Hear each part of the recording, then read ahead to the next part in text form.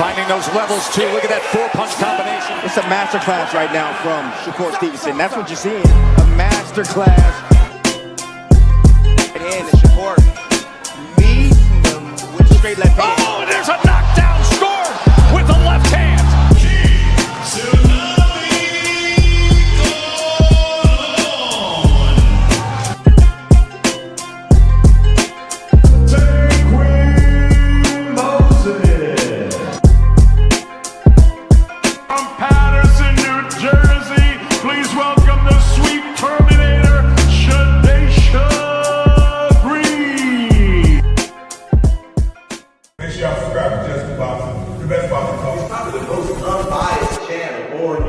Right now, we're gonna give him his just due. Shout out to my brother Jusdueboxing.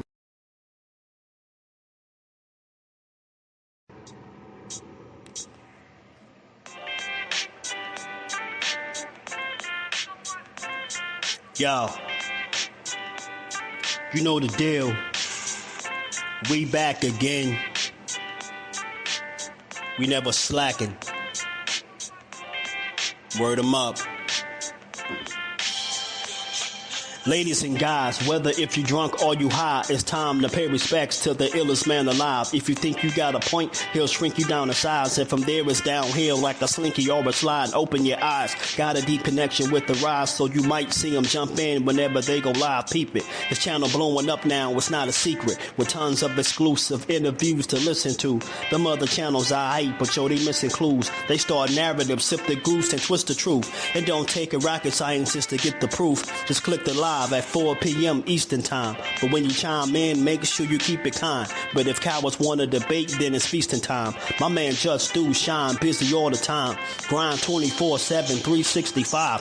Videos he might have 365. My rhyme sick, they make you do a 365. You get a rich if you think you fit to survive. It's Jusdueboxing, time to click the live. Ain't no beginners, if you soft, you ain't down to ride. I crush you, respect too, it's Jusdu. He got the illest boxing show on the internet. The boy been a threat and he ain't even had dinner yet. Word 'em up. Yeah. You know what time it is.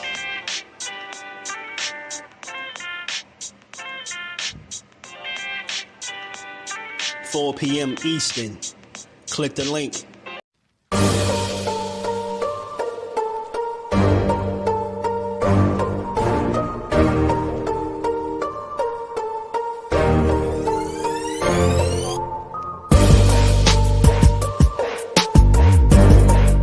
The truth or tell on your ass what you doing or what you're not doing every single time. You can lie, you can bullshit and all that, but when that bell ring, if you ain't put that work in, it's gonna show, bro. It's gonna show. Not to mention y'all in a sport that can cost you your life. Literally, you can die in this shit. So if that's the case, man, if you gonna do this, don't bullshit with it. If you don't really want it, say to yourself, keep it real with yourself. I really don't want this shit. I can't put the work in that it requires. Walk away. Ain't nobody mad at you. Go out there, you're young enough, you go get educated, get a skill, do something, man. But don't play with this, man. People you can get killed in this shit, man. Man, what's good? What's good? Salute to the family, man. We back on this good Monday. The Get Boxing is Jusdu. How y'all feeling, man? Another week, another week of the grind is on the way, man. Got some things we gonna talk about it. How y'all feeling, man? Shout out to the homie, my brother, Cal Cooley. Crush the legend. My dog was good, man. How y'all feeling? Shout out to the bros, man. Y'all already know. I don't know what side you're on, but double tap the screen, hit the like button, sub to the channel, turn the notifications on. Shout out to everybody that's been rocking with me. Support the grind because we're going to talk about it. We're going to build today. Y'all know how we do. You know, we had some fights over the weekend, man. We had a couple fights over the weekend. We had the return of Edwin De Los Santos. Man, Edwin De Los Santos, man. The return of Edwin De Los Santos. He went out there and smoked him something, man. You know, he went out there and caught him a body in the first round. you know, it was good to see him back because we all know Edwin been out of commission since you know, he fought Shakur. That was what, 2023, you know what I mean, November. So he's been out there pretty much what, about 2 years, you know what I'm saying? So anytime, and the only good thing about that is that dude was extremely young. I think Edwin should be what, about 25 or something like that. So he's still young. He got youth on his side, and you know, it's good to see him back in the ring. You know, we haven't seen him since the Shakur loss, so you know, to see him get back in the mix. Now I get that we didn't get to see him long because he ain't play with his food. You know what I'm saying? Edwin looked like the type of guy that got taught. You know, he got taught as a kid not to play with his food, huh? You feel me? You can see how he approached it, how he dealt with Buddy. That it wasn't no games being played with him. You know what I'm saying? He got right up in there and made short work of his opponent, bro. Nasty. I think it was a nasty, well-timed right hook. It was. I gotta pull the clip up. You know, we're gonna just briefly go over that, and we're gonna get into the show. You know, just warming the burners up, man. Let the people roll in, man. And look, for the people that's in here, if your notifications are not on, make sure you turn them on so y'all could be notified. Because we in grind mode. It's gonna be a lot of content coming out from this way. Brooklyn Goat, what it do? Said that's what Keyshawn Davis was scared of. I know some people feel like that, and I get it, but I don't think Keyshawn was scared, right? I just think he just made he miscalculated. He made a bad decision. You know what I'm saying? Bad move for sure. And for whatever reason, you know what I mean, it cost him over $1 million payday. But you got to think though, y'all, ain't nobody. That was the most money that Keyshawn Davis was going to make in his career. Like, we all know that was over $1 million. You get me? Biggest payday to up until this point. So trust me, he wanted that fight, but he just sometimes it's one of those situations where you live and you learn. And you know, for me, I'll sit back and see if he's able to learn from it. Because if he's able to learn from it, then it's a lesson. I'm pretty sure he'll never want to miss a fight again in his career. Definitely due to something like that, and definitely not missing weight. You know what I'm saying? You got to think your title was relinquished. Like, that was supposed to be a successful title defense in front of your people. You get what I'm saying? And you that would have set you off with a win. You would have sold you off the 140 the right way, but he miscalculated, bro. No excuses for him. He made some mistakes. Blew that weight for whatever reason. You know, however it happened, but it did. It happened, and now he's been on the sideline since, and he's talking about being at 140. So we're gonna see what's next for him. But you know, Edwin De Los Santos, I think he got a raw deal out of that situation, and it was unfortunate because you know he made the weight, and I heard he came down from about 200 pounds, man, all the way down. I think that's why his manager elected not to, you know, participate in the fight. You know what I'm saying? I think he looked at Keyshawn and he seen how much weight Edwin dropped. And that shit could be dangerous, bro. You could get yourself knocked out like that for sure, for sure. You get what I'm saying? For sure, for sure. If you moving like that. You get what I'm saying? That's how you get smoked. That's how you get when you drop that weight, all that weight like that, and get in the ring with somebody like Keyshawn, pretty sturdy, strong kid, man. You definitely don't want to give him that opportunity because he could have smoked him. Could have knocked him out. I think he was gonna hurt Edwin. I ain't even gonna lie to you. I think he was gonna beat him up. Time off, that shit would have affected him. I think the time off, the drastic cutting in the other weight. Now, yeah, you can go in here against a guy like this that he was fighting. You know what I mean? This past weekend, but Keyshawn Davis, silver medalist. You know that he would have been the current world champion on his way. You know what I mean? He was building a lot of momentum, Keyshawn was, so it's unfortunate that he set himself on the sideline like that. But, you know, it's always a silver lining to it, right? You know, it looked like a loss right now, but if you can learn from it, it's just a lesson, and it'll just be a blip on his career and something he's able to look back at, you know, and reflect on. But also that those kind of mistakes are, you know, the kind that you can either keep going left or you could straighten up. You get what I'm saying? And that's what we're about to see with Keyshawn. So he got rid of some of the people in his team. And I said, got some new people around him. That could be a good thing for him. So kind of like hit the restart, right? Hit the little refresh button for Keyshawn Davis, right? Lock in. You get me? You still in a great position. Just got to make the most of it. DP Rocker. Shout out to my guy, man. Shout out to the fan, man. Y'all hit the like button. We're going to get to it. But yeah, this was Edwin De Los Santos this past weekend, man. Getting it in. Golpes. Cuidado, ey. Getting it in. Póngale usted su nombre. He did it. No creo filthy, didn't he? That left hook was nasty. I mean, that right hook was nasty. That right hook was nasty. Edwin walked off. He just knew it was over.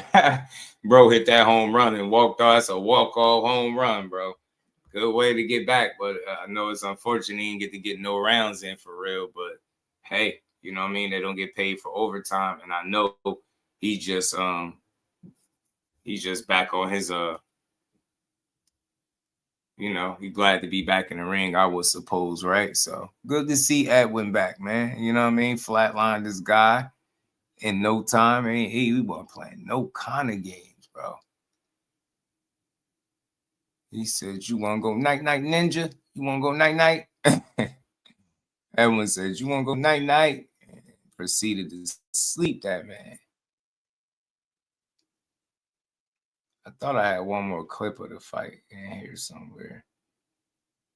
I'm gonna start having to remember. Mag 7, what it do, man? What's that? What he post? I didn't catch it. Some stuff, you know, I don't be catching everything. So you gotta fill me in on that one. What you seeing?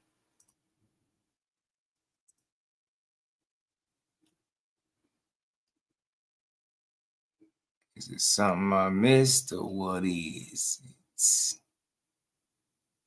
Yeah, man. So quick knockout for Edwin, first round joint. It's not a lot you could say. You just glad to see him get back in the ring and get his you know, feet back on the ground, right? You know, it's unfortunate whenever you make weight, especially the way he did, and then your manager pulled him out and he got rid of that guy. He got rid of him. He split from him immediately. Got that bag and split from him, man, because he really wanted to fight. And that's how we be knowing that guys' communication be sucked. You know what I mean? Suck sometimes. Saying no sponsors. Oh, want to fight Teo Shakur. I haven't looked into that. I did see that pop up across my timeline, but I think Tim Bradley had a response to it. We're going to talk about that a little bit too. You know, I just wanted to make sure I gave Edwin his flowers. You know, he came back looking like he picked up where he left off, knocking shit out. You know what I'm saying? So on to the next. Let's see who they put him in there with. And was this fight at 140? I got to double check to be sure, man. Because if so, man, that 140 is about to heat up, man. 140 about to be on fire.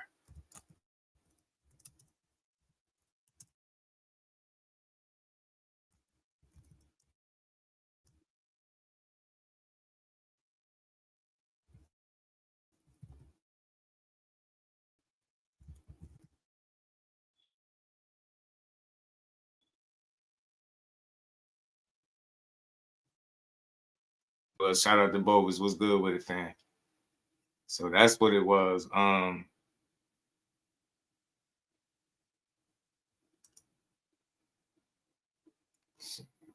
it could be true. Could be, bro. I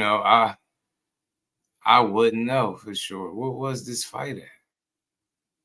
Don't even got it here. What was this? Shout out to LetsBuild. Clean, it looked a little big. Is why I say that. I don't know how that went over my head, but I know it was some confusion with that. But he went out there and sparked, buddy, man, and spectacular fashion. I tell you that. He going that man. Good shit. He ain't play no games. I know he can't wait to get back in there with some tougher opposition, man. Because I know he hungry. He young too, so he got youth on his side. Okay, Edwin with 138, his opponent 137, basically like a 140 bout, right? Basically, but I'm assuming he's still gonna campaign at 35 because I ain't hear nothing about him going up. And that makes sense, especially given how much time he been out the ring. You know what I'm saying? He definitely back wet kind of fight, you know. And we had who else was it? Tito Mercado. Tito Tito fought Antonio Moran this weekend, and he did really good, man. He did really good. Did really good. Shout out to Tito Mercado. I got to have him on the channel once, considerably earlier in his career, right before he went to Matchroom. And I like his energy, bro. He won the fight. He won his opportunities. You see the talent there with him for sure, but he say he's ready for all the top guys, but that remains to be seen. All fighters feel like that. They say that as they should, but who knows when the title shot be coming for him, right? Wasn't that fight for some type of WBO? What was it? Intern? What the hell? Whatever the hell it was. I know they had a belt around his waist. So he calling for the top guys. He called for the winner of, Tio and Shakur. So you never know what could happen with that. But I like Tito so far, man. He's strong, man. Dude could punch. I think he got rid of Antonio Moran a little bit earlier than Devin. Not really a big deal there, but it's more so how he looked. He was solid, bro. He was solid. Had Antonio Moran on the back foot, pushing him back a lot. And he just looked strong. Looked like, those clean, solid shots that he was landing was really doing some damage, man. He was working Moran ass over. You get me? He was working him over a bit. So it was a good fight though, man. Good rounds for Tito. He was out for a while, right? I think he had a torn rotator cuff or something like that. So he been out for a minute. It was good. He had a little ring rust, but he looked solid, man. He took his time, man, got his work done. But I think for sure those fights at the upper echelon, those top tier guys that he calling for, those fights, no doubt about it, are going to be a lot tougher because the skill level is going to go up all the way around the board. You know what I'm saying? It's not all about power because he packed plenty of it, but I feel like, in due time, I think they just going to gradually keep moving them and eventually they'll get them where they need to get them to. You know what I'm saying? Say, yeah, NABL regional title for a top 10 ranking. Appreciate that. Appreciate the facts. Shout out to my guy, man. So yeah, man. So Tito just trying to put himself in position to be able to challenge for a title. Now we obviously know it ain't gonna be next and nothing like that, but he in a good position. He just got to keep working. He good. Got some talent. He boxer, puncher type. You get me? He definitely got some things you could work on, but I don't think he gave up any rounds in that fight. So. You know what I'm saying? It's tough to complain about that. He had a good night in the office for sure. Because he pretty much dominated his opposition. And Moran just looked like he had a much different, his best days is behind him. So it was no surprise that he got did the way he did. Shout out to Damon. What's good, homie? He got polished off. He got knocked out. Good knockout for Tito, too. He broke him down, took his time. And he did drop him early. I think in the first round, it looked like it could have been a short night. You know what I mean? He caught him with something. He buckled into the ropes, man. It was almost over there, but Moran being a vet, he was able to, hang on and take him some rounds. Took Tito some rounds, and he still got slept, though. Still got did dirty, you know what I'm saying? So a good win. But my guy, Ernesto Tiro Mercado, you know what I'm saying? He there, man. 140 got another player, you know what I'm saying? He been there for a little bit, so. Let's see what's next for him. I know he calling for champions, but we all know how that goes. Z, what it do, homie? He just got to keep working. You know what I mean? With him getting the NABO title, top 10 rankings, he right spot. He couldn't be in a better spot, obviously. You know what I mean? A realistic better spot. So I think he right where he need to be. And who knows, man? He might be a couple solid wins away from being able to compete for the title, but we'll see. But I like the kid, man. Like his talent, his drive, he hungry. You can tell he won it. And if they gave him an opportunity to fight any of them champions right now, I think he'd do it, So anybody with an attitude like that, I could support it. And he got skills to back it up. He really got power in both of them hands, man. That kid can punch. It seemed like them clean punches, like I said, was really affecting Moran, bro. He wasn't trying to get busted up. He was getting, you know what I'm saying? He was getting chipped up. Shout out to Cal Cool. I got you. I appreciate you. He sent me the tweet from T.O. Got you. Yeah, he don't waste punches. Yeah, he's not wasteful at all. It's not wasteful at all. You know what I mean? I don't even want to call it economical, right? Because I don't even want to say that, but he's smart. He's smart, and that's the best way to frame it. Yeah, he's not wasteful with his work. You know what I'm saying? Very intentional and efficient to a degree too. He did well. But like I said, whenever you go out there You could pitch damn near like a shutout, and you ain't taking no punishment in the process. You get what I'm saying? It's a good night in the office. And clean rounds. Got to shake off some ring rust that you might have seen early. But nonetheless, man, he through the ring rush, he got an early knockdown and just kept fighting, kept working, and he wore down the vet and eventually got his stoppage. You know what I'm saying? Now he positions himself within the top 10 at 140. It's right where he need to be. Shout out to Tito Mercado, man. Good win for him. And we had the other, big name fight as far as the one where we, the guys that we'd be looking to fight was Diego Pacheco. Diego Pacheco, he got tested this weekend, man. He got tested this weekend. He got dropped. Had to get up off the deck. You know what I mean? He had some, I don't know what was going on with them soles of his sneaks, of his boxing shoes, but he definitely got put down, had to fight back. Tough guy, but those kind of fights, I say all the time, they build character. You want to see dudes go out there and get tested.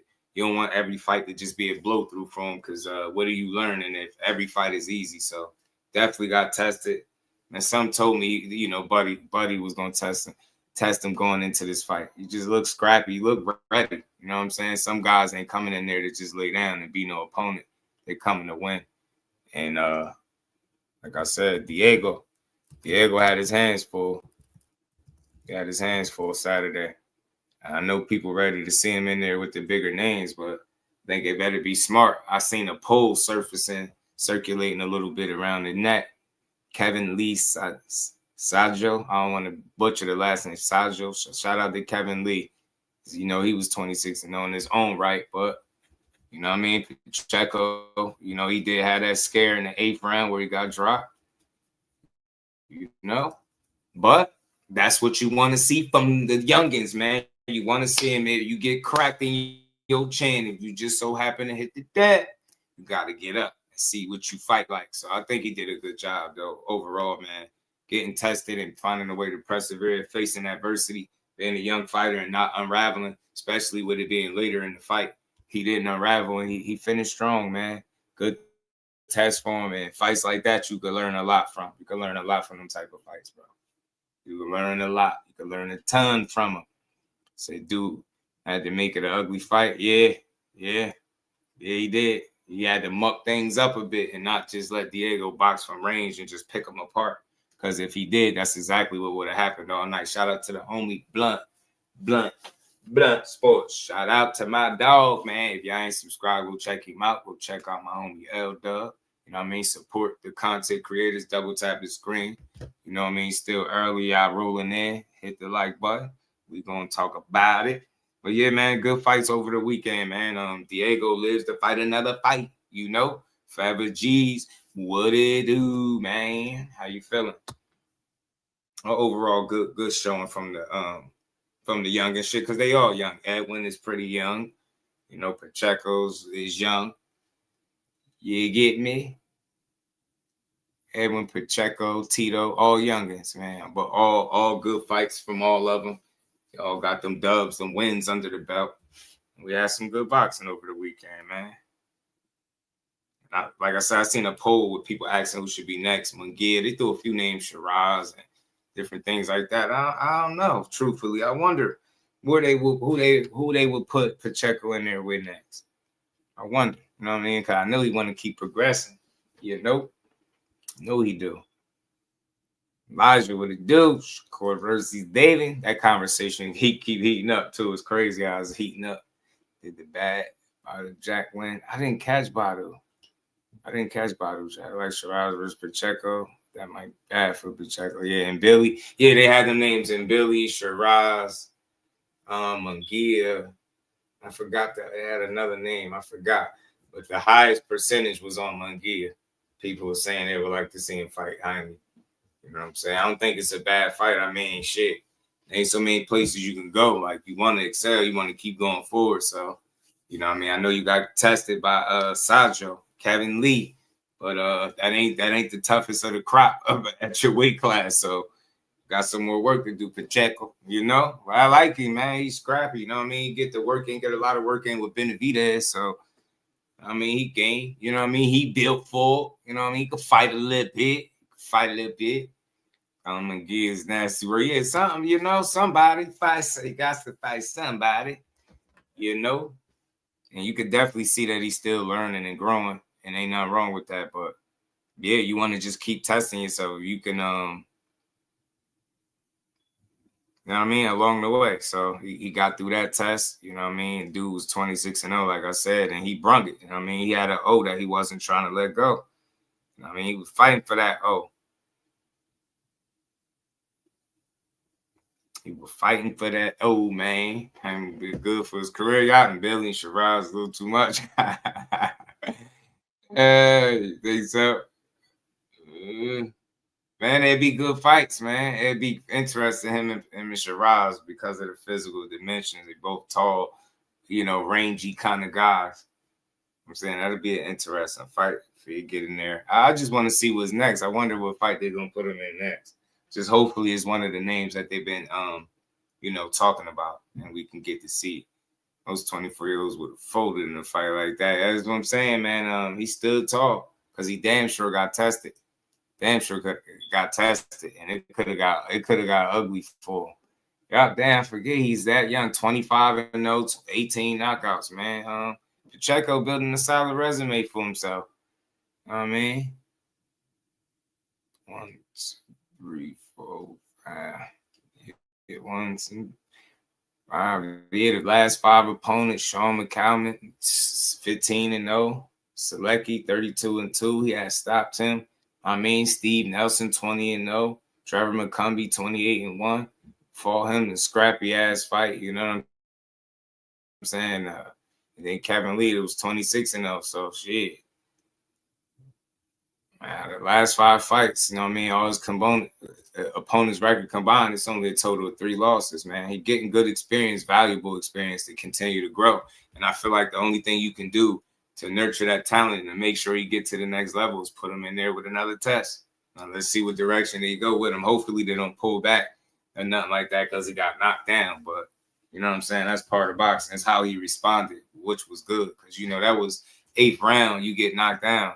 That's several rounds. You got 12 rounds. You know what I'm saying? You still got 4 rounds left where you could easily unravel. You know what I'm saying? And things could go sideways for you. But he wasn't going. He ain't allowed that shit to happen. So shout out to him. And he got the WBC silver and international titles. You know what I'm saying? They keep up. Yo, I'm telling you, boxing is something else. They find them. Shout out to the OBC. They find out the way to put a title around somebody, bro. They're silver title. I know they've been around, but it's just funny. All these different belts and stuff like that. Pacheco, another victim of the black bedazzled curse. I'm telling you, yeah, had a rough performance, and that's how you know he got something in him, Cal, because he got through it. You know what I mean? The bedazzled curse, that black. I'm telling you, stay away from anything sequins and all black. Don't do it. It's like bad luck. I don't know what it is, man. I'm telling you. So that's how you know he had something, bro. That's how you know he had something. He got knocked down like, uh-oh. What's up? Is this going to be the time where he unraveled? But I didn't think he did. Tall, long, rangy guy, man. Stayed composed, man, and fought his way to a hard-earned, scrappy, what is it, UD. You know what I'm saying? Couldn't ask for nothing more than that. I mean, every fight ain't gonna be no knockout. He ain't the biggest puncher, and you could tell he's still young. That's what people don't be realizing too. Everybody grow and progress and things like that differently. So, but I like where Pacheco was at right now, man. On to the next. Like I said, he had a little quick scare getting knocked down, but he got up, fought back in the next 4 rounds, and got him a win. You know what I'm saying? Got him a win. But let's keep building, man. Let's go. So, man, it's been a lot of talk, about this welterweight division, bro. Ever since, the departure of Boots Ennis, really, right? And then the emergence of Brian Norman and, then Devin Haney swooping in there like a thief in the night and getting that dub and snatching up the WBO title at 47, right? And a really solid performance, if you ask me. Good performance, man. Shout out to Norm. He'll be back, but since then, there's been a lot of discussion about what's Devin Haney's next move and where should he go. And shit, straight to the top. You hear me? Like, we hear the stuff that Rolly is saying. I think I got a little video from Rolly. We gonna play it, but I ain't big on the duck talk. Look, dudes make choices. They make decisions. They got choices on who they want to fight, I guess, or what fights they don't want. You know, it's not very it's not the shit you want to hear coming out of Rolly mouth. Like, bro, you overachieved at this point. You playing with house money. You definitely always gonna have a puncher's chance. You got that awkwardness about you, and now that you fighting with a bit more patience, definitely seem like you somebody that get what I'm saying? You could make some shit happen. You can make some shit shake, man. Just it depend on you. You get what I'm saying? Rolly is where a lot of people didn't expect him to be. He found himself as a welterweight champion, and that's no slighter shade to him, right? It's just a testament to how wide open 147 is, and how, like, to a degree, unpredictable it's been since, like I said, Boots moving, and then, you know, Devin upset with the Devin win. You know, he proved a lot of people wrong, got that dub. Now he a 3-division champion. You get what I'm saying? And you got Rolly running around saying some silly stuff, kind of, right? You know, he don't seem interested at all, and it's kind of weird because he like, you know, I want him to fight his rematch with Devin, you know, with Ryan Garcia. He's ducking Ryan. I think he said he was ducking Ryan. He was saying some stuff. So look, man, if you're Devin Haney, your time is now, bro. They try to write you off. You still here. You stood the test of time, the rhetoric, the slander. Still find your way to be undefeated, more accolades. You get what I'm saying? Now you in a prime position at 147, a division that's, like I said, been a little unpredictable and somewhat wide open. You knocked off one of the more dangerous guys there. Now you got to see what else you could do. You know what I mean? And like I said, just go down the list and do whatever you can. If you get what I'm saying, if what's his name, Rolly Romero acting funny with the belt, then maybe you look to pursue this Lewis Crocker fight that I'm hearing potentially. And it's from some of his biggest supporters saying this is what's next.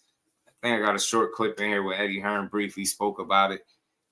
That might be the fight for him if you ignore the criticism and the background noise. Look, you got to put the pressure on Rolly.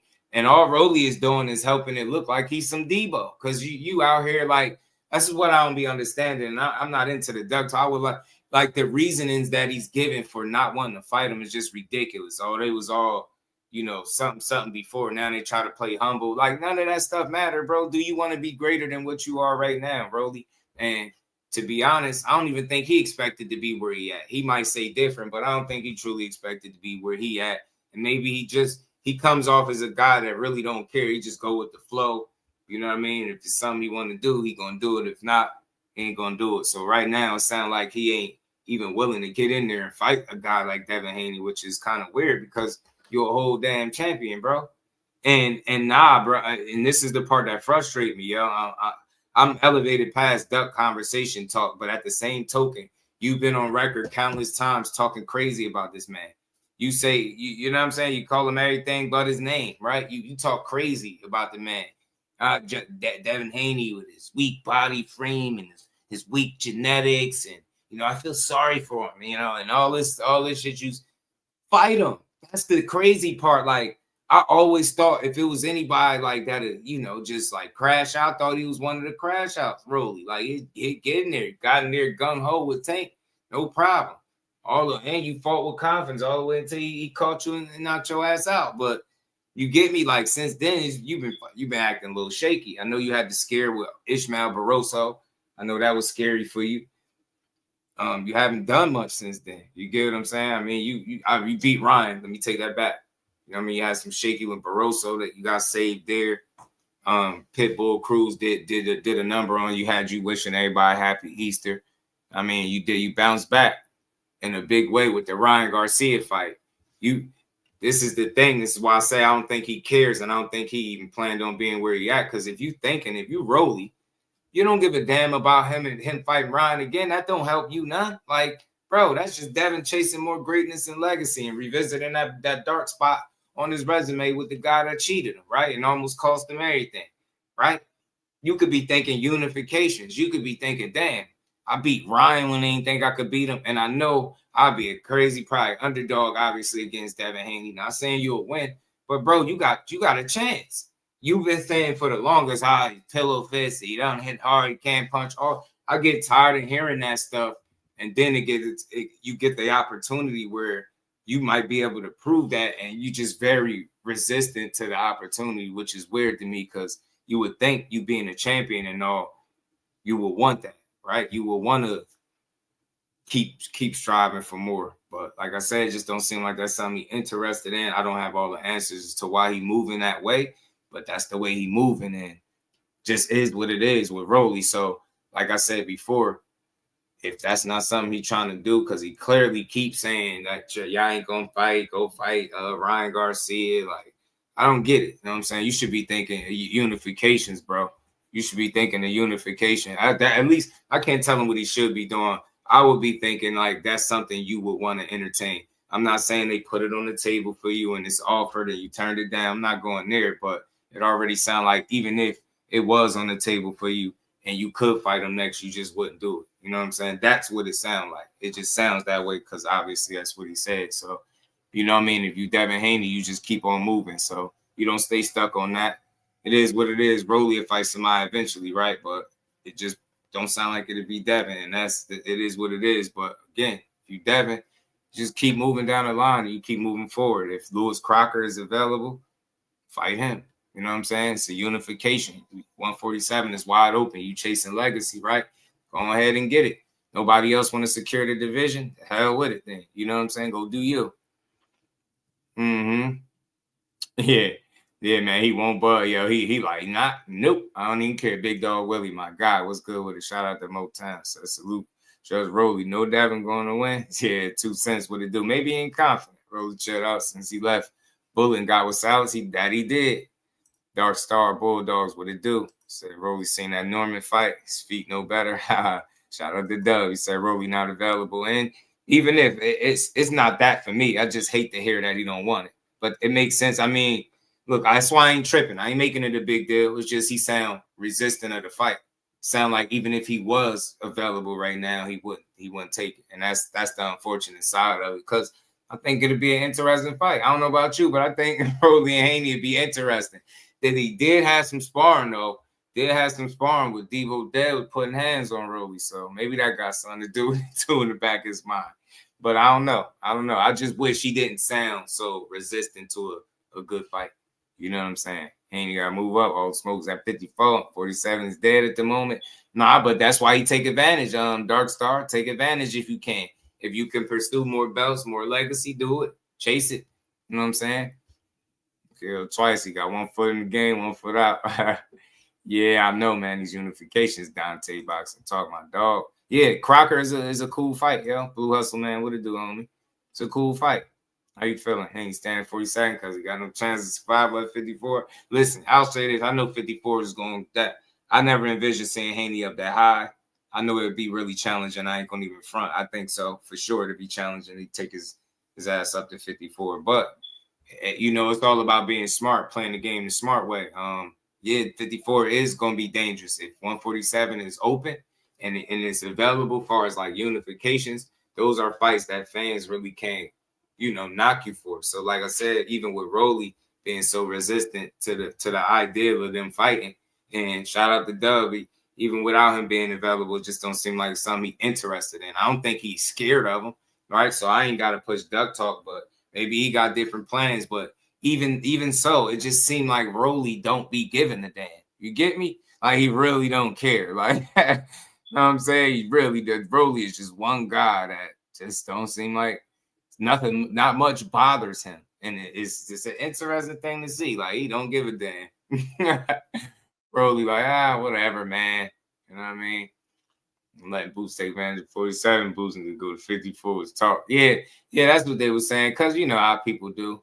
Dante, so they just got 47. Yeah. And look, this is the thing for me, though, too, Cal, that they definitely was saying that with Boots. Like, yo, just go. But it also was the look like, right, as long as you could pursue, like, unifications and fights that make sense, stick around. Like, if you Devin, shit, I ain't saying you can get it for sure because it's politics always going to be in the game. And you never know in which order these fights are materialized. But at least first things first, if you can get a, what's his name? if you can get a Lewis Crocker in there, man, Unification, go in there and clean him up. I know people going to expect you to win the fight, but that's not your problem. You got the 47 when you got there. The division looking light, is looking shaky. Go out there and beat ass, man. Show these people, you know what I'm saying? Show these people that you here to take over the division. Shit, I block out the background noise and I'll go get mine. Not about to talk me out of, you know what I'm saying? Two division undisputed potentially, or you could be unified in, you know, another division. And Devin, I think, has been a guy that I think it's safe to say he values the belt. He sees the value in belts in his career, and it's okay. Ain't nothing wrong with that at all. But that's why I think that's something he'd do. And I wouldn't mind seeing him do it because, like, this is a dude that, for better or for worse, he risen from the you know, the kind of like the grade. They try to pack Dev up. I'm not gonna lie, they did. They try to pack him up. And I know this shit ain't the most popular, but hey, it's real. Dude standing the test of time, man. Smoke been clearing, and he's still standing there. He's still here. They be mad at him, but that shit just don't matter. Continue to find ways to win, and I think that's important. That's key. And that's all you need to focus on, bro. Just keep trying to put the wins in the bank. Keep trying to put them wins in the bank. G, shout out to KG, the Puerto Rican kid. And I'm about to play his video where Rolly was talking. Frequent, what it do, homie? I said, you know, they wanted to line up a unification with you and Devin. Is that a fight you'd be interested in? No. No, why not? Why didn't they call me out after I fought Ryan? Got it. I had the belt. Got it. Why didn't they call me out directly after the fight with Norman? No, they want to play all humble because they're in Saudi Arabia. But at the end of it, I don't want them to fight. I don't need to. I don't care to. It's just, it's just like, I just simply just don't want to. Got it. They could go do whatever they want. There's, they could say, oh, duck and all stuff. No, it just simply, do you think, okay, let's say it like this. I knock out Devin Haney cold. Do you think I want to get sued for 5 years? And real quick, I try not to stop it too much. This ain't that long, but right off the bat, like, look, not fighting him is one thing, but see you saying, like, look, I'll knock out Devin Haney. You think I want to get sued for 5 years? I know he's a bit of a jokester. Who the hell got sued for 5 years? I don't know if I'm missing something or whatever. And even as far as the situation with Ryan, didn't that get like put to bed? Didn't they not sue him, right? Didn't they drop the lawsuit in the effort to try to make the rematch? So in essence, nobody got sued. And look, I'm just a supporter of the sport. I'm not going to sit here and act like the sole purpose. I don't give a damn what the lawsuit said. The sole purpose was him suing because he got beat up in the fight. I know within my heart as a man that you take Osterine out the equation and it was just a clean fight, 100%. That lawsuit shit never happens. Now, of course, if you're going to do it, then you're going to say some shit. Make it sound good. I don't know. I know how I go. I ain't no damn lawyer, but you get what I'm trying to say. You take Osterine out the situation, and I'm willing to bet you that it would have never been anything, no mention of no lawsuit. He would have never, it wasn't about him, you know, not being able to take a loss. And that was a narrative that people pushed. It was more so about not letting a guy get off the hook that just cheated you and probably affected the way your next bag came in, right? And the way people looked at you. Look at the shit you had to go through just because you got cheated. So I know in my heart as a man, I think as a logical thinker too, is simple. Osterine, he could. That's the part that he couldn't make peace with. It's one thing to get beat up by a guy, but it's like, oh, this is why I got beat up. He was cheating, and I think that's where the lawsuit became more of a, you know, a realistic thing. You know what I'm saying? So we'll see, man. I just don't think that's realistic. Rolly sound like a bit of a cop out, but I'm gonna keep highlighting this because I'm not pushing no narratives or something. I'm just strictly having a boxing conversation.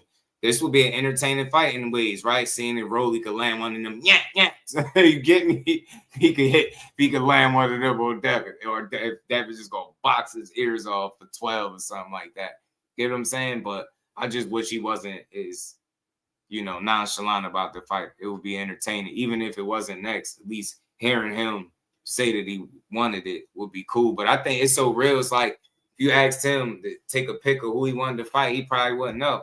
Like Rolly seems like a guy he really don't care. And that was one of the main reasons why I feel like, yeah, Devin Haney fight come along, yeah, you'll definitely take, because you just don't care. You've lost before. You're not protecting no O. You don't give a damn, right? You know what I'm saying? He got knocked out and started talking about Happy Easter. Yo, this dude don't give a damn. You get me? Strike Force, what it do, fam? How you feeling? So let's keep going, man. I just wish he was more accepting of the fight, but I just want to let the record reflect. He's not available at the moment anyway, according to my guy. So shout out to the players. Keep going. Damn, Rolly, you my guy. You funny as hell. Got it. Okay. They sued Ryan for knockout Devin Haney cold. Do you think I want to get sued for 5 years? Damn, Rolly, you my guy. You funny as hell. Got it. Okay. They sued Ryan for 2 years and they didn't even find him. So what? And real quick, what you could get if you knocked him out, though, you knocked out Devin Haney, what you would get is his belt right up off his waist, that WBO title along with the one you got. That's what you would get.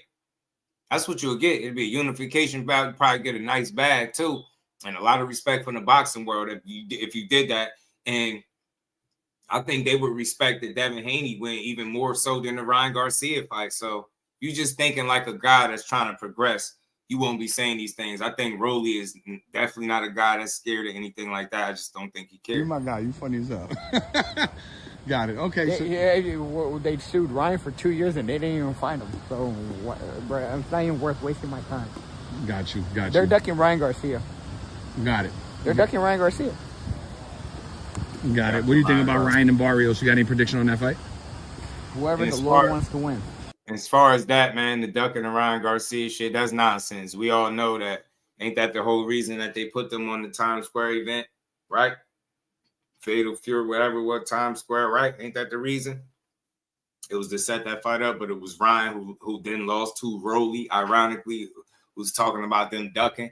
Wasn't a matter of ducking. It was a matter of Ryan not being able to fulfill his end of the bargain and get the win, which I think kind of, put the damper on the rematch, at least immediately, right? So you got to think if Brian is to come back and beat Barrios, those conversations for a unification hit a lot different than, anything for Devin. So I don't know. I just wish he was talking like he actually cared, but it's Rolly. They're ducking Ryan Garcia. Got it. They're ducking Ryan Garcia.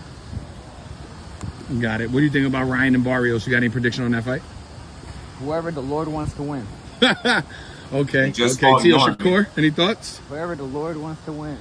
Last question. Yeah, they just fought Norman, and Ryan is about to fight Barrios. You know what I'm saying? How could he be ducking him? But you're available. So it's crazy how quick he said that. So or is it safe to say by your own logic, are you ducking Devin Haney? You get me? Are you ducking?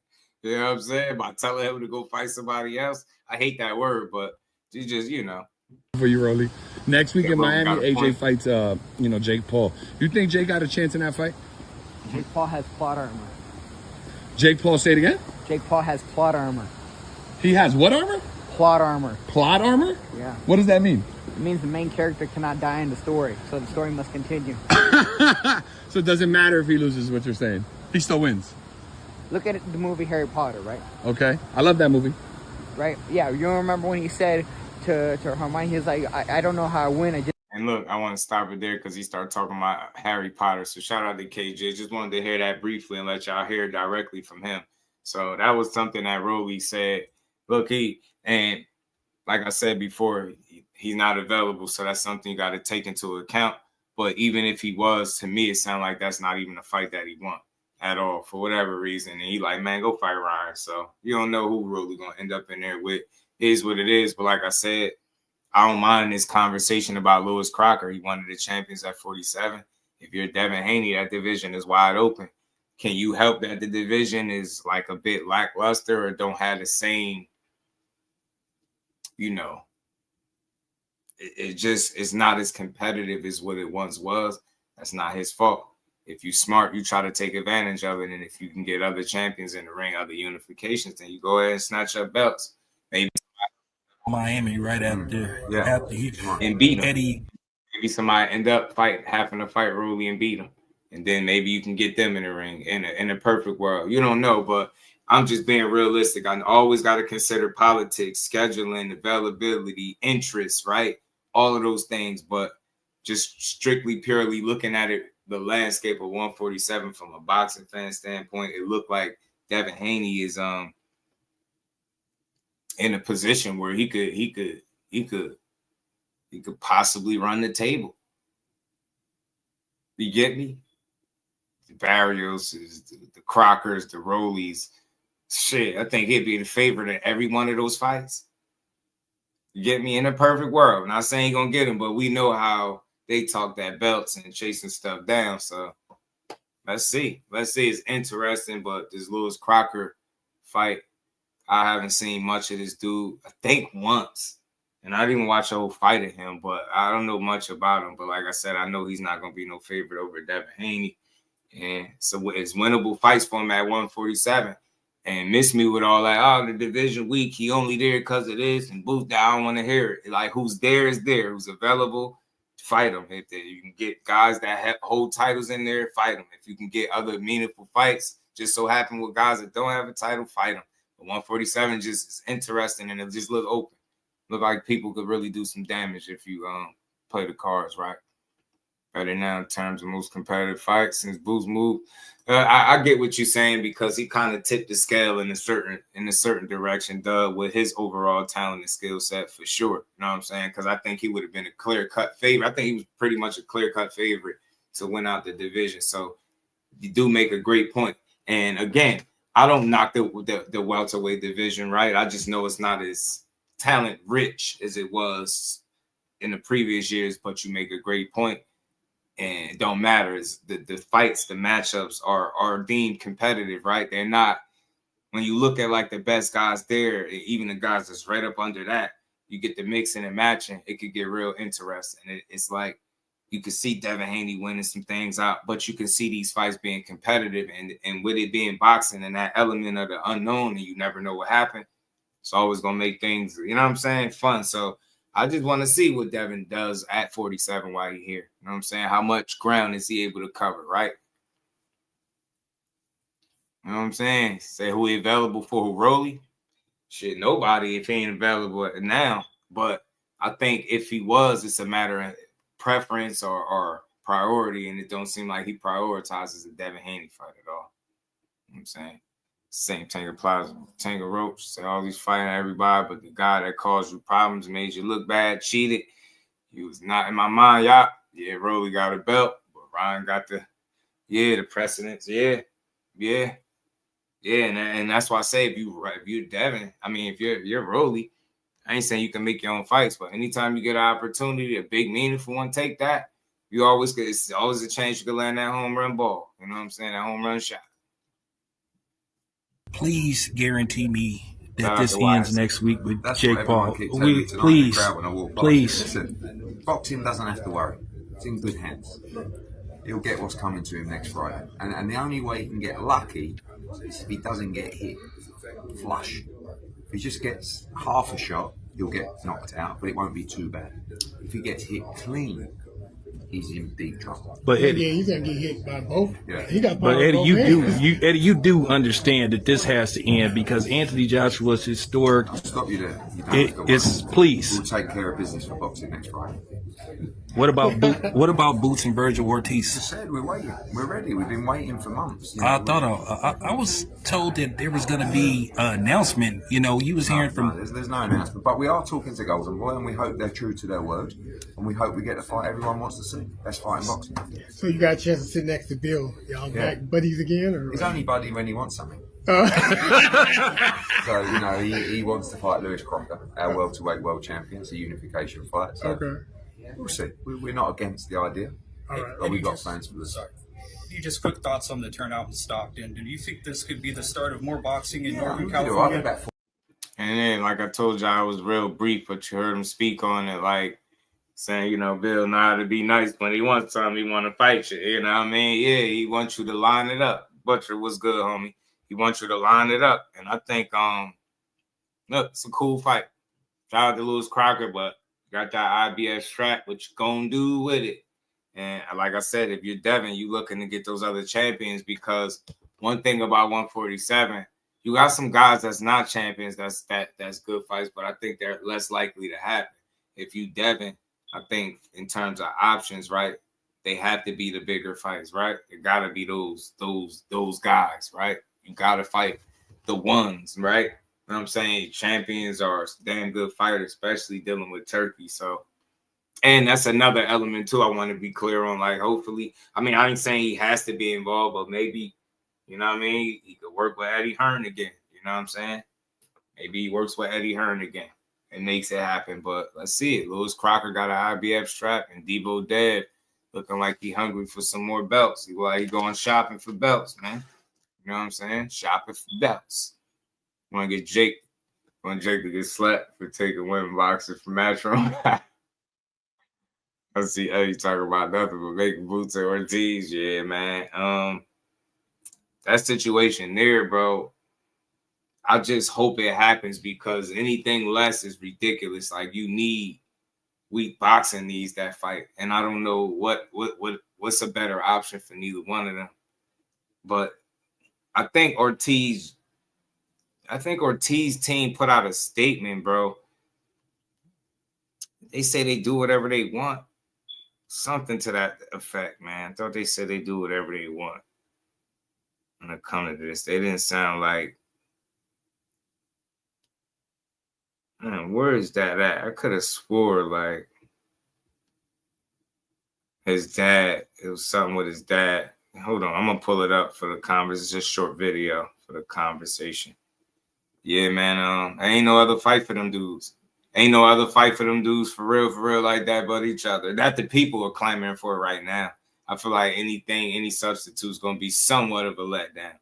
But, you know, both guys got to get on the same page, teams and all, and it keeps sounding like Virgil team is just on some, I don't know. I don't want to blame no side without having all the details, but it seemed like they keep talking about it ain't no offer, it ain't nothing been made. And I don't know what's going on. I just hope Eddie ain't jerking the people, man. I ain't saying that he is, but I just hope not. Let me get this up. Let me pull this up. Hit the like button, y'all. We're going to keep rocking, man. We're going to keep rocking. Let's see if he's able to put this fight together. Like I said, man, but Ortiz team, it just makes it sound like, you know what I'm saying? Like, whatever. And I get it's like, all right, because it's two sides to everything. They got their positioning is, bro, you declined it 2 times. That's something I keep seeing them bring up religiously. Like, they won't let that go. I'm not saying that they should, but it's nothing you can do about going back. Y'all fought very close to each other. You get what I'm saying? Like, I just don't see no reason why y'all wouldn't want to fight. You know what I'm saying? Right now. Say Eddie can say what he wants, trying to save face for the past 2 declines. You can pull one over your guys, but not our manager. He said you're going to cost everyone the fight. Go back and negotiate in good faith, in the words of your people. We'll do what the F we want. How's that working for you now? You know what I'm saying? Oh, they saying they do what that they want. And he's saying how that's working for you. Look, this is typical stuff that you see within boxing when it's time to put together a big fight. Mike Ron, what it do, homie? How you feeling, bro? You know what I'm saying? There's certain stuff that, like, you know, you see this shit a lot when it's time to put together a big fight. I'm not into trying to push no narratives on either side. I get it. They're like, man, y'all declined it first. So it seemed like since then, they're not in a rush to do anything. But he did say, look, go back and negotiate in good faith. So maybe they are willing, but they got to get on the same page because other than that, it's just going to keep going back and forth. One up, or you decline, or we didn't get an offer, or they don't want to fight, or they you know what I mean? Their energy changing. Like, just want to see it fight, you know? Just want to, and I thought, me personally, you know, with them fighting so close to each other, obviously doing the stare down, that shit made the perfect sense to give us the fight. You know what I'm saying? It seemed like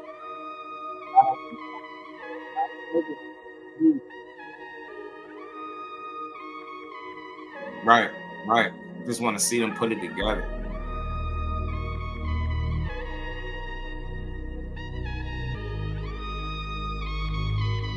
He asked you something. So you got to head to Miami. So that was that. Y'all, this was the video connected to that. So y'all just heard that part. This part where he talked about it. So it seemed like at the end of the day, yo, they gotta iron that out. Eddie Hearn gotta make some shake for your guy. You need to fight for him. You gotta make it happen. He's saying go negotiate in good faith, whatever that means. So, you know what I mean? Obviously, we know what good faith means. You know what I mean? Basically, do good business. But go negotiate. Don't try to pull one over on the fans. And that's what I want to see. I don't want to see a ton of back and forth. Oh, well, we this and we that. Nah, bro, are you trying to make that fight? Come on, now.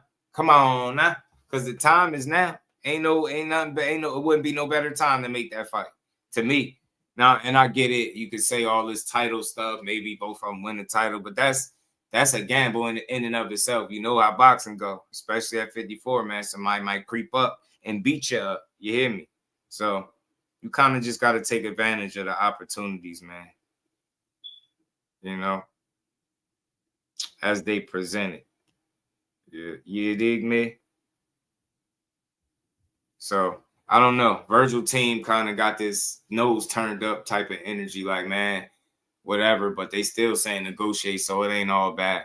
Hopefully they put something together. I remember my guy Dub mentioned about some dates being reserved, and, you know, one of them dates, I think, possibly for that fight. So, hopefully they can iron something out in due time and get the fight going, bro. You know what I'm saying? Hopefully they can. Say, oh, social media propaganda. Yeah, I hate it, bro. I don't like to you know what I mean? Pick the gloves and want the higher purse. I don't know what they want, but I hope they can negotiate it, whatever it is, because, like I said, it's the best fight for them, for each other. And I think the winner, if they make that fight next, I think the winner go on to do some damage in the division, and I think the loser could still get back and do some damage in the division. That's how talented I believe 54 is in both Boots and Virgil. So, say, get on the horn, call Mr. Farrakhan, call somebody, right? Make the fight. Make the fight. You get me? Make that fight. We just want to see it. You just want to see it, you know? So we'll see, man. We'll see. We'll see what happens. But in the meantime, in between time, Debo Dev said he applying pressure on everything at 47. Looking like he looking to snatch up some more belts. Recently, I don't know if y'all caught this short video with them Schofools, man. The Schofools was back at it again. And they was talking about Bill. And, you know, I don't know. I can't help it, man. When I see some of the stuff that his father do, Floyd SCHOFOOL Sr., I just can't help but to react to it. Like he could be doing things a lot differently, in my opinion, man. And I think the less he talk, the better it is, man. Like, cause it always comes off a certain way. Like you spent a little bit of your time, you know, in an interview. You know, I think it was Mill City. I was talking to. You were going in about Bill. You know, he ain't the street. He ain't from the projects like me. You know. He ain't from the streets like me. He ain't get shot like me. I can't believe he said that. He didn't get shot like me. Bro, I got shot before in both of my legs. Do you think I would, like, say that in a way that's bragging? Do you think I have ever told the story about me getting shot and made it sound like it's a flex? He didn't get shot like me.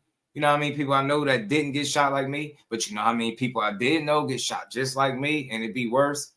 Like, you're lucky, bro. If you got blicked, you're lucky. And then from what Bill said, he did say he got shot up, right?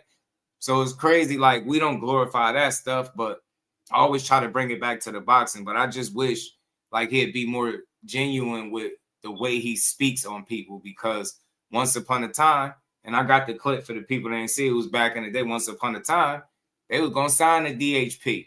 And that's what I say about boxing. That's what, you know, when you become rivals, I expected to get heated. I expected to get competitive and all of that. But I still expect you to keep it real.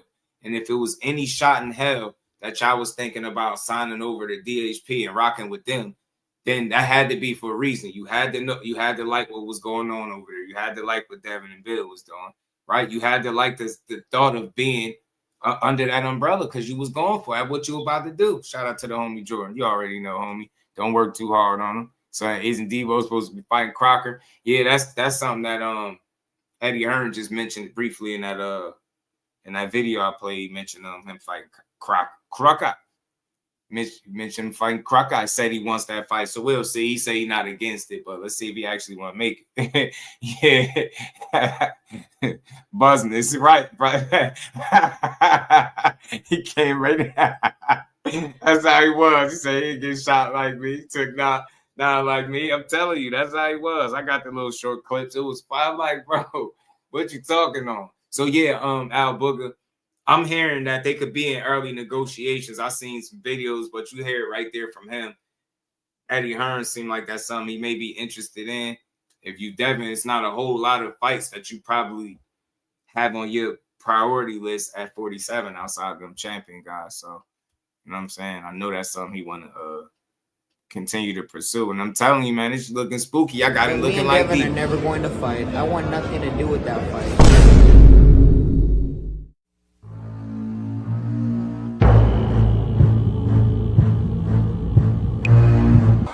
As a boxing fan, tell me a boxing fan don't want to see Devin Haney fight Gervonta Davis. Tell me a boxing fan don't want to see that. If I name some fighters, can you say yes or no? Yeah. Shakur Stevenson. Yeah. Ryan Garcia. Yeah. Devin Haney. Yeah. Yeah. Yeah. Bill on everybody. Him, he playing games. I enjoy the banter and the back and forth. It's funny though. It's funny. It's funny. I enjoy it. The Tank thing surprised me, but a little bit, but then it didn't. But then it did at the same time because of the weight discrepancy. But they back calling for Tank Davis too. Back calling for Tank. You know what I'm saying? So Debo Davis got a list. Look, and him and Bill been antagonizing and calling shit out. Shout out to Big Tex. What it do? Coach Calvin, Coach Kenny, Team Tank Davis. I got some good news and I got some bad news. The good news is, let's do this. Devin and bought me another Mercedes. Hell. Another one. The bad news is the Grinch didn't buy you guys one.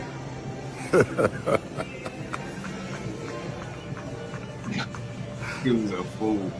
But Debo is looking for him. And he's on the list. That's right.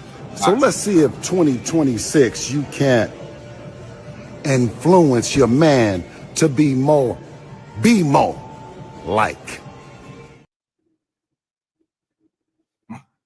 Here, Bill is a fool. Bill got the little theatrics part down pat.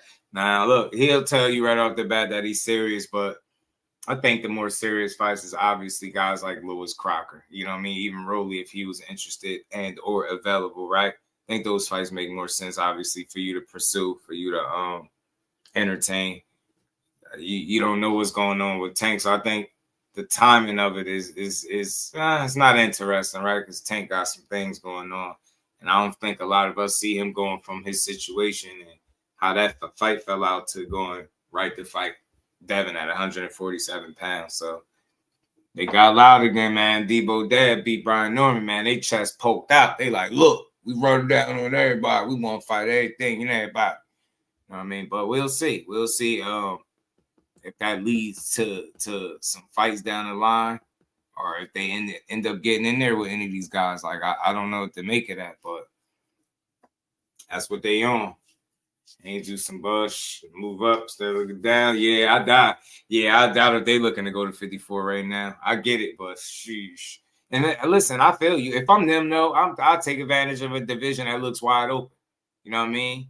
Just go in there and start trying to pick guys off, you know? But like I was saying, man, they've been very successful as a team, the Haneys, man. And you got the Schofools and Kid Austin, man, trying to get it together too. And like I said, he was speaking, a little ill on Bill's name, but oddly enough, like I said, y'all, once upon a time, his ass was it was talking about signing with DHP, and that's, like I said, that's something that I was unaware of. You know what I'm saying? So let me get to it. Let me play this clip. It's crazy because those receipts, telling you, man, everything, them shits hit different. About Floyd. We were supposed to be signing Devin Haney Productions. Promotion, but the contract didn't come in time. That's Hey, why whoa! I didn't know about that. Hold up, y'all was gonna sign the Devin Haney Promotions? That's why I was if there. you didn't look, if you look at the argument that me and Bill had 4 years ago, it's when Freeway Rick Ross, Bill Haney said, "Y'all think Ross could do for you?" And that's where all that came out. But yes, we were supposed to be with that. That was like my audition. That's why I was auditioning. Basically, I was sparring Devin to see if I was good enough to be a part of Devin Haney Promotions. You know. Wow. Hold up. So what? But what did you feel like? All right, you sparred Devin. This is the audition for Devin Haney Promotions. Did you feel like based on that sparring, like, he gotta sign me? He gotta like. How did you feel? We buckled him. Yeah, I'm like, we buckled him. At that time, we came and said his chin was garbage. Look at the interview. Yo, come on, see you. Come on, don't do that. See you, don't do that. Did y'all buckle him? Cause Devin got a chin though. Videos online. Let me say Look this. up the videos online. As soon as I cracked Devin, now me, I don't look at sparring like, you know, sparring is sparring. Anybody could be having an off day. I don't know what that day or whatever, but I'm 17 at this point. I'm not thinking like I don't care. I'm here to show out. This is what I'm here for. So I cracked Devin. No lie, I cracked Devin. Here go Bill. Bill hold that finger up. The whole gym get quiet. Church, everybody get quiet. And that was interesting, y'all. Like, look, they was gonna sign a DHP once upon a time, but he said something about the contract not coming in time. So he didn't say because they was trash, because they not good, but at the same time, his chin is garbage. But see what I'm saying? His chin garbage. You was willing to sign to him. Your son was sparring him to like an audition, like he said, to prove himself like that. He could be signed to DHP. So just gotta be mindful of that. Like y'all was fighting to prove yourselves. You get what I'm saying? You probably could have done well, you know, whatever. But that's how I got introduced to them. You know what I'm saying?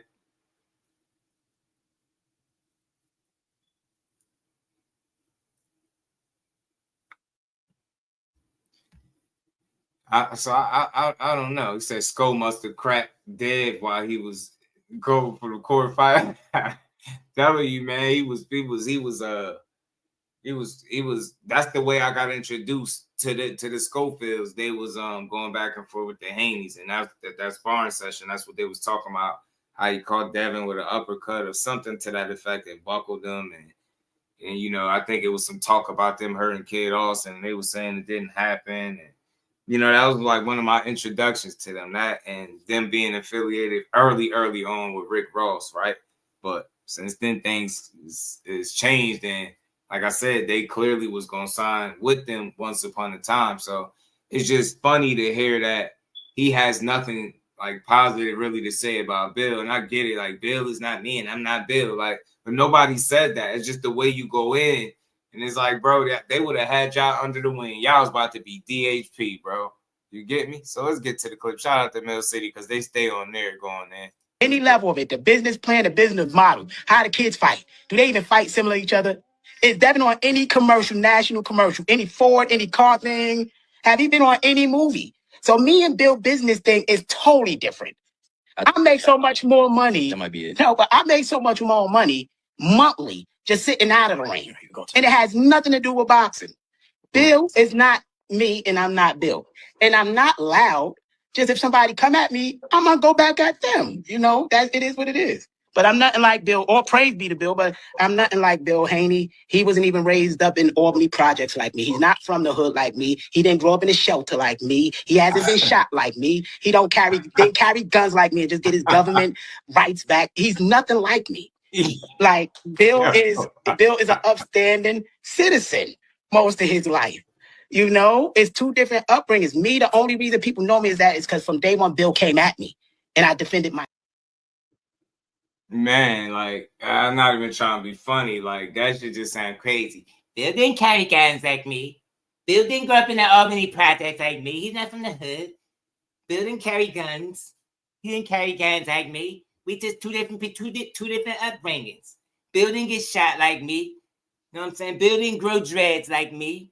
You know, he don't flip his hair like me. You know, Bill You don't know I do know you. You don't know me. I do know you. Whatever you done to get to know I me, do know you. I do. Don't know me. And I know you wear your hair like a girl. Anyway, And look how you just did like that. Huh? You can say whatever you want. You just a You broke. just said like this.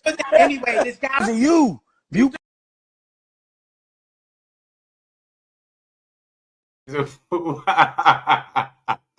Said you just did your hair like this. Ah, shit. The fact that he did that, it was wild. Son. Man. And then people say, oh, Pop is like that. No, that's how he came on the scene, because Bill was lying and coming at my son to trying to discourage his brand, try to belittle his brand on lies. So as dad, I stepped up like, nah. And so, you know, any other thing is me stepping up. These people don't know me, but I'm nothing like them. I'm nothing like them. If anything, compare me more to Jay Prince. More than them, because I was in the music industry for a while, and I also was into my other stuff for a while. So I'm more like that. And then that's the one I admire most out of anybody. Just that this is an exclusive. I looked up to that man for a while because he crossed into boxing from music the same way I had to do. So he was the only thing I could watch, and seeing how he managed and how he maneuvered his pieces on the board. I learned the science of it from him, watching how he moved. Not no Bill Haney, no discredit to Bill Haney. But it's a whole different ball game with Jay Prince from a Bill Haney.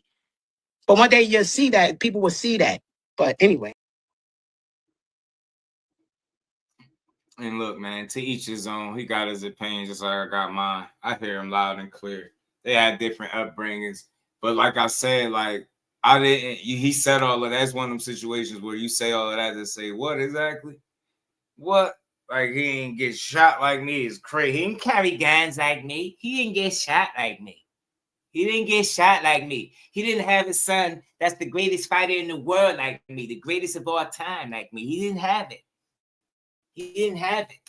He didn't get shot in the Albany projects like me. Man, bro. The other one, he was going even more nuts, talking about why he got locked. I got locked out for blicking that dude down. Go do your research. Look me up. That'd be the killer right there when they tell you, you know they be hollering, look me up. When they want you to look them up. No, they be hot, bro, but I don't know, man. I just like when people be honest. And you know what I was saying, just to bring it back to the boxing and never mind the soap opera. I just had fun. That type of stuff be entertaining. It'd be funny. I laugh at it. But my Bill and Devin is very successful in the sport of boxing. I think a lot of father-son duos that came after them could only hope to have equal or even more success than what they had.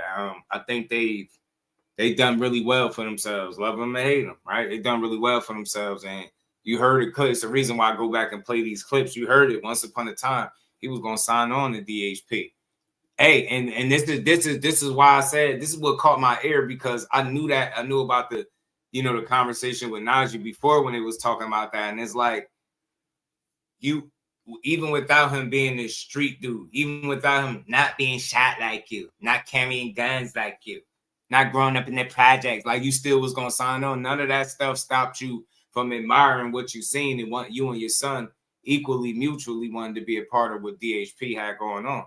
And I just think, you know, it's all good that y'all, you know, somewhat competitors, but you just got to keep it real, man. They've done very well for themselves. Like, you compare it, it's crazy. You saying compare you to Jay Prince. I don't think nobody in boxing, when they think of you, think of Jay Prince. I don't think not a single soul in boxing, when they think of you, they be like, yeah, that's how Jay Prince do it. Nobody thinks that.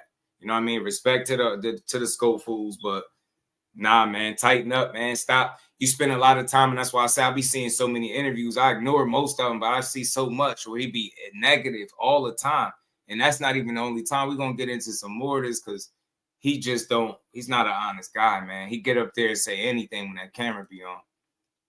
I ended up with his son born in New Jersey. I don't know how it happened, Butcher, man. He tripped. 12 threes, what it do? Cast Sports, what it do? Box Story. So I don't know, man.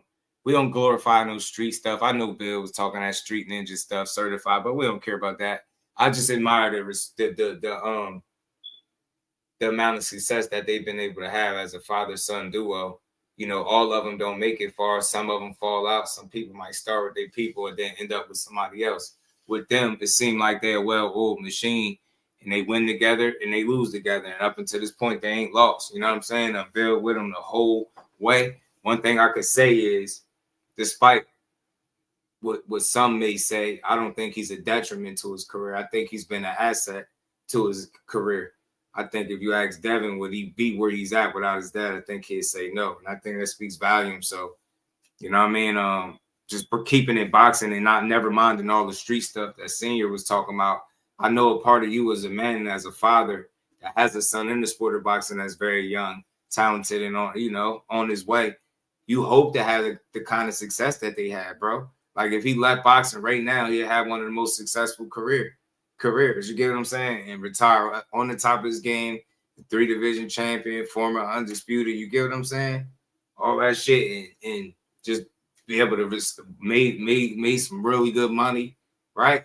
That'll be considered a success story, and it'll be no other way to write that other than it being successful. So I guess what I'm getting at is, I like those conversations that sound like you highlighting what's dope about them rather than ignorance and saying how different y'all are. Because I don't think a single solitary boxing fan gives a goddamn that you've been shot before, carried guns, sold this, been locked up. Nobody cares about none of that.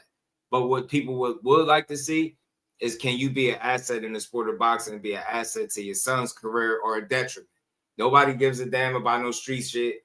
We watch out for boxing. We wasn't there. You could tell us anything. Not saying you lying about any of it, but just keep it boxing. Like I said, man, when it's all said and done, it's a lot of people that's critique Devin Haney in a very negative manner. But when it's all said and done, they're not going to reach the level that he reached. You can say what you want. They're not going to have them accolades and shit. They're not going to make that run. They're not going to have that money. Watch what I tell y'all. And y'all going to see exactly what I'm saying. That smoke clear, that dude, some years from now, he hang it up. You see how much success he was able to have. He's had an extreme amount of success thus far, bro. That shit is it's not a lot of people that's going to do that.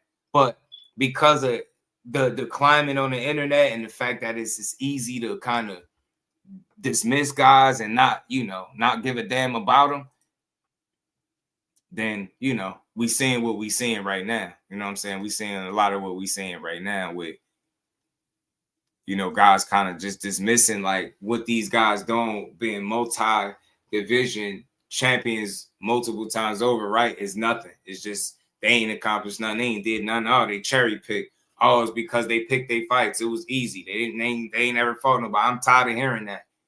Because if he ain't fought nobody, it's a lot of guys that's critiquing him that fought way less competition, that ain't even put themselves nowhere near in the position that he's put himself in, right? So, man, that shit is it's stupid. Just get credit where it's due. Say, where did he manage the music? He out here with the J Prince mix, huh?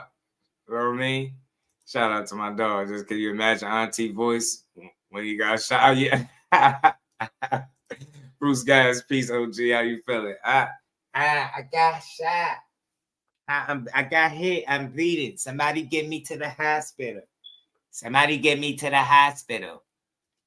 You know what I'm saying? I'm pretty sure it sounded something close or something similar. Around that gym. Who don't what? Who don't what?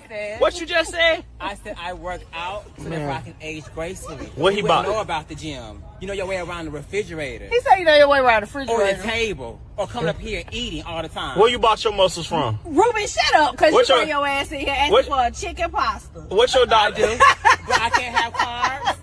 And why you put your 2 cents in? What's wrong with it? I like with you for so long. You That's him when he cut that drag. I go to the gym so I can ace gracefully.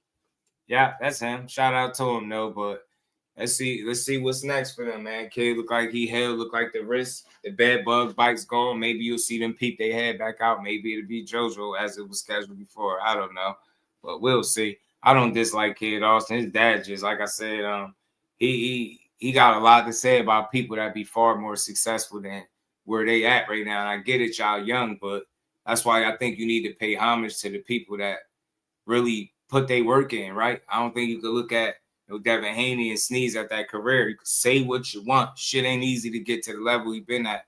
And it's one thing to get to the top, but staying there is something different. And he's been at the top of his game, love him and hate him. And I would only guess, or, that Kid Austin and his dad will hope to be able to get to the point where they're at, right? You know what I'm saying? You will hope to get there one day. You will hope it. hope and pray that you get a chance to. Yeah, I'm telling you, Carl, that's how he be. I got hit. Somebody call an ambulance. Call an ambulance. Where the doctor? I need a doctor.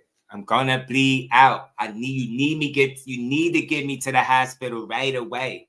Right away. I've been hit. I'm bleeding. Look.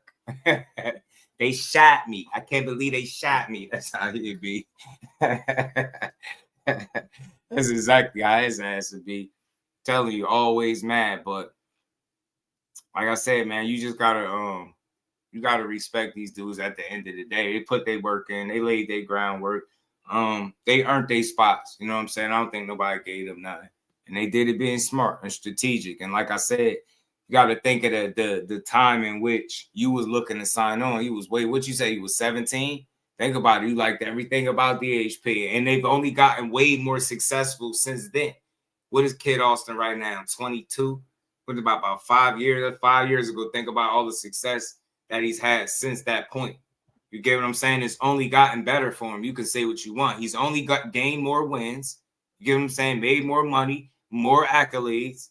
The shit looking up for him, man. Kid just got to stay focused and make the best fights for him. And like I said, you know, just to keep it on the boxing tip, Louis Crocker fight ain't the worst thing in the world. You see him actively pursuing guys and guys saying no, or they're not interested, and it is what it is. And what I like with them, they just keep moving on. All right, well, Bill, go holler at Eddie Hearn, see if he's interested in putting you, your son, and Louis Crocker in the ring together. You know what I'm saying? And if he is,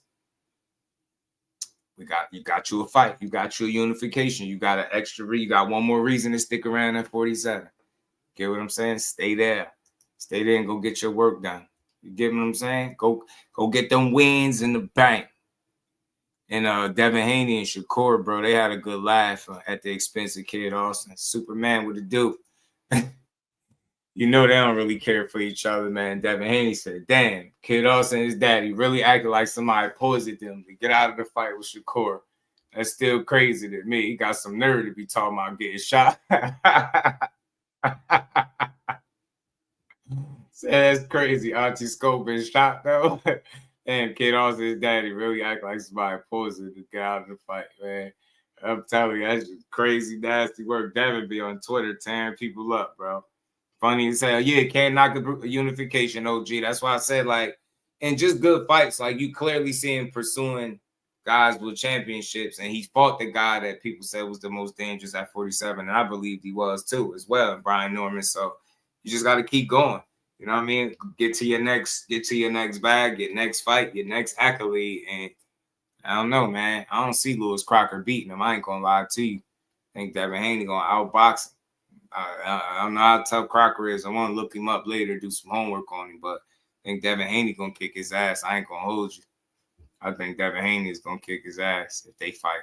You know what I mean? But let me pump my brakes. Let me go do some homework. But like I said, man, not a lot of people give Louis Crocker the respect that they give the typical world champion. I think because a lot of people don't know much about him. So some of that is on us. Got to do our homework. Let me go look him up, see what he's about, see what kind of challenge I think he can be for Devin. But I said, I just don't think he's the guy to do it already. Like, just Louis Crocker, nope.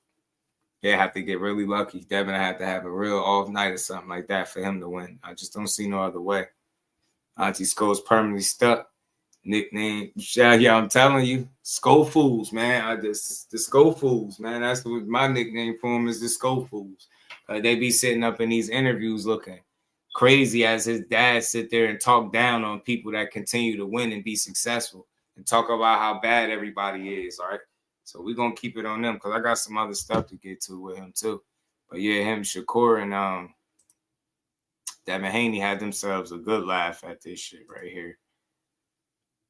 And it just would appear that way, man. Like, so he said, Bill ain't get shot like me. He didn't carry guns like me. He didn't carry guns like me. Like, what? What was any of that supposed to mean? You think who the hell want to get shot? Who want to carry guns? Right? Who want to grow up in the projects? Like, none of that stuff is the stuff you care. Like, you get what I'm saying? Who grows up? You just want to do them things? Bro, that's why I say two different upbringings. The hell with your upbringing. It's the grind. It's the you know, since the time you entered and dipped your toe into the sport of boxing with your son, how successful have you been able to be? In respect to the Schofields, I'm calling the Schofields right now. You said you had your son in like 4 commercials. I still ain't seen that damn Ford commercial. I'm about to look it up. I still ain't seen it, but he talk about that a lot, but I've never seen it yet. And I don't watch a ton of TV, so maybe that's why. But he said movies and stuff. I don't know what movies kid been in either. Y'all know? I gotta look it up.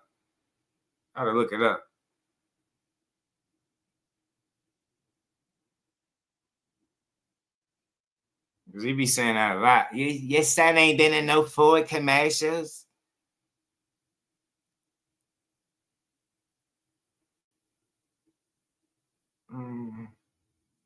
He ain't never been in no Ford commercials. He ain't been in no movies. I'm like, what movie he been in, bro? I ain't seen bro and shit yet. Okay, what the hell is this? This is most certainly, positively not it.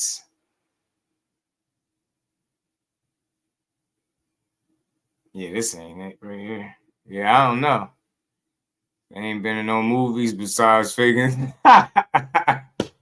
Say faked his death. That was the only role he ever had. 5 boxing fan. Say he was channeling that actor for the Afrobeat hospital scene. To what he gave him a role. I'm telling you, what movie? I was dead set. I was trying to look it up because he kept saying 4 commercials. He ain't been in no. Devin Haney never been in no commercials. I was like, bro, what commercial he been in? Oh man, am I tripping?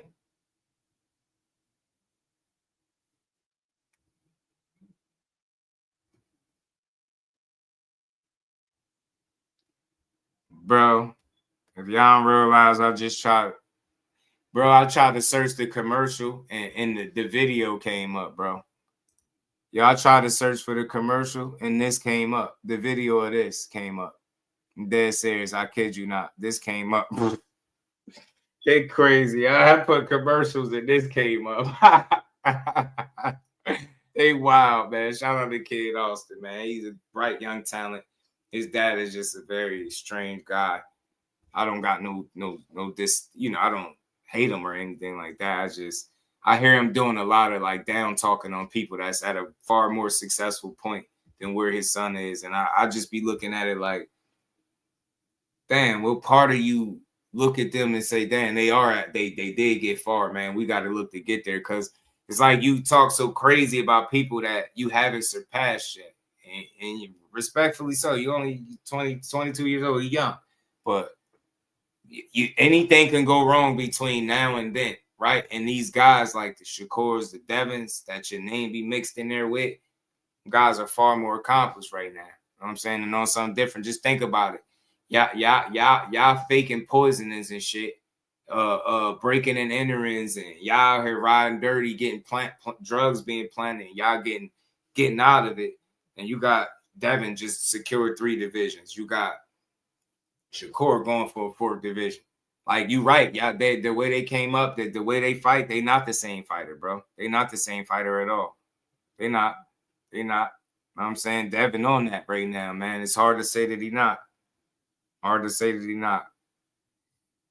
You might have to screenshot it, Cal, because it's a message unavailable. Said it must be deleted by our owner or something. Shout out to Behind the Hands TV. Said Sandrina Draper was in the Django and Fantastic Four, but chose boxing. My dog, the real deal fact. Shout out to Santana Draper. Movies that you actually can look at, and you will be able to see that. But I don't know what movies Youngin been in. I ain't saying he ain't been in none. I just ain't seen it. Maybe we can't access it. Because if it ain't on Tubi, it ain't nowhere. Tubi got everything, don't they? You know what I'm saying? So I don't know, man. I just, more of the story, big up these guys because you never know if your son will reach the heights, the limits, the amount of success that these fighters have before you. He look like he got a promising career. He looks strong, fast, powerful. You get what I'm saying? He worked extremely hard, all that stuff, right? Got every muscle you can need. He looked the part, right? But that still don't all equal up to success. So, like I say, I think when you put a lot of energy and time into speaking down on guys that's far more talented or from the surface look far more talented and successful, you just come off as a hater. And that's why I say all this this one don't got a chin, that one don't got a chin, this one's soft, that one's soft. It's just like, bro, at what point do you get boxing is just do? At what point do you acknowledge these guys that are in the positions that you wish your son was in, or at least that you striving to get your son in? And it's all good. But like I said, man, all that slander be unnecessary. It'd be weak. You know what I'm saying? It'd be weak. It'd be super weak, man.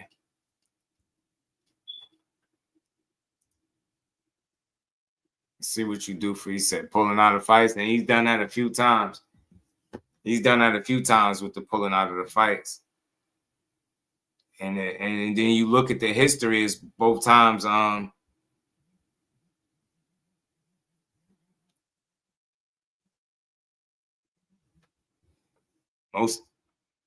most time, if you look at the times where he got up out of them fights, those would have been the biggest names or the most competitive fights on paper that he fought to date, right? The step up type of fights that happened both times. So listen, unfortunate situations happen, circumstances pop up, people do get sick, all that type of stuff. But I like I said, man, no slight to them. If I'm ever wrong, my apologies. I'll never know. But with all of the things that led up and with the story that he decided to put out there in terms of what happened, like I said to y'all before, it's hard for me to believe that. He sounded like he was just making it up as he went along. And then he wanted sympathy. And then he went from trying to explain it to us. Then he was telling people to go call the police station, look it up, check the hospital record. Like, he started saying stupid shit, bro. Like, if the information is out there, the truth gonna come out. And then it never came out. And then he keeps talking about it, dancing around it, but then he keep like not being specific with anything and saying people got lawyers and stuff. So it's been a very confusing situation. You know what I mean? Since then he got back in there with Tevin Farmer, sparked him. He's supposed to have another fight with JoJo.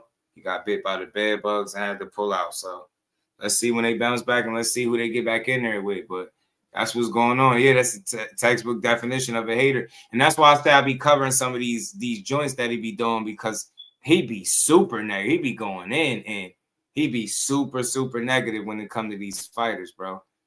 And the accomplishments of some of these guys. I don't be understanding the angle most times. Just sound like hate.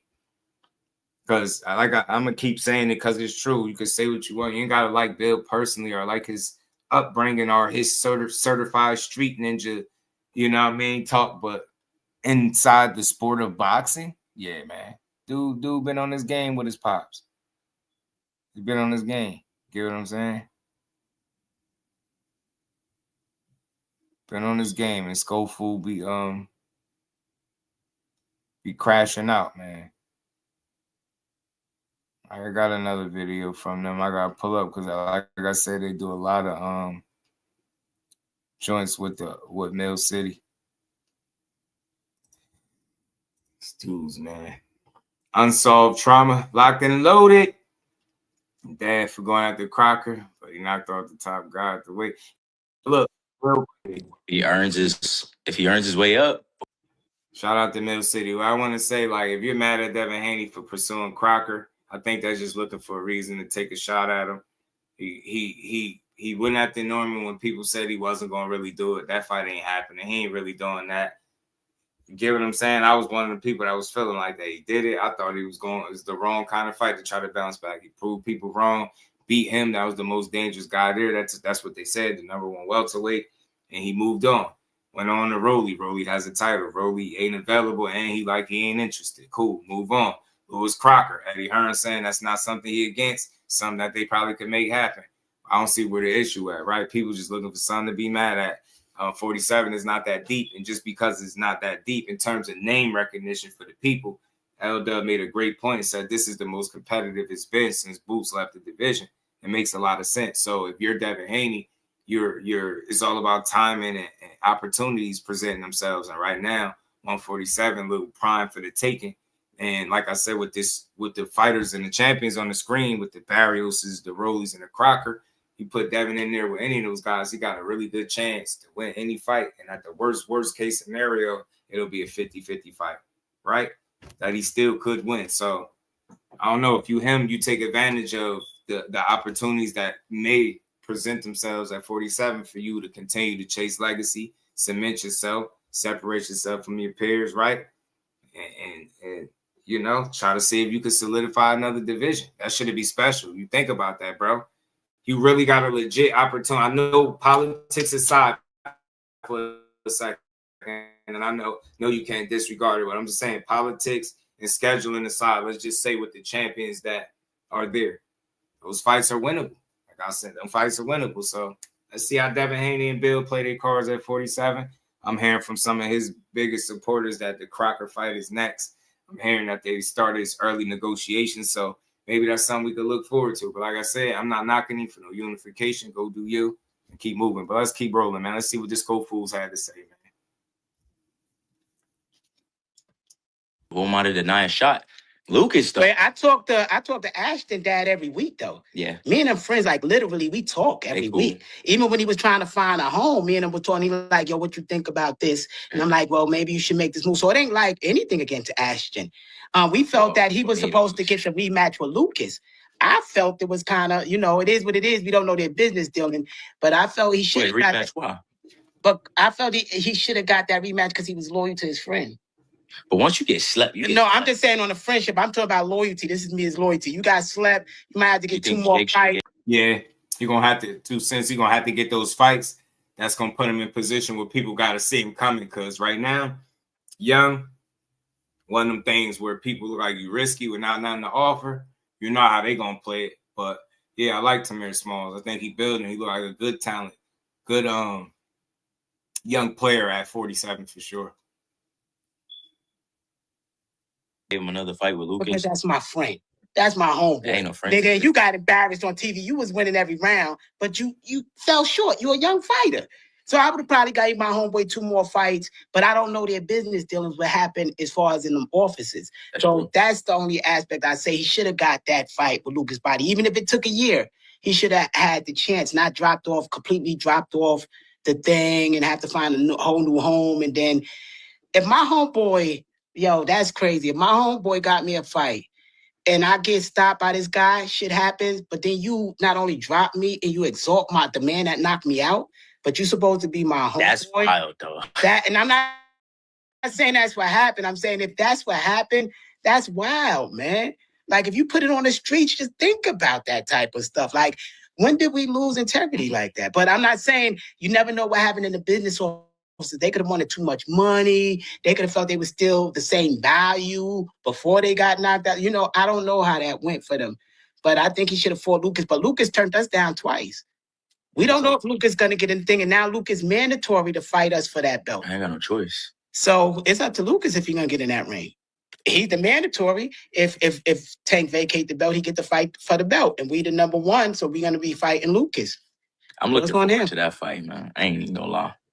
I don't think Ashton deserved a rematch, but man, they were supposed to be friends, but they ain't no friends in business. You learn that the hard way. You sure do. But he didn't, from what I hear, he didn't have a contract with Jake. He just rolled on the team because that's my friend. I'm helping my friend get up there. And so that's as far as you know, I hear. And so it's just like, yo, my homeboy, I'm a Schofield. I'm there for my homeboys. I'm there for my people. You know, so for me, it's just like, it is what it is. So we'll fight either one of them.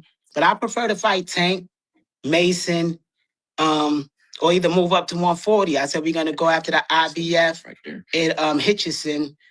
I said after we get this title or get the IBF title, we're going to ask, could we go up to 140 to fight for the 140 title, whether Hitchison got it or whoever.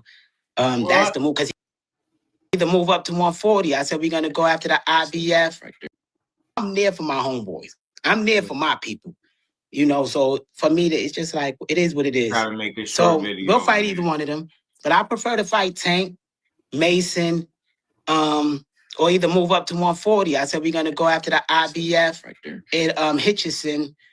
I said after we get this title or get the IBF title, we're going to ask, could we go up to 140 to fight for the 140 title, whether Hitchison got it or whoever.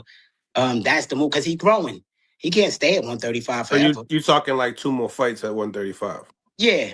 I say 2 more fights. He's shaking his head no. Looking at you like... Yeah, because how you not going to have 2, 3 more fights if you... I'm trying to collect all the belts. Yeah, I know, but what I'm saying is you still could get, after 2 fights, go get that belt and come back down and get the rest of the 135 and still defend that IBF 140 when they have your mandatories. We still could do that. How do you do that when you have Shakur there? He said he's gonna come back down. He Shakur said not that a he's threat. leaving. Shakur not a threat for us. But how do you get his belt if you don't fight him? We don't. That's what I'm trying to tell him. So If you belt took and move up. IBF, WBA, But you got to get the WBA first. That's what we're aligned for. We're not going to get the fight for the IBF to next year, middle of next year. So unification, you want to unify. You want to unify and go up to 40.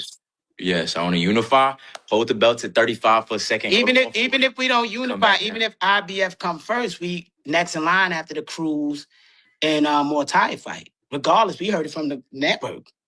So we're next in line regardless after they win. One of them win. So the networks told you next in line. The networks told you y'all next in line. The networks, that's not for them to figure out. If y'all next in line, or maybe he misspoke. I caught that. I ain't trying to be too hard on, but the networks told you y'all next in line. The networks, that's new.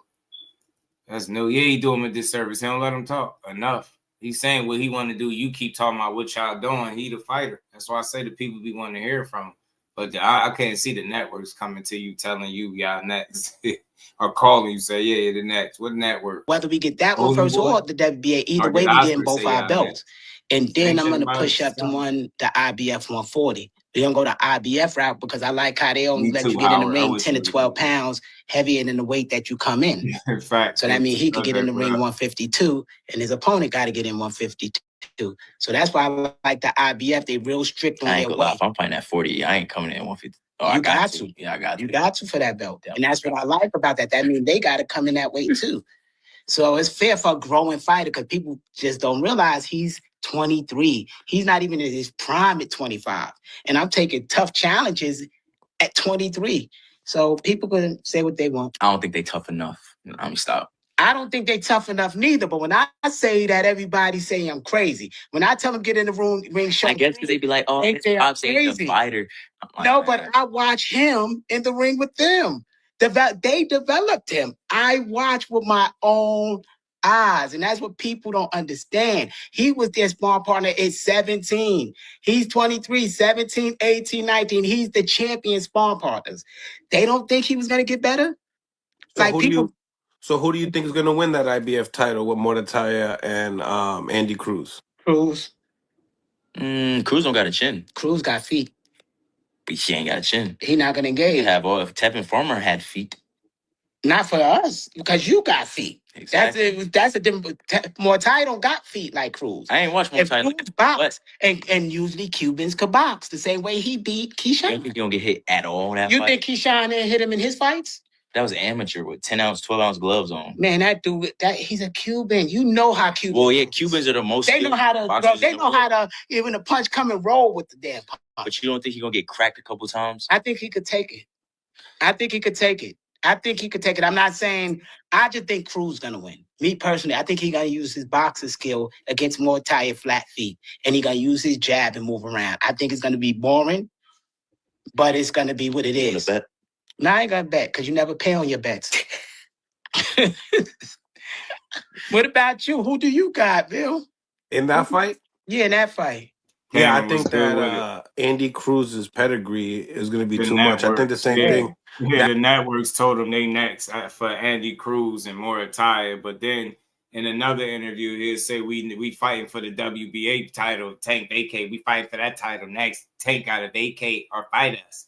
Then he'll say, something about another title. It's like, bro, this dude fighting for 3 different titles. Let's see if he end up fighting for any of them. And mind you, they was fighting Jojo Diaz next. That's one thing I think is getting old. You keep saying that y'all fighting for this next, that next, and then you go in another direction and act like you never just told the fans that you fighting for a title. The problem that he's gonna run into is y'all not picking y'all fights right now. Y'all Oscar is doing that for you. It clearly seemed like that's what's going on. Oscar's making y'all fights. There's no slight, no shade, but that's what it looked like is going on. You keep throwing out all this false hope about you fighting for the IBF, WBO, you're fighting for this. Like, You fight for the WBA. It's like you fight for 2-3 different titles, and you ain't gonna get none of those dudes nor the title shot next. I'd be surprised if they do, but we'll see. But at this point, he's been saying this for a little while now. I think it's getting old and it's easy to see through because he say it all the time. And it's like, nah. But the problem you're running into, like I said, is outside of y'all not picking y'all fights and y'all being moved accordingly, you're painting everybody out to be a duck. Everybody's scared of y'all. Everybody running for y'all. Don't nobody want to fight y'all. It's the same old rhetoric, and that shit get old, get played out.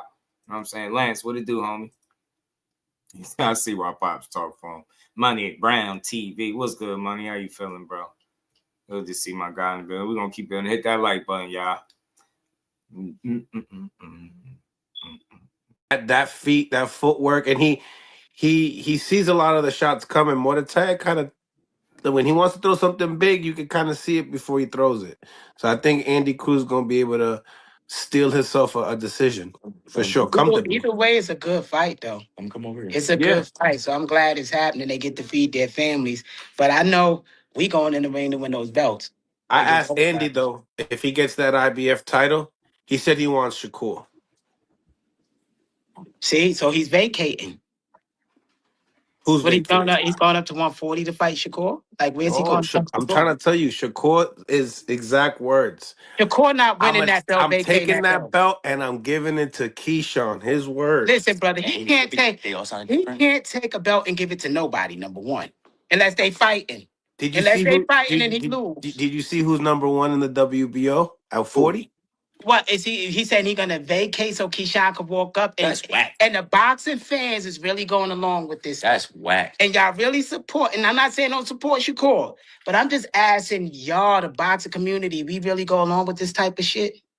Yeah, when did boxing? Yeah, you fucking clown. Because if he said he was going up there for a one-off to chase greatness in the 4th division, it's not wrong with him if he decided to come back down. Ain't that what y'all would want? Muscle Mandela, yeah, this dude, Charlie Horse, fucking Mr. Ed, he be pissing me off. Y'all said you make your son look bad. Y'all spend way too much time talking down on people. And y'all accept that he fighting Teo. We don't give a damn about them fucking belts. That's for the boxers. I don't give a fuck about a belt. I want to see fights. If Teo and Shakur was for no belt at all, I would want to see it. Shut up. Damn, this dude is weird, man. Big hat wearing motherfucker. Man, this dude. All you do is hate. Oh, that's what y'all boxing fans allow? Yeah, to chase greatness, because that's what he doing. If he feel like he got unfinished business at 35, then he should be able to do it. Didn't you just say y'all can fight at 140 and get titles at 35, you weirdo? It's the same. What do you mean if that's what we allow? If that's what he want to do, I'm supporting it. Let your son talk. Stop talking so much. Damn, you not the talent. Yeah, you got him here. Salute to you. Kudos, man. Mad respect, but shut up. You all this negative slander, it blows me. That's what y'all accepting? Literally, the man said a few minutes ago, they'll fight at 140 and 35. When somebody else doing it, y'all fans is gonna allow that? No, is Oscar gonna allow you to do what you say you doing? Your son sound like he ready to go to 40 now. You talking about, yeah, 2-3 more fights. 2-3 more fights. 2-3 more fights. We fight for the IBF. 2-3 more fights. 2-3 more fights. We fight for the WBA. Tank got vacate. He got vacate. Got fight to vacate. I'm tired of him. Tank ain't thinking about y'all. Y'all never fighting Tank. Shut up. And I hope y'all never fight Shakur now, because I'm tired. Y'all done clout chase his name. I'm not even interested in seeing what the matchup will look like. That's not the way to do it. That's whack. Y'all look like some sad ass haters. Everybody that you sit up in here in these interviews and you spend all of this time talking about, and I get it, y'all being asked questions, but you negative about everything. I ain't saying praise him. Yeah, I expect you to say your son could beat everybody. I expect it. I get it. But damn, everything everybody else do but y'all is something bad. You criticize people, opponents, and then y'all go fight lesser guys. And then you try to justify it because y'all young. You keep telling the fans you fighting for all these belts, IBF, WBA, Tank on vacation, Courage running, everybody running from us.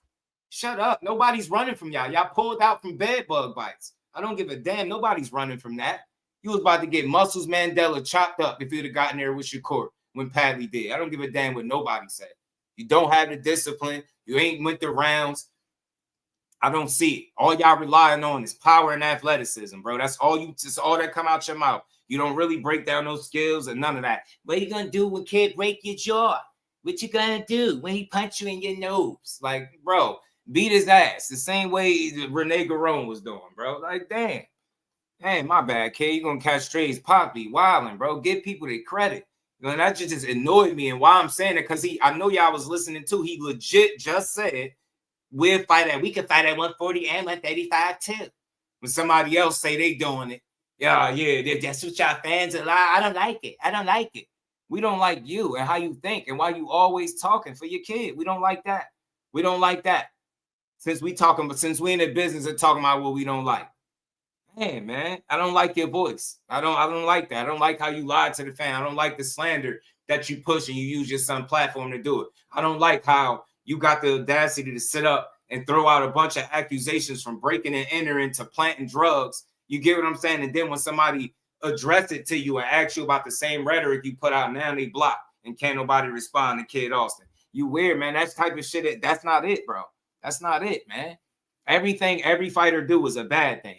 Yeah, this is funny. Y'all boxing fans allowing that. It ain't what we fucking allow. We can't control what Shakur do. If he say he about to go up there and take T.O. shit, vacate it so Keyshawn could do his shit, he got unfinished bidding at 35, so be it. He looked for the best. He literally went and got the best opportunity I think he could have got outside of the tank. He went and found T.O. Smart move, Shakur. Keep doing smart business, man. This dude got to stop hating. That's my only issue. I don't know him personally. I'm pretty sure he's a good dude, right? But the way he speak on the sport of boxing is like you don't know how to give people credit. You give them backhanded compliments and shit like that. You don't know what you want to say. You at some point you're gonna stop. You're gonna have to stop selling to the world that the reason you're not getting these fights is because everybody's scared. That shit is not gonna fly, bro. Nobody was scared. Y'all had an opportunity of their lifetime. What was that back in what was that when they fought? What was that? April? What was it? You know what I'm saying? You had an opportunity of their lifetime to fight Shakur. Y'all did that. Y'all did that, or the Saudi. Y'all blamed everybody, and that's probably why the Saudis probably don't want to rock with y'all either. Omar was good with it. This dude crazy, yeah, man. So let that man, let's say he basically got Kid holding on to his pocket. Hold my pocket, Kid. Hold my pocket. I don't care if you holding that baby. Hold my pocket now. Hold my pocket, Kid. Kid, hold my pocket. That's what he looked like. He don't hold my pocket. Look like, bro, when them cameras gonna come off, bro, he aggressive as hell with him. I told you, don't let my pocket go in the interview next time. Just hold on to I got you. Hold my pocket, kid. Hold my pocket. None of these dudes can mess with you. I taught you the 5 styles of boxing. Hold my pocket. I got this. I used to hypnotize him. The only boxing dad in the history of the sport I ever heard admit to the entire world he used to hypnotize his son. Hypnotized. Shit is outrageous, and you got the nerve to be knocking all of what everybody else that's super successful is doing. That's my only issue. I don't want to attack him so much, but your voice bogus. I don't care. But damn, bro, at some point you got my thing is this: if these fighters are so bad and everything that they're doing is not good and not on, why would you want to fight these guys? Why are you still clout chasing these guys? You still talking about Tank, bro? Seriously, with them 16 dreads that you got in your head, bro, you really think Gervonta Davis thinking about fighting y'all? Seriously, like, what's his incentive to do that? Because y'all got muscles? Nobody care about that shit. The fact that Tank ain't entertaining you might be a good thing. Sleep his little overly aggressive ass. Nobody like that is beating Tank right now. Nah, that make them mistakes going there and trying to be overly aggressive. That's one of the more patient fighters in boxing. He gonna put his ass right where he don't need to be. Ain't nobody, and Oscar ain't never mentioned him fighting Gervonta Davis because he know that ain't what it is. He know he ain't getting in there with him. I'm sick of it, bro. Damn, let your son be great, but let him build one fight at a time. We see the talent, we see the speed, we see he got power, we see he's strong, we understand he got muscles, we get it. He go eat the weights, we get it, bro. But bro, just let him work, man. Let that dude grind. Stop using these platforms and so much time in the interviews to downplay everybody. Get credit and say, yo, but when we get there, we beating their ass. Talk your shit. But damn, everything everybody do is bad. It's not good. Only good when kid. Nah, cause what we could do is fight for the titles at 140 and fight for the titles at 35. Y'all gotta fight for one title first. You out here etching, sketching plans on the fly. Y'all not fighting these people right now. Stop. You are lined up to fight Jojo Diaz. Well, you don't dare say nothing else about Tank. Don't say nothing else about no Gervonta. Boy, don't say nothing. Don't say nothing else about Tank. And you just told the world that the networks told you next out of Raymond Moritaya and Andy Cruz. The networks told you that. Whatever, bro. This dude be saying everything, man. He be saying any and everything, bro. He be saying any and everything. Now, man, listen, I'm standing on it. He can fight. Kid can fight, yo. He one of them dudes as he continue to work. If he don't take losses and he continue to sharpen his craft, he gonna be good. He good now. He good. He not no trash fighter. None of that. But if the representation, like the mouthpiece for him, is not good. Like I know you probably got him far, got him into the movies. I ain't saying you bad, like in terms of like the inner workings of his career. I'm not knocking you. I'm not trying. And even there is questionable. You saying Abdullah Mason, but they gave you an opportunity. You time 2.5. Yeah, that's our price. You gotta get this money. Kid Austin versus Abdullah Mason. You told us Abdullah Mason was easy. We watched the sparring. You lied. You got dropped in everything. Sat here and lied. You told a big forehead lie to everybody. Yeah, Mason is so easy. You lied, bro. The whole world seen that sparring. That shit didn't look like you was having it easy with Mason at all. Like Mason was about to break a foot off in you. Man, yo, that's all I'm saying. That's why I'm this worked up. It's nothing personal. I'm just trying to attack the shit that he's saying, not him as a person. The voice, that's a given, bro. That shit is annoying. But anyway, you know what I mean? Shout out to you. Very successful with your son, but that's not the way to do it. You spend an exceptional amount of time in these interviews and you be going off on people. Damn, everything everybody do, you can't do nothing. Yeah, that kid is the greatest fighter in the world. We got the greatest fighter in the world. Hold my pocket, kid, and hold the baby. You got two. That's what you got two hands for, kid. Hold the baby and hold my hand. Hold my pocket. Don't let it go. That's what I'm saying. It's like, bro, it's like y'all connected by a string to some shit, man. You say something, you start finishing the conversation. No, but what he's saying is not. But what we could do is fight the mandatory at 40. You ain't fought one time at 40. I guarantee you don't simultaneously fight at both weight classes. I bet you don't. But then when Shakur say he coming back down, you have an issue, but you about to do it. Muscles Malone about to do it. Come on, man. Make it make sense, bro. He actually in position to have the fight at 140 against a guy that's deemed dangerous. And you talking about you just pre-planning shit that's not going to happen. Yeah, we gonna fight at 140 and then come back down. Not with them muscles. Not with all them muscles. Go your ass up to 140. That's where you're going to be at. You already look like you should be at 140. I ain't going to say, but I am going to say how they said there wasn't no poisoning that you had going on, that it was more so you not being on point with your weight. That's what word got back. Word got back you wasn't on point with your weight. Get what I'm saying? You wasn't on point with your weight.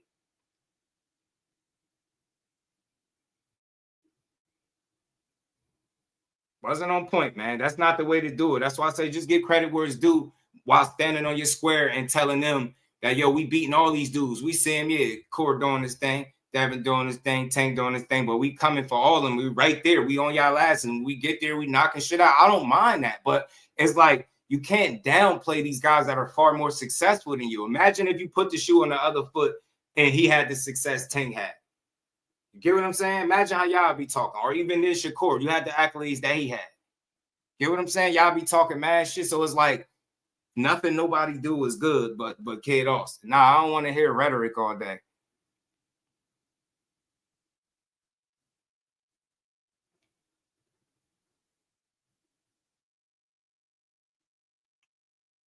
Okay, try to fight Mason. Shout out to Serene. Appreciate you. Jamila, what's going on, Queen? Peace to the queens. I think the thing is, like, he had the opportunity. It's not saying that they could never do it later, but he had an opportunity before. And they kind of like priced themselves out. They pretty much priced themselves out for it. You know what I'm saying? I just like, I get passionate about the slander. Like, damn, it's every fighter you speak on. Is it anybody in boxing that's doing something good? And if not, then why you want to fight these dudes? In every interview, y'all should, at this point, it should cost them money to say Shakur Stevenson. It should literally cost them money. Like, the way y'all played that, the way y'all played that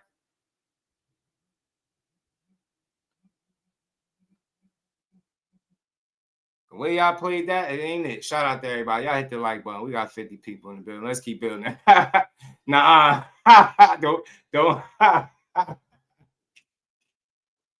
Don't Don't tell him, Dub. No, I mean, Schofield versus JoJo, February 13th. Nah, JoJo. Nah, Dub. Nah, they fighting Lucas Body next. We fighting Lucas Body. Or the networks told us we got next for Andy Cruz and Muay Thai. Or if Tank vacate, then we fight for the WBA strap.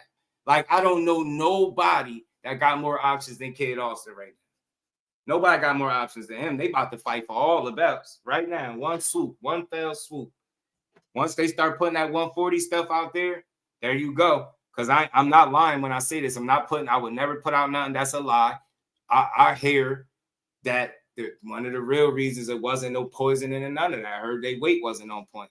And I'm hearing that from a solid source. That's the word got back. Said that dude looked big. But kind of big now, to his defense. British Border Control pulled him out. So my thing is this. The fact that it's a mystery as to what happened, but it's not at the same time. How the hell did he tell us about the poisoning, the masseuse? It was Saudi. It was in a garbage can. All of this stuff. He told us everything that happened, and we still don't know the truth. Ain't that crazy? Think about that. Imagine somebody telling you everything that happened pretty much, and you still don't know what's going on. That's what he did. He left it. What was the last lie? Where did he stop? I think with Saudi, because after he said it was the masseuse lady with the cream, he said it wasn't that. Then he said it was some with Saudi. Then he said they had lawyers, and then he stopped. And then every time he break it up, he'd be like, yeah, we can't talk about that because people got lawyers. He bring it up. And then when it's time to answer real questions, the same question that everybody asked, did he get poisoned? And if so, how? We can't talk about that. His lawyers. Like, bro, all right, bet. Just don't tell me no more, bro. Like you get me. He's just one of them people, like you just get annoyed. Like, all right, bro, just don't tell me. You're not gonna tell me. You're gonna tell me everything but the truth. All right, bro, just keep it to yourself, bro. Just keep it to yourself.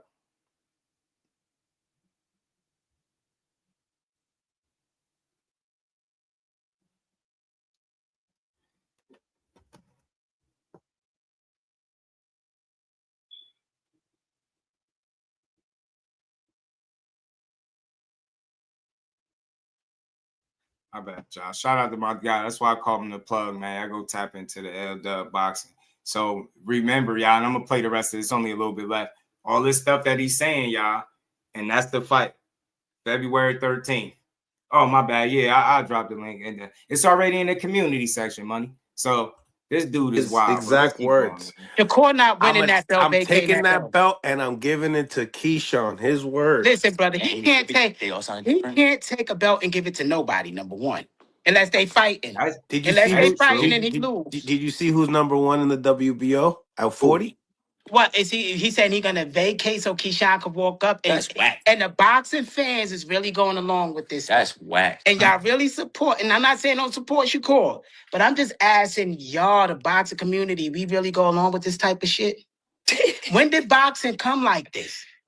I'm talking, look at the 90s when there was Holyfield, Riddick Bowe, or go even further back, Sugar Ray Leonard and all of them. When did boxing come like this? Where you get it up just to vacate it. How you feel about this? You laughing? Now, hear me out. That's some punk female. No, don't call them punks. No, I'm not calling them punks. I'm just saying that's punk female stuff to do because it's like, yo, that's weird. And you look big right now. How you going? Now, they might give Keyshawn an interim, and then he going to end up becoming the champion without having to fight for it. But then you got these other people that work their whole life to get ranked in WBA, this shit is crazy. WBO. And now you just basically skip the line. And in your last fight, you didn't even try to make the weight. So you just getting a handed belt to you without having to fight for it. That's just wild to me. But the problem is, it's a scenario. He said it was a one-off, like, yo, I'm going to beat Teo up, take these belts, and vacate it and let Keyshawn do his thing. He ain't saying, yo, I'm going to give him the belt. He's just like, yo, I'm going to vacate it and let Keyshawn go snatch it or do what he doing with the belt. You get me? Like, he unless he wanted to campaign at 140, then I could see the issue. But he got unfinished business at 35, and that's where he planned on going. I don't really see the issue. I just think at the end of the day, when you remove Tank from the equation and the point where Shakur is at after fighting Zepeda, you want another good fight, a meaningful fight. You want to go forward, not backwards. So you know what I'm saying? You want to go forward, not backwards. So Teo was the best. I think Teo was the best name he could have gotten the ring with. Ooh. Just came back. Lewis Crocker. Who was Lewis Crocker? Somebody over there, one of them UK guys that got a title, the IBF champ at 54. I just put it in there. I don't know what side you're on. If you're on the horizontal side, you should be able to click the link. If you're on the horizontal side. Yeah, I seen Cordina put some work in. Shout out to Joe Cordina. He had a good win over my guy Gabriel Flores. I knew he was gonna win that fight. Gabriel Flores took some tough losses earlier in the career. I just didn't think he was gonna win that fight. He just didn't have enough. You know what I'm saying? He got a fighter spirit. He tried. He fight his out. He tried, but it'd be a skill gap, and you could see it. And that's what that was all night. Mr. Holmes, what it do? Bounce back and say the champ at 47. Who the champ at 47? Why would Cole go back to 35? Who do he fight at 35? That's for him to figure out, you know? But ain't that what he said? That's the thing. I don't got all the answers for him. Like, it ain't nobody there. Maybe another champion. I don't know. I really don't know. But I ain't really even try to overly think about it. You know what I'm saying? Because it wasn't like he had to go to 140, right? You know what I'm saying? But he just decided to do it. And if he stayed there, then he stayed there. If you go back down, that's my thing. I'm just not tripping. But for them to make it seem like it's a big deal, I don't think it is. Ramon was good with it. Oh, yeah, Crocker. Yeah, Crocker is the IBF. Oh, you was telling dude. Yeah, shout out to Bounce Back. Yeah, Crocker, you know what I mean? He the IBF champ at 47. That Devin Haney would probably be looking to fight to secure, you know what I mean, a unification, especially if you can't get a guy like Rolly in the ring, which, you know what I'm saying, WTF Media was good, fam. So we'll see, man. I'm not against it because it's a unification. All this imaginary boxing world where they just go take the biggest available fight every single time, that's not real. You know what I'm saying? And again, unifications are cool, you know. That's what Dev gonna do. That's what he's gonna do. Money was good with it, bro. What's going down, my brother? How you feeling, champ? You already know. All good, all good. Man, you the kryptonite to these dudes, bro. Man, I be trying, I try not to do make it a personal thing, but I throw a little couple jokes at them. But I see this so much. They like regulars over here in Middle City, and it's like he do ask you a lot of questions about other fighters, and I know it's only so many questions y'all can answer about each other, but it's like all your analysis and assessments is like, this ain't good. Yeah, this is that. This he ain't this. He ain't that. This one's not a threat. This one's that. We fight for this belt. We fight for that belt. We doing this. Like the shitty best thing, he literally sitting here lying with a straight face, like they ain't fighting. You get what I'm saying? Like said 12. February 13th. He said y'all still fighting JoJo. Shout out to John Wick. So that's all. Smoking Mary, bro. The networks told us we next for the IBF belt. The networks told you. And network ain't tell you that shit. Oscar told you, man, y'all fighting JoJo next, just like Dub said. Exactly. That's why I be snapping, because it's like, bro, that's blatantly lying to the people. And it's okay to fight JoJo. Your son is what, 22? He's still building. Let him keep cooking shit. I don't have a problem with what he's doing, but we call out everybody and then go way in a different direction, because I know it's not all up to y'all. Not just that though, Just right. It's like it's all smoke and mirrors, because we all know the game, bro. Talk about the big names when you got a fight coming up, trying to make it look like you're bigger than what you really are, right? But it's like you say, bro, and I respect you on so many standpoints. Because like you say, you still not trying to attack them as the man. You know what I'm saying? You're trying to respect them as man, but you're attacking the bullshit narrative that he pushing, bro. And sometimes when you attack the narrative, that get people way more agitated, because they trying to push some shit that they know ain't true. And once you knock that narrative out the way, you pull the cover back on who motherfuckers really is, fam. You know what I mean? Like he's sitting up there, like you say, he answering for his son. Say two things. No, don't say that. Oh no, don't call him punks. What you mean? You up here talking about getting shot and Bill ain't like me. He ain't get shot like me. He don't carry guns like me. You saying all this dumbass shit on the like behalf it's cool of to your get son. shot. Like it's cool to get shot. No motherfucker want to get shot. Trust me. Nobody. I don't give a fuck how cool. Them motherfucking bullets don't feel good. You don't want to get. I'd rather not get shot. Motherfucker. Get me. Like talk about. He ain't get shot like me. I was like what? Dude, like again, Brian point. So the upbringing is different. It's not the same. Right, I'm like, motherfucker. But this is what I bro, want to touch on, you better Just. hope your son be a 3-division champion like Devin. You better hope. I want to touch on this, Just. Nah, go You ahead, know what I cook. mean? It's a I'm on lot of mute for a niggas out. second, Money, so hold me down. Yeah, Just keep cooking. I'm right here. got you. My thing is this, yo. I'm seeing a lot of hate on Shakur and this Teofimo Lopez fight, right? This is one of the biggest fights of 2025, if not the biggest fight starting off. If this fight going down January the 31st, it's the biggest fight of the year. Teofimo Lopez versus Shakur Stevenson is the biggest fight of the year until we get something bigger than that. That's the biggest fight of the year. Big time. No matter what nobody try to say, how they try to slice and dice. And I'm seeing so much hate on this fight. It's pathetic, bro. It don't make no sense. The hate is real. The hate is real. This is a mega fight that's being made right now. This is one of them big time threat fights. This is one of the fights that a lot of people thought that couldn't even come to fruition. If you heard, oh man, Shakur Stevenson and Teofimo Lopez, you probably thought like, man, that shit ain't gonna get made. It ain't gonna happen. But it happened. It happened and it's going down January, right? So when I'm seeing all these niggas throwing shots and trying to kill a narrative and trying to act like, oh, this gonna be such a boring fight, or they doing this, they doing that, man, shut the fuck up. Because y'all showing y'all hand. Y'all showing y'all hand and y'all showing that y'all ain't real boxing fans. Regardless if you don't like somebody, regardless if you don't like somebody's style, regardless of what the hell y'all talking about. When you talking about Shakur Stevenson and Teofimo Lopez in the same ring with each other, bro, it gets no bigger, right? It gets no bigger. And I'm not saying it's the biggest fight that's ever going to be made this year, no, but that's big time, bro. That's big time. That's some shit that you should be ready for, because that's going to prove a lot. That's going to prove a lot. So I see a lot of you Negroes out here hating on that fight, trying to disrespect the fight, trying to downplay the fight. It's crazy to me, because if it was your favorite fighter in the ring that's fighting Teofimo Lopez, you motherfuckers would be making it like it's the Super Bowl of boxing right now. Let's be realistic, fam. Teofimo Lopez is still like, I don't even like Teofimo Lopez in his rhetoric and the shit that he put out there. But I'm not going to never say that he ain't a bad motherfucker inside that square circle. You know what I mean? And we all know his style. We all know how he fight. We all can say, well, you know, he fight down to his competition, but he fight up to the competition as well. You know what I mean? He got a hell of a resume, something you can't deny, right? He think he's undisputed. I don't count that undisputed shit, right? But he's unified, and you know what I mean? They did snatch the belt from Lomachenko, but at the end of the day, he still was unified.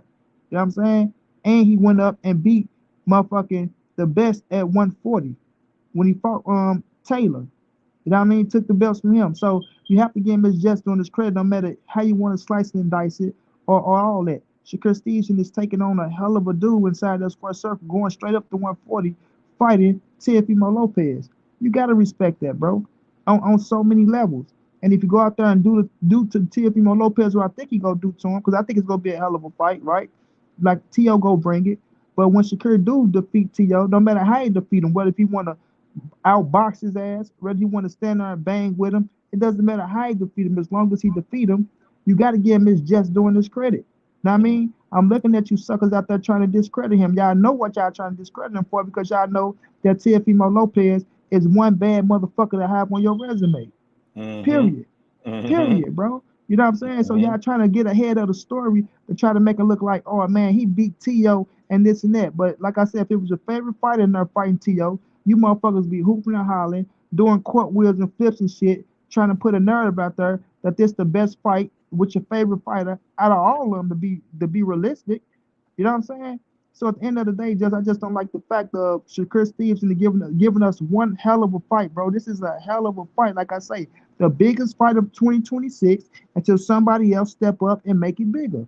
You know what I mean? And I'm not going to let these sucker motherfuckers take credit away from Shakur Stevenson when he go out here and do what he's supposed to do to Teo, because he is the better fighter, you know, in my opinion. But let's not make it like Teo ain't a threat, because he is a threat. And we going to see what type of threat he can be to Shakur Stevenson inside that square circle, bro.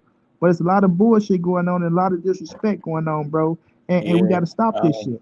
It's wild. It's nasty to see it this way. Like, nasty, bro. It's just like, all right, y'all don't like boxing then, because I've heard a lot of stuff. Like, the wildest take I heard was that he was cherry picking Teo. Man, I was like, wow, the most established champion there is a cherry pick. Boxing is in a terrible space, and It's him moving up, giving up some advantages. What we talking about? Ain't y'all some of the same people that said the reason Shakur keep winning because he way bigger than everybody and he should do this and do that? Then when he go do one of the things that you said he should do and he take it on a real competitor, a real challenge, y'all down talking and trash it. I'm like, bro, I ain't never seen nothing like this before. And I keep hearing people say, oh, man, y'all think it's easy. And this, we not saying, nobody's saying that. It's a 50-50. It's a reason why we excited for this shit. These are the kind of fights that stamp you. Care what you say. You don't got like T.O. I know he got a loss, but the loss didn't define that dude. He been winning ever since. And he fought like hell in that loss. I say this all the time. So, look, it ain't no easy fight. And we can talk how we want as fans, but guess who's saying all the right shit and you know he focused? Shakur Stevenson. That's a hell of a fighter. He's a great fighter. Him and Keyshawn talked about how good T.O. is behind the scenes. He been saying nothing but good shit. He ain't had nothing negative to say, not double talking when it comes to saying what T.O. is. You haven't heard him say one time, oh, this shit gonna be easy and this and that. He's not saying none of that. Just like, yo, I'm better than him. I'm gonna beat him. He's supposed to be confident. So it's nasty to see people tear it down like that. And like I said, the money, they got more. I've heard people talk more about him saying something about a rehydration clause in Devin Haney than the fight he got in front of him. I heard people say he ducking Shock Foster just to tuck their tail and not report on the fact that he vacated the title, bro. Like, and this is what I'm saying. People like, and then they justified him vacating. Oh, he vacated because Shakur said he was going to vacate. He didn't say that. He just letting them know you don't run shit. The WBC shit you talk shit don't move me. Like, and being a real boxing fan, you know that wasn't no true 135-pound fight. It was supposed to be for 130. Switched the rules and switched it at the last minute. I think to help Cool Boy, like I said. So he didn't really position himself for a 35-pound fight. People don't even realize that, but they ate it right up. Oh, nah, man, Shakur ducking him and this and that. He got T.O. to worry about. A bigger, more dangerous fight, respectfully. Nah, man, it ain't about ducking. Like, they just was forcing it. Y'all heard somebody get, and there's a content creator. He's a hating ass dude. He was talking about this dude fighting somebody at 35, 40, 47. Like, he literally said he got to fight in 3 different divisions all at the same time. Meanwhile, none of those fights that he was talking about was Teofimo. You can't make this shit up. My mind was blown. Nah, why you take Tia? Why not Gary? Gary got Andy Hiroka. How long that fight been lined up, bro? Why do they? And you supposed to be content creators. We acting slow. We playing dumb. Nah, why wasn't Gary? Why wasn't? And then I'm glad that the little clip resurfaced that I posted that everybody watching, and you see that he got in there with him, mixed it up. Shut up, man. Let the young man cook. Ain't that what y'all say? Let him cook. Let him cook. Let's see if he can cook T.O. because he got a damn good fight on his hands. A dangerous one. This is something I was going to talk about anyway on the show. T.O. underdog history. They got him like a 3.5-1 underdog. The last time he had odds similar to that was like Lomachenko 3-1 or something like that. Shakur just a bit more, 3.5-1. He won.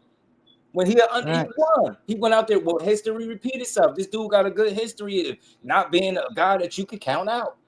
So ain't no winner given against T.O. He showed us that. You get what I'm saying? But I'm looking forward to seeing how these two gonna challenge each other. Everybody in boxing should want to see that. But he's cherry picking. Nah, why not Gary? Shut the hell up about Gary, please. Like he ain't lose to Puello. No slight to nothing to Gary. But did any of y'all having Puello beating Gary beforehand? Hell no. Talk to him. Come on, man, stop. And he's a better boxer. This is what people keep missing. Y'all gonna keep focusing on physical this, his hands that. He's not strong. Then you will hear somebody like a Sean Porter tell you how physically strong he is in the inside. Like, you can't throw this kid around, do what you want. Get what I'm saying? Y'all keep focusing on the physical, and he's going to keep beating y'all on the mental side. That's why y'all going to keep taking losses. He make less mistakes than y'all, and if you can't force him to make the big one or make enough of them, he's going to beat you. It'd be that simple.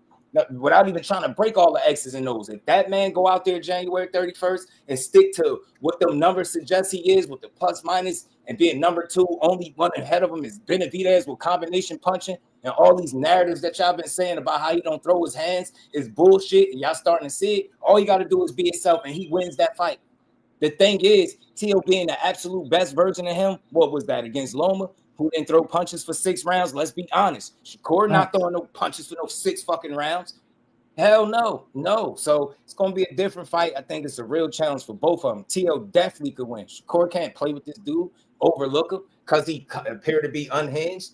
Don't fall for that, Matrix, because I thought about that shit with Josh Taylor. This dude was talking about his divorce, some of the racial shit was coming out. He was going back and forth with Mark Kriegel. His dad was trying to tell him to chill. He just kept. I was like, he cooked. He's gonna get beat. He worried about everything else. None of what he was saying had nothing to do with the fight. Bullshit.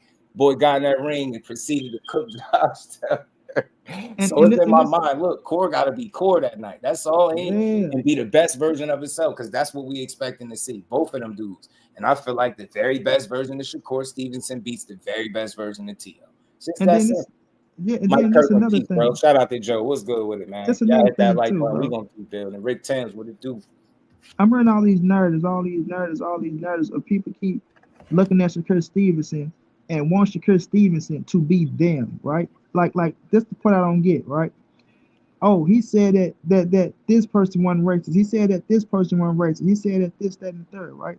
I know the whole situation behind Ryan Garcia and how Ryan Garcia, and that's when Ryan was tripping, right? Like, got on that bullshit, got to saying what he was saying, but he was duped into that, bro. And I'll tell you the backstory behind all that shit, because I know these people get into their feelings when you tell the truth. They don't like to hear the truth, right? But my thing is this. Shakur Stevens can't go on now worrying about, if he's racist or not, or if he think he's racist. If he feel like the man ain't racist, he feel like the man ain't racist. That's his fucking opinion. Everybody can have a fucking opinion. You don't have to think like you think, right? Y'all might be looking at some shit. He's looking at another thing, bro. Like, y'all not talking to these people, right? Perception is a motherfucker. I know what they say. Or if somebody say this, they say that, right? If we be realistic, us black people, we say some of the most racist shit all the time, every day, all right? Right? We talk about motherfuckers every day, certain shit. But I don't think my nigga racist, this, that, and the third, right? It doesn't matter if he's racist, it doesn't matter if he's not. When it's time to fight inside that ring, bro, that's all you focusing on. Right? That's all you focusing on. And Ryan if was good, Brody. Yeah. When I go in there and I whoop his ass, you should be happy that I whooped his ass, right? But you can't expect me to be you, man. I'm not you, brother. We live in two different lives, bro. You know what I'm saying? I thought they wanted somebody to beat the racists up. Yeah, bro. So and when we're looking at the situation, they find ways not to root for Shakur. Let me just put it like this. You get it back, Jeff. They find ways not to root for Shakur because the kid is so motherfucking good, bro. He's so good. He's so dedicated. He's so talented. And because he don't do what your favorite fighter do, if your favorite fighter do some stupid shit, they get caught up in some bullshit. You want to find ways to make it look like he's not, right? Like, this nigga come from North New Jersey. Like, y'all don't understand how fucking gritty and grimy and they how, really don't like, get it. Y'all don't understand what New Jersey is. Y'all don't understand, bro. Y'all don't do y'all fucking research. Y'all think this dude come from a motherfucking a civilized fucking background that's peaches and cream and things of that nature, bro. He don't, man. He don't. Don't let that motherfucking smile with the dimples fool y'all. The dude come from a gritty, grimy motherfucking place, man. Right? But just because he don't go out there or you know what I mean, you trying to change your ways, you got a daughter, you ain't doing this, or you ain't portraying this, or you ain't hanging with a group of niggas, or you ain't wearing this. Like, get the fuck out of here, bro. Quit trying to tell, like, I hate how, I hate motherfuckers trying. Then the main people that try to tell a motherfucker to be black or be pro-black be the worst motherfuckers to me, bro. Cause they don't even be on that shit themselves, right? They just get around people and want to act like that shit. We ain't gonna turn into that, but they be trying to tell somebody to be so pro-black. You turn around and they ain't standing on shit. They don't even come from the steps or the projects or the motherfucking the motherfucking condemned homes that we come from. These motherfuckers that had a way better life, trying to tell motherfuckers really from the ghetto how to be, you know what I mean? Like, get the fuck out of here with that shit, bro. So at the end of the day, man, Shakur is going to be Shakur, bro. Y'all can't tell another grown-ass man that's successful in life doing what he worked this ass off to do. You know what I mean? Like, that's what people don't get. Like they really forget things. Like, this man worked his ass off to get into the position he's at, bro. Y'all need to quit trying to tell a motherfucker how to live their life or what to do, this, that, and third. If you're going to be a fan, be a fan. If you're not going to be a fan, then be on the other side. But don't come and try to nitpick. Yeah, don't come and try to nitpick and try to use certain shit the reason why you don't want to root for this dude because he's so damn good, right? Like, come on, cut that shit out. I seen somebody say the other day, see, this is why I can't support him because of like the criticism about the rehydration clauses when he's speaking about Tank, and then he turned around, you know, and he said one sent that faggot for ass him, shit. but see the difference is it's context matters, bro. Like, rehydration is rehydration, and I'm glad I was on the other side even when people complained about Tank, no matter what fighter. I had pulled up like the definition of, or it's an explanation of what the rehydration clause is, and it was what I was saying all along, and me not ever reading that to pull it up and see that it was saying exactly the way I interpret that. That's to make sure nobody comes in with the unfair advantage. The ideal of it is not put in place to weaken one guy or the other.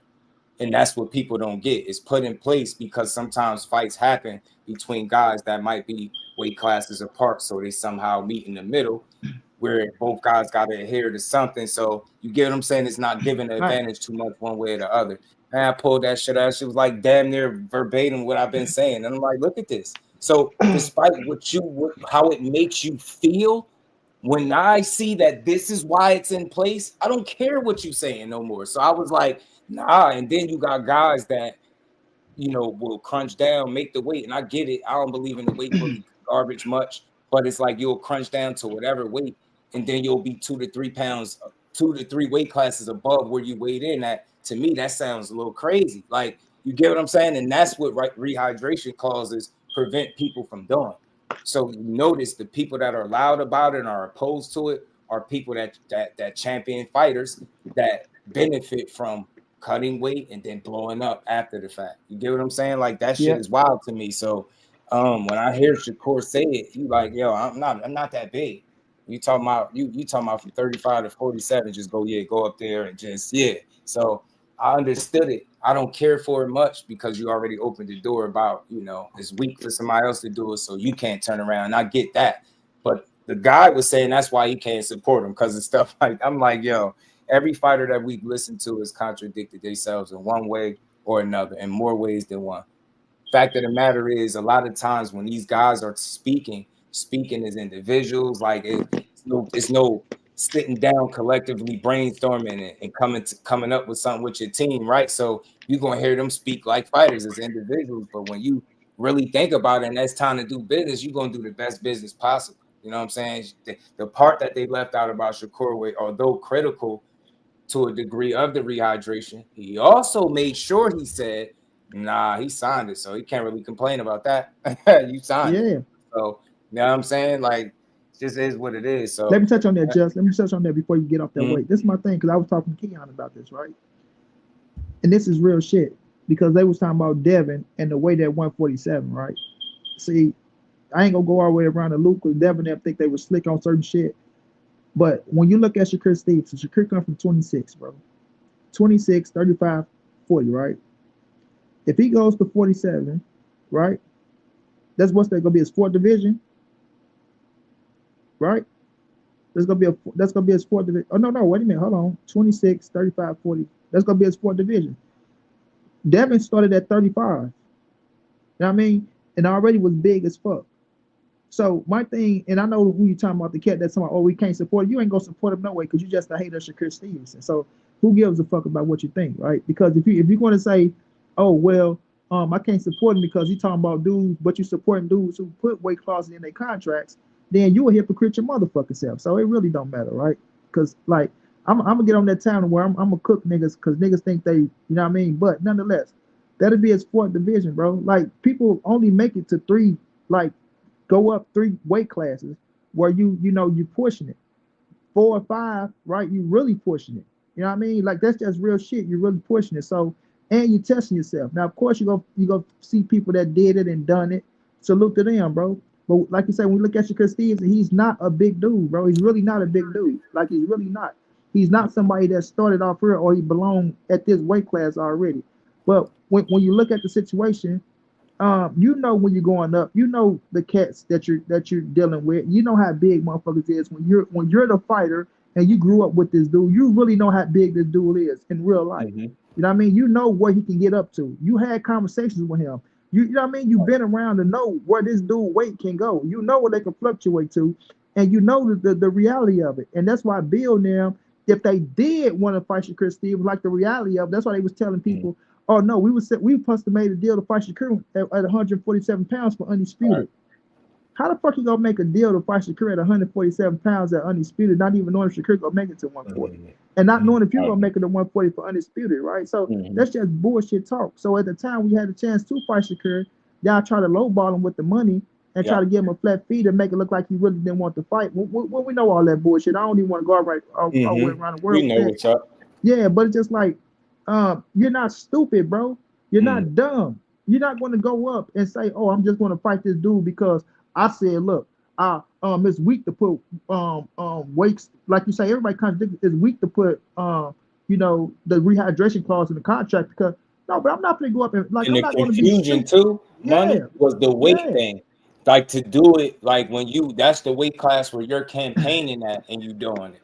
Yeah. See, because remember, it was misinformation. Shout out to the Queen Lala D.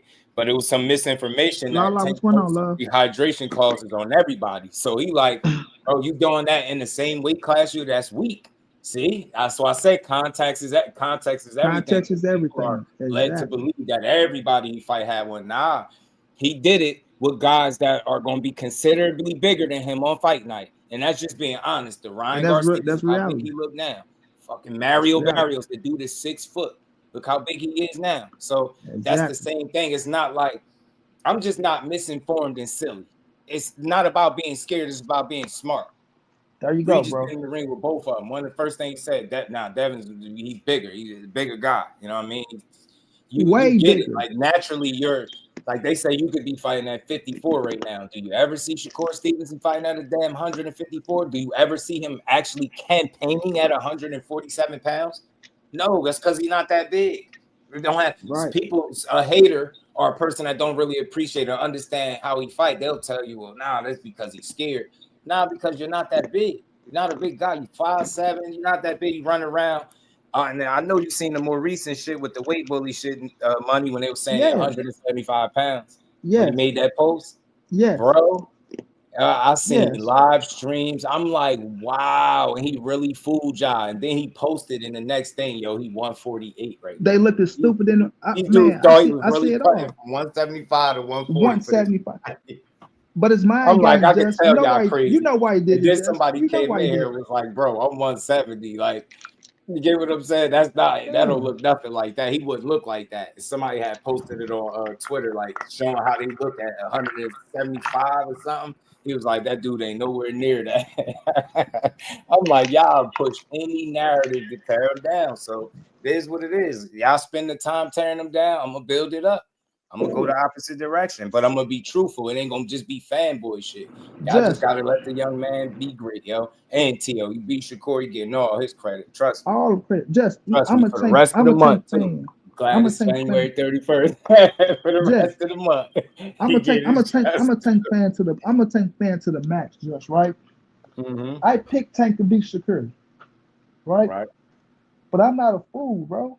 Yeah, I'm not stupid. I know the style of Chris Stevenson is going to get Tank problems, regardless if people want to admit it or not. Yeah, they don't want to. I'm not going to be dumb. Like I'm looking at what the fuck I'm looking. Shakur is the real. I've been saying this since he's been in the Olympics, bro. Him. Hold on. You know how I'm Olympian head, right? I love my Olympians, bro. Right? So when him and Clarissa was down there and shit doing their thing, the man, what's my brother's name, man? They end up signing to Richard Schaefer. You know what I'm talking about, Just. Damn. They gonna pop in my head. Huh? No. The brothers, the fighters. Richard Schaefer ended up getting them. They was the Olympians. You said the fighter signed to Richard Schaefer? Yeah, the Olympians, bro. They was in the Shakur class. Damn. They're popping my head though, bro. But I want to stick to the Shakur. But I'm just on my lip. But I know what Shakur Stevenson is, bro. I know his skill set. I know the style that he got. And I watch him progress and get better and better and better and better and better and better and better. And Money Mayweather is not lying when he told y'all, bro.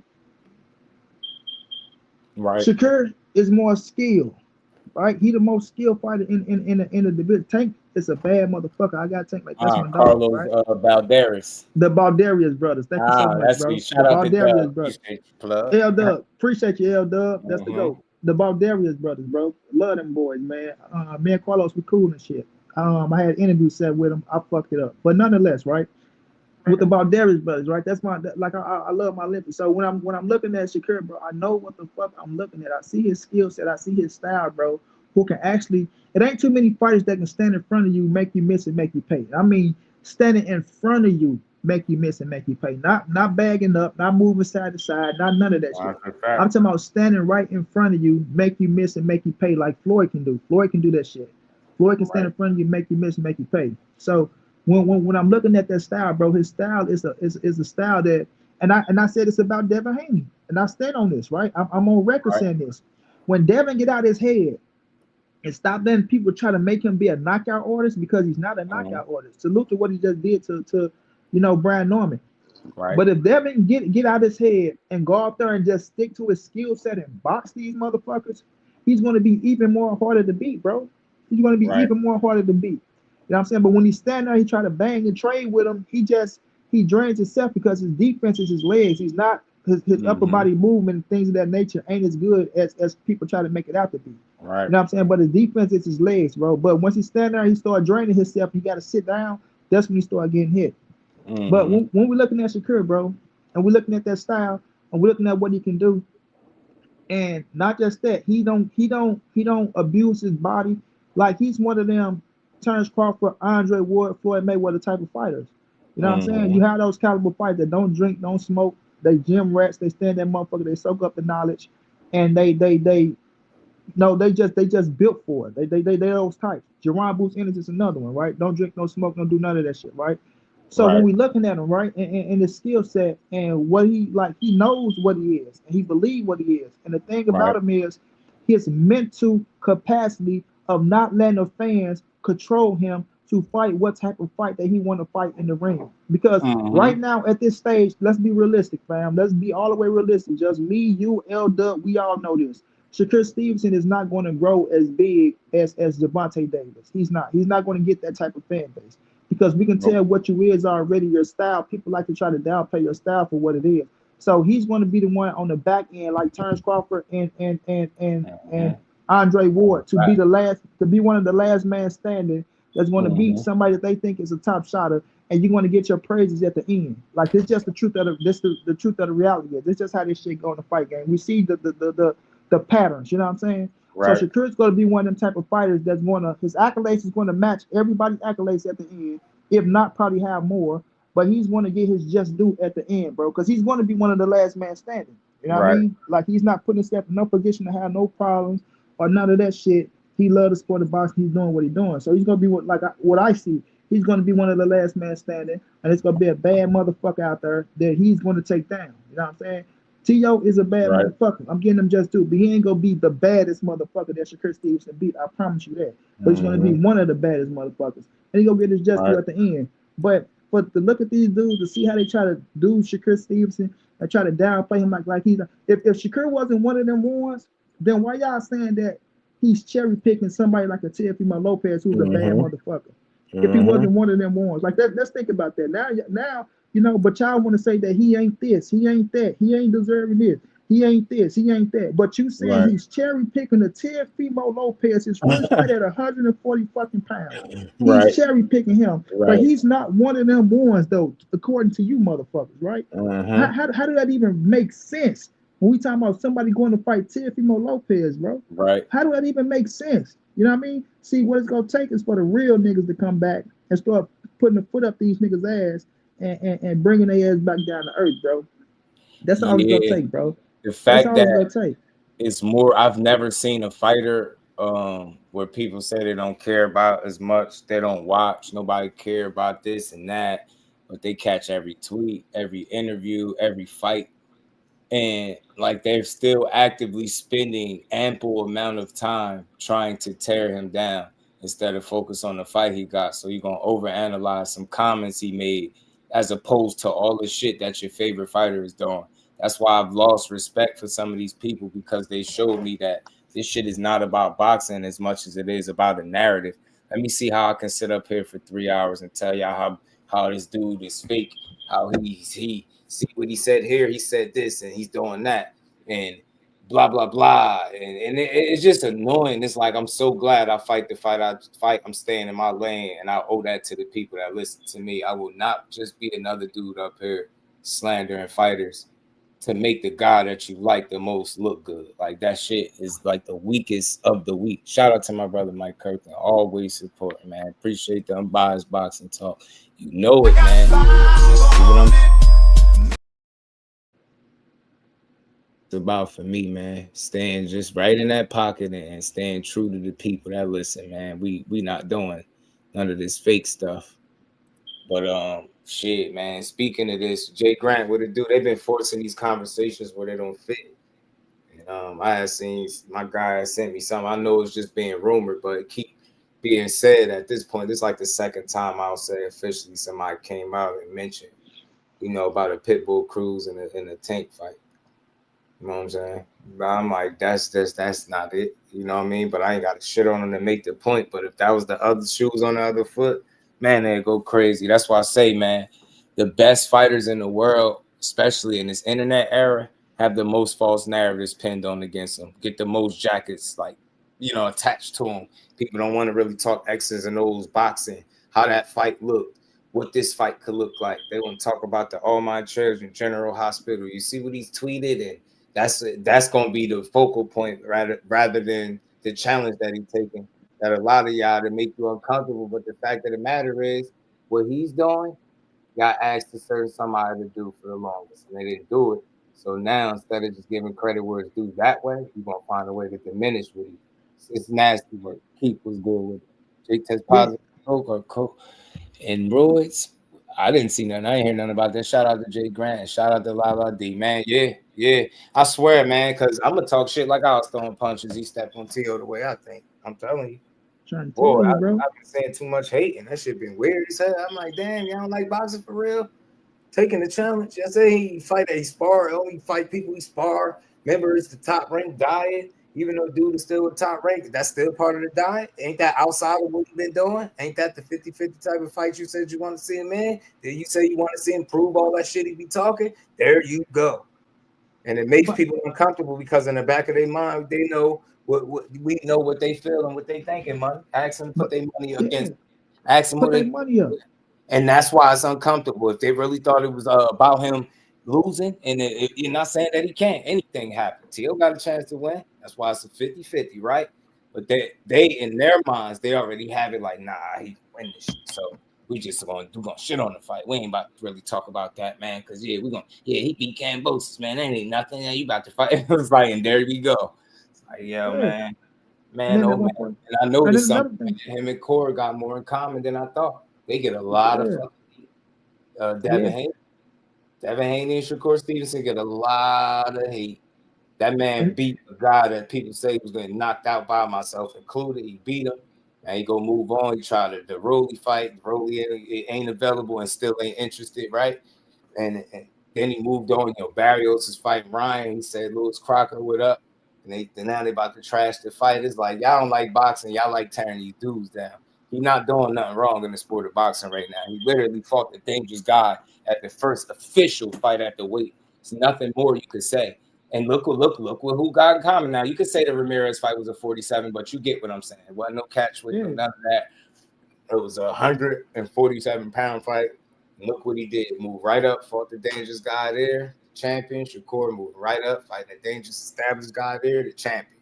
Only difference between them is one, obviously Brian Norman's still fresh in the game, but still the defeat was damn good. 3 divisions, Core going for 4, man. And that's why they mad, because that shit they about to pass certain people up, man. The conversation is gonna be about them, especially if he win. That pound for pound conversation you're gonna talk if he should move up from, I think he got the 8th spot. People don't want to have that conversation, right? So they just hoping that, I hope he knock him out. I hope it's to the body. I hope he does this. Let me touch on something, Just. Let me touch on something, because John Wick saying this because Shakur keep bringing up Conor. You got to understand, bro, this is a business, my G. You're going to try to see what's next and what's big. Conor Ben is a big fight. That's money on the line, right? You listen, when you win this game and you start getting your accolades like Shakur Stevenson got his accolades, bro, a 3-division world champion now, family, he solidified, homie. Just like Tank solidified, just like Devin solidified, just like, you know what I mean? You want to look at the solidified fighters in the game that got the names now. Right. So it's not just that he's looking at Conor. Conor is looking at him as well, bro. They're talking about making this money. Fight him. Yeah, because I think And it's somebody say, context. "Oh, yeah, it's contest, bro." So he got To, but that's a Right. money fight. Like you can't sit around. Listen, we understand. Devin is moving how he's moving. He's at 147 pounds. They got their plans. Javante Tank Davis, that's my guy. Love him to death. Want to see him in the ring. We don't know what the hell Tank got going on. We don't know what the hell Tank got playing, but we know Shakur Stevenson is not in the plan, right? A lot of these fights that cats we try to be a fan of. Oh, he don't want to fight this person, or he don't want to fight this person. We got to be realistic, bro. Tank not looking at fighting Shakur Stevenson. So Shakur Stevenson is not going to be one of them cats sitting out the ring that they want to keep trying to say, oh, well, he's like, because I hate this shit. I hate this. And I don't like to bring this up, and I never really bring this up. Oh, he's fighting somebody's leftovers. Oh, this somebody ain't nobody no fucking leftovers in the game because everybody got to fight I every always hated motherfucker. that Like, term. yeah, like get the fuck out of here with that bullshit, that stupid ass shit. But I at the end of the get it day, with the Connor thing though, but yeah, I don't think he keep bringing it up. I don't think it's excessive. He made it clear. They brought it up again, and he made it clear as to why he said what he was saying, as far as it pertained to Devin. And then he said, "Fight him. It's T-Mobile, MGM, something like that." Not saying that that's bad, but you fight Connor, it's potential to fight in front of 50,000. You could tell he put some thought into it. People don't get it, and that you think that's not a dangerous ass fight. But because it's not the fight that you might think you want to see or you might feel you want to see the most, or the one you think is the most competitive or dangerous, we dismiss it. Ain't shit safe about going to play with that wild man at 47, where he clearly showed us that's where he looked like he was strongest. In his hometown, just put it out there. That he ain't been there in so long, and hope you ain't never been there. He ain't been there in X amount of time, but you yourself ain't never been there, Shakur. That'd be a dangerous ass fight. But instead of us acknowledging it, along with the fight that he got in front of him, it's like, nah, you got to go over here and fight this one and do it like this. It's like, damn, let him get through the first fight. So I don't get mad when people look ahead, but you placing him in 3 different fights like he don't got a real one in front of him. I have never seen that done with any other fighter. Never. Like they're forcing the Devin Haney conversation. And that's why I had to shut it down a little bit for y'all that people like context. And you could say his grandfather lying, but I played the clip where he told y'all. And that was right before he fought Zepeda. It's an older clip, but it's not super old, like no years old. That was before he got in there with Zepeda. He said, yo, I ain't going to say who said they're going to stay 2 weight classes away. I ain't going to kick his back end and nothing like that, but they know who said it. And then you pay attention to what's going on now. It's a certain conversation that's loud. It's not about being scared. It's about timing. It's about timing, advantages, opportunities, all of that stuff. None of these grown-ass men are running around scared of each other. They're just trying to do the best business for themselves. And if they can get the ups on you in the process, they're going to do it.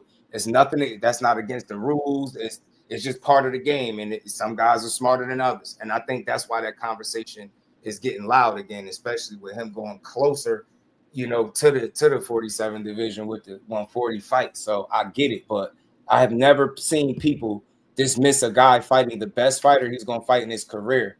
And the dangerous fight, the biggest fight in his career, you want to be honest. And then you going to just play it. What about he got? What about he's ducking O'Shaquie Foster, and then O'Shaquie Foster vacate, and they justify because he said he wasn't going to fight him in this. But what did he say he was going to do? Did Shaq do everything he said he was going to do? Did he say he was going to press the button and do X, Y, and Z? Did he do that, or did he make a decision which was the best one for him? Because he ain't running and ducking from shit. But people don't want to have that conversation. It was ducking for Shakur, but for Shaq, it's because of Shakur. Or he said he wasn't going to fight you. Beating Cool Boy. Let me ask you a question, Just. I don't think the next fight. Let me ask you a question, Just. O'Shaquie Foster go to 140 to fight Teofimo Lopez. Who's the favorite? No, I'm asking you. If O'Shaquie Foster was to go to 140 pounds and fight Teofimo Lopez, who would be considered the favorite in that fight? Yeah. Okay. Okay. Enough said. Speak value. Speak value. Because then Shakur go up there and he had 3.5 to 1 favorite, which is crazy.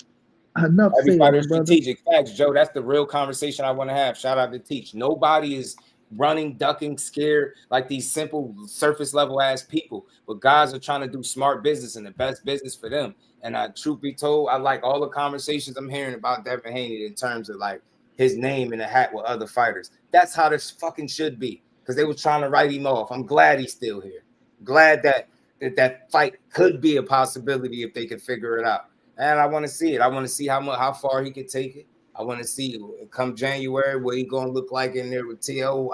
that shit is that's how you separate yourself from the contemporaries, man. The hell, social media start making them fights. And the reason why I was annoyed with the conversations I've been hearing, because like I said, I've never seen somebody be so dismissive of a guy having the biggest fight in his career in front of him. And then they downplay it as well as saying, well, he should fight a guy that's smaller than him, less accomplished, not as big a name. It's like, bro, what the hell are we doing? Like, y'all don't like that dude that mad. Y'all trying to force him to be a duck or something. Now y'all see what it is. Dudes make decisions that work best. Just satisfy the mandatory, but everybody act like just because they faked a fight at 135. And I'm gonna say that's the business doing that. That all of a sudden he got to fight another mandatory again because y'all said so. Because dude loud, and I'm willing to bet none of those people that want to see that fight bad to put their money on shot. That's the sad part. At all. That's the sad. That's the fucking sad part. Because money, I watched these fucking people for 4 fights in a row tell me Shock wasn't it. I promise you, I've been here for him. I can name each of them. Rocky Hernandez, even though they was trying to take it from him, he went down to 11 rounds to 1. Got the knockout. That was that fight. Too close for people. Back-to-back Conceição fights. People felt like that one, those were close. They felt like the second one was closer than the first one. And then he had the Abraham Noble 4 fights in a row. They was questioning if he's one of them guys and he not really it, then you beat up Cool Boy. Respect, because that's the best guy that you fought today. And now all of a sudden you go from beating Cool Boy, you are not being it for 4 fights in a row. Now you're having a breakout performance, and that means that you're gonna go right up to 35 and beat Shakur Stevens. Yeah. Because of the sparring stories that you've been talking about. That every time anybody else talk, it don't matter with nobody else, but with him, it matters. Man, ain't none of y'all got him beating him. And there'll be a small percentage of people that actually back him to win and actually put their money up and putting their damn money up for that. The day that fight get made, gonna go out there and beat him and guarantee what they gonna say if he beat him. Oh, he's supposed to do it. Man, yeah, man, that they gonna discredit it. Y'all gonna discredit it. He fought somebody typed in my comments, Williams Zepeda is ass. Like this is like, and I ain't saying no world beater. Of course not. He never held no title.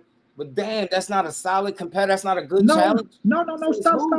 Stop. Like, what we be doing with boxing? Hold on. Who said Williams Zepeda is ass? Hold on. Yeah, I had somebody in my comments arguing. And Tevin Farmer. Okay. Somebody in your comments. Tevin Farmer. And I hate when people say that. Okay. Do y'all really watch fights? They fought 10 rounds. I just seen niggas say. Shakur Stevenson need to bow down to Williams Zepeda. He need to fight Williams Zepeda. He need to do everything he need to do to get in the ring with Williams Zepeda. Right. Williams Zepeda. He need to go sign the Golden Boy just to fight Williams Zepeda. He need to fight Williams Zepeda. Williams Zepeda. Like that nigga was the motherfucking king of all kings. And then he go out there and what he do to Williams Zepeda, Sheriff? Oh, what he do to Williams Zepeda, just? What Shakur do to that boy? Cook him at his own game. What they said he couldn't complaining. They walked away from that fight complaining.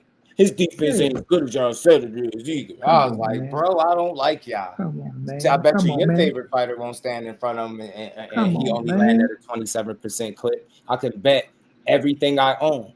I can bet it. Bet it. I know it for a fact. Dude, that shit ain't easy to do. I'm tired of the games. It ain't about being a fan. It's just appreciating what you've seen. And just, I'm sorry to cut you off, Judge. I'm sorry, this gonna be my last time doing this. I promise you, bro. What's up? The thing about Shakur Stevenson, bro, what make me go so hard for him, bro, right? Okay, people can say that he talk about knocking people out inside the ring, and he don't go in there, he knock them out, you kick it, all right? I understand it, right? But y'all don't see his style. Y'all see what it is. I tell people that shit. Y'all know Shakur is not a knockout artist. Y'all know that shit. Y'all know he's the style of the outclass you. For you to say how good you is, he gonna get you in the ring and he gonna make your ass look like, you know what I'm saying, you're on a different level. Like it's levels to this shit. On that Rigondeaux shit, like they fuck Rigondeaux career up trying to make him be a knockout artist, right? But if you really listen to Shakur Stevenson, bro, if you really pay attention to Shakur Stevenson, and you can have it after this, Jeff.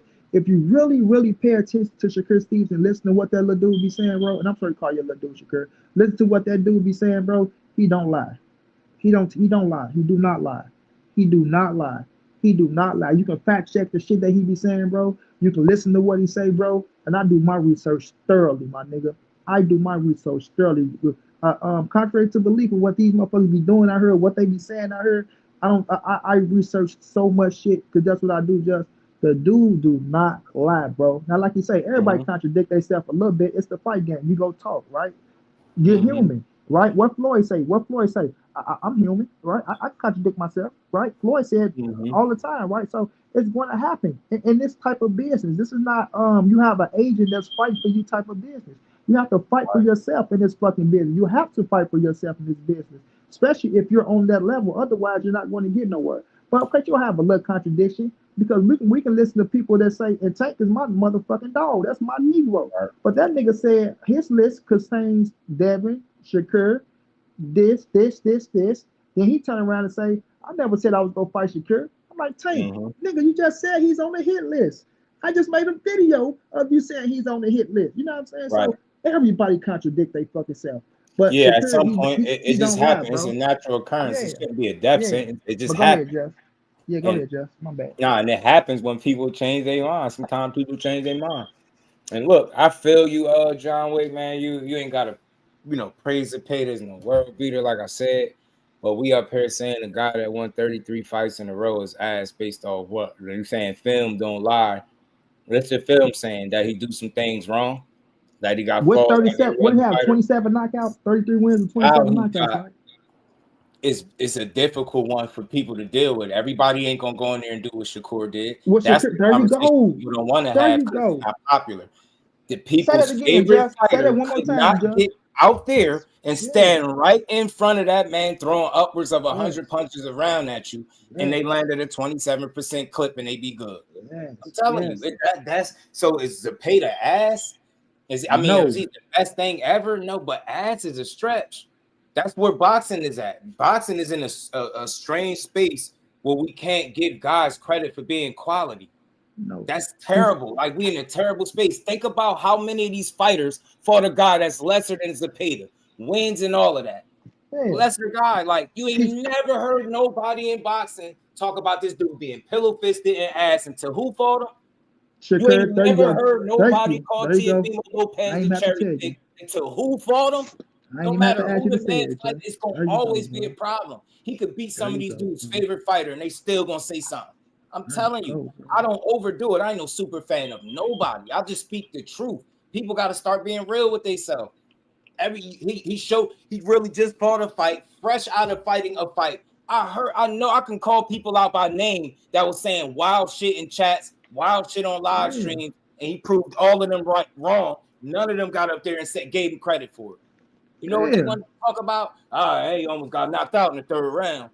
Right. The rope ain't hold him up. Which was a lie? Which was a lie? Which was a lie, Chess? Which was a lie? And it is a lie. Caught him with an off-balance shot, and that's what y'all hanging y'all hat on. Not the entire 12 rounds where no Tom and Jerry, no running, and it was belt to ass. I don't care what nobody say. Beating somebody at their own game right in front of them. That shit is super impressive. And that I tell people all the time, man, the way you assess a fight is not just the names that resonate with you or how good you think, it's how you beat a guy too. Zepeda showed to be an undefeated opponent up until this point, and his style was working against everybody else, knocking these dudes out. What he had 27 knockouts out of 33 27 fights. I've never heard nobody call it ass like that. The way they dismissed this dude.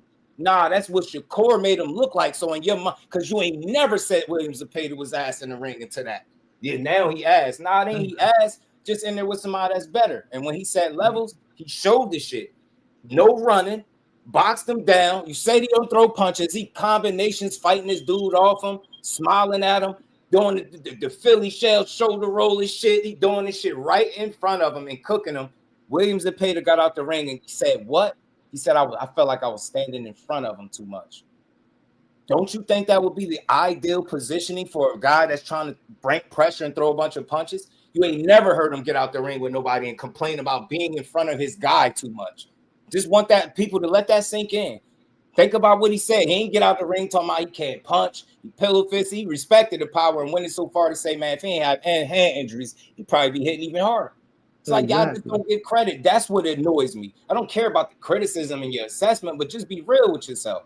He doing shit that a lot of these fighters couldn't do the way he doing it. That's all. And it's shit that these other fighters do and the way they do it that he can't do. I'm just a real one. When I see it, I can identify it. I don't know how many guys that would have gotten in the ring with that guy with Zepeda and chose to fight him that way. I don't know. Thank you. Actually beat him and make it look like that. I don't know how many people. Just get. That's what I'm saying. Acknowledge it. I know what a lot of y'all said. It went from people saying it was a trash fight to when it got closer saying, nah, man, I don't know, man. Shakur ain't gonna be able to deal with that volume, that pressure, man. If he stay there and fight, man, it's gonna be a bad idea. Man, he cooked him. And y'all got up on there and talking about how he got knocked out. Nobody wanted to talk about the real fight. Y'all not real boxing. Real fight. Telling you, that shit blew my mind. That's why I'm like, yo, I know a good performance when I see one, and I ain't overpraising it, but that shit was very impressive. He don't throw 100 punches around. How did he beat him, y'all? Let that shit sink in. Right in front of him. Tom and Jerry shit, all right, bet. I got y'all. And he put himself in a bad situation to prove a point and cook the guy. Most fighters that fight somebody else fight, look how much different the fight got. Who was one of the young phenoms coming up that fought the other guy's fight? And how do I know? Because he admitted to it. But you see how much punishment he took, got buckled and all types of shit. Not no caught with an off-balance shot, got buckled a couple times, cut and all that, and we love him for it. But that's the difference. That's the fucking levels that Corey be talking about. I'm sick of people. If people don't know what it is, then I'm a highlight it for you. That's the difference. And that's not a shot at the youngin, Abdullah. He went in there and he said, I felt like I was fighting his fight too much at times. And he was. And look how much tougher the fight got. Shakur, I'm not saying the fight was easy, but y'all walking away saying Zepeda is ass. Not that you got to put context to it. You don't win 33 straight fights just to be ass. Like ass? Like, come on, what we talking about? He ain't beat nobody good. Go look at the resume. He got some solid names on the resume. He do. But we don't watch boxing and we don't care. We'll watch some film, we'll see somebody break down some mistakes and go, oh, yeah, he ain't good. Man, yo, that's not where I'm at in boxing. We discredit everybody, all these guys fight. It's like boxing is just trash then because ain't nobody good. We don't know nothing outside of prospects and the elite level, like the champions. There's no in between. It's either prospects, it's trash, prospect, and elite. That's how people look at boxing. There's no in between, bro. Peter's a solid competitor that would have gave a lot of people trouble with his style, is what I'm saying. Am I saying that he beats any of these other guys? I don't know. I ain't put my mind to thinking that way, but I know for a fact, based on the way he fight and these other guys fight, it's the most active fighter in boxing, punch-wise. Don't nobody throw more punches than him. And he landed a 27% clip, throwing almost 1,000, just shy of 1,000, I think it was. 27 point something to be exact. You get what I'm saying? That, yes, it's impressive. I don't give a damn who don't want to give it his credit because you weird and you done spent ample amount of time hating on the dude. So even when he do exactly all the things that I'm talking about, a handful of things you said he can't do, you don't want to spend no time talking about, yeah, that's fake shit to me. Nah, that's you hating. That's what we don't need in boxing. Let's educate these people. Y'all said he was a runner.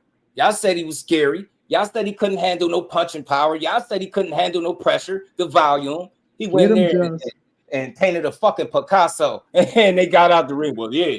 Even his daughter said he almost got knocked out. Did you hear her? You know how down bad you got to be talking about what a damn baby girl said? Who can even talk? Yeah, who can barely talk? You almost got knocked out. You seen it. Who can barely talk? Look, almost anybody ever tell y'all almost don't count? What actually happened? William Zepeda actually came out of the boxing ring, and when he did an interview, pretty much complained about the shit that he do in every other fight that got him to win 33 straight fights. That shit was mine, but I don't think people get it. When a fighter can make you question the shit that you typically do that works with everybody else, he just proved to you his level. And we're not even decent enough fans to see it because of the hatred we got for these guys. And I keep the same energy with all of them. They all get credit. That's what they deserve, bro. When you go out there and you do shit that people are saying you can't do. Prime example. Let's move to Devin Haney. Didn't I tell y'all I thought Brian Norman was gonna catch him and stop him? Didn't I say that? And how wrong was I? And then you see how I had no problem coming up here eating my crow with my side of barbecue sauce and honey mustard. I had no problem. I'm like, that's what I wanted to see. You get what I'm saying? I don't mind being proven wrong. That I was glad to get a man his credit, show you, highlight what he did in the fight well, but then people come out. Man, that fight wasn't all that to me, man. He's supposed to stop him, man. He had him hurt. Why he didn't do this? I'm like, bro, what? He a fucking pure boxer, first off. He got a knockdown. People said he was gonna be the one getting knocked out. He got the only knockdown and hurt his guy a couple of times. I'm like, man, you gotta give credit where it's due, man. The hate for these fighters is nasty work, bro. I'm gonna keep speaking truth. When I see a damn good performance, and nobody in boxing in the world is gonna make me feel bad about speaking on me just watching it young and prove everybody wrong in real fucking time. Devin Haney just did it, got more criticism than support. Shakur Stevenson just did it, got more criticism than support. You can't make this shit up. Fighting Teofimo right now, 4th weight class, more criticism than support. Can't make this shit up. And y'all focus on like the bitchy shit. One of y'all tell y'all soft ass fighters to get in there and beat them. No, this is what they focus on, Just. This is what they focus on, Just they focus on the little narrative they trying to put out there because niggas think they're always right. So when you look at these niggas, bro, that's why they nitpick at shit. They want to try to snatch little shit. Oh, remember I said this, like, I hate I told you so ass nigga, bro. I hate I told you so ass nigga, bro. What he said I right told there. you so. I told you so. Look, you be lying to the fans. You heard what he said right there. You see what he tweeted. See, that's why I can't support him. And you be like, so you said you telling me you can't support a guy because of something he tweeted, as opposed to how he fucking fight, and tell me what's the problem with that right there. Tell me what's the problem. What do you care more about? What they tweet when they in the heat of the moment, right? When they going back and forth or feeling however they feeling, or do it matter more what they do when it's time to show the fuck up when the lights are at its brightest? That's my issue. Y'all want to focus on the soap opera shit and the drama, soap opera, that bull all my children shit, because you know if you're forced, it allows you to duck real boxing conversations, and then when you do that, you can find a way not to speak nothing real about that guy. Because if you're talking about X's and O's and fights and shit, your conversation, that hate, that shit is short. You don't got you gas out. You ain't got a lot. But if you think you caught somebody contradicting themselves, if you idiots think you caught a guy weight bullying, thinking he cutting from light heavyweight to 140, now you think you got something and you got all the ammunition in the world for that shit. But when it's time to talk them X's and O's, we start talking about other fighters' money. You get what I'm saying? We start talking about rhetoric, pillow-fisted and soft this. We start talking about imaginary contracts that never been sent. We start talking about guys accepting 25%. I mean, I have never seen this. I promise you, I'm standing on this. I observed this shit for years, and all I'm seeing is hate. I get criticism, but I'm talking about hate. Even when guys are proven wrong, it's like, it tastes like shit for them to say, man, that was a good fight. They came and said, it's like throwing up pins and needles for these people just to say that. Crazy work. And that's why I say I fight the good fight. All these dudes getting their credit. From Rolly to the Lewis Crockers, all of them. And I got to go do my homework so I can know what kind of fighter Crocker is. Shout out to my brother Mike Kirkland holding it down in the super chat. He said, for always being solid, talking his boxing. That's love. I appreciate it. I mean, what I say, and I can have this energy because I'm so consistent with no slander from this platform for me. I got criticism. I talk my little shit. I had fun. But I ain't sitting up here not keeping it a buck when I see something that's worth talking about. They like, well, wasn't all that good. And imagine if such and such fought as a Zapata. What would they say? Bro, what? No, you do I more, know a ton of people way more good than Horn. That wasn't as good as a Zapata. Now go ahead and tell me I'm lying.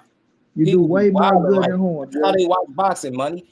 If the fighter does something and it might be, if you got a favorite and that's a contemporary, it's like, well, if he did this, then he would have did so much better and he would have knocked him out in this many rounds, and maybe he would have because he's a fucking knockout artist. Maybe he would have. But I tell you what he wouldn't have did. He wouldn't have cooked him for 12 rounds the way he just did standing right in front of him. That's what he wouldn't have did. And I ain't asking him to. And that's not a shot, but that's the reality. The same way I'm able to accept the reality that he probably gets in there and cleans his ass up and knock him out. No problem at all, because I'm a supporter, not a hater.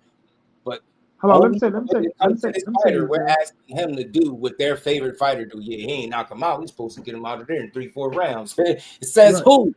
His record says he's a boxer, not a KO guy. I don't care what his mouth says. Thank you. You get what I'm saying? People are bogus. You don't ask your favorite fighter to go in there and box flawlessly and don't really lose a round. You don't ask him to pitch a damn shutout, don't really let a guy hit you. You don't ask him to go in a fucking fight, sick, injured, and let a guy land 42 punches. What is that? 3 punches a round, if that?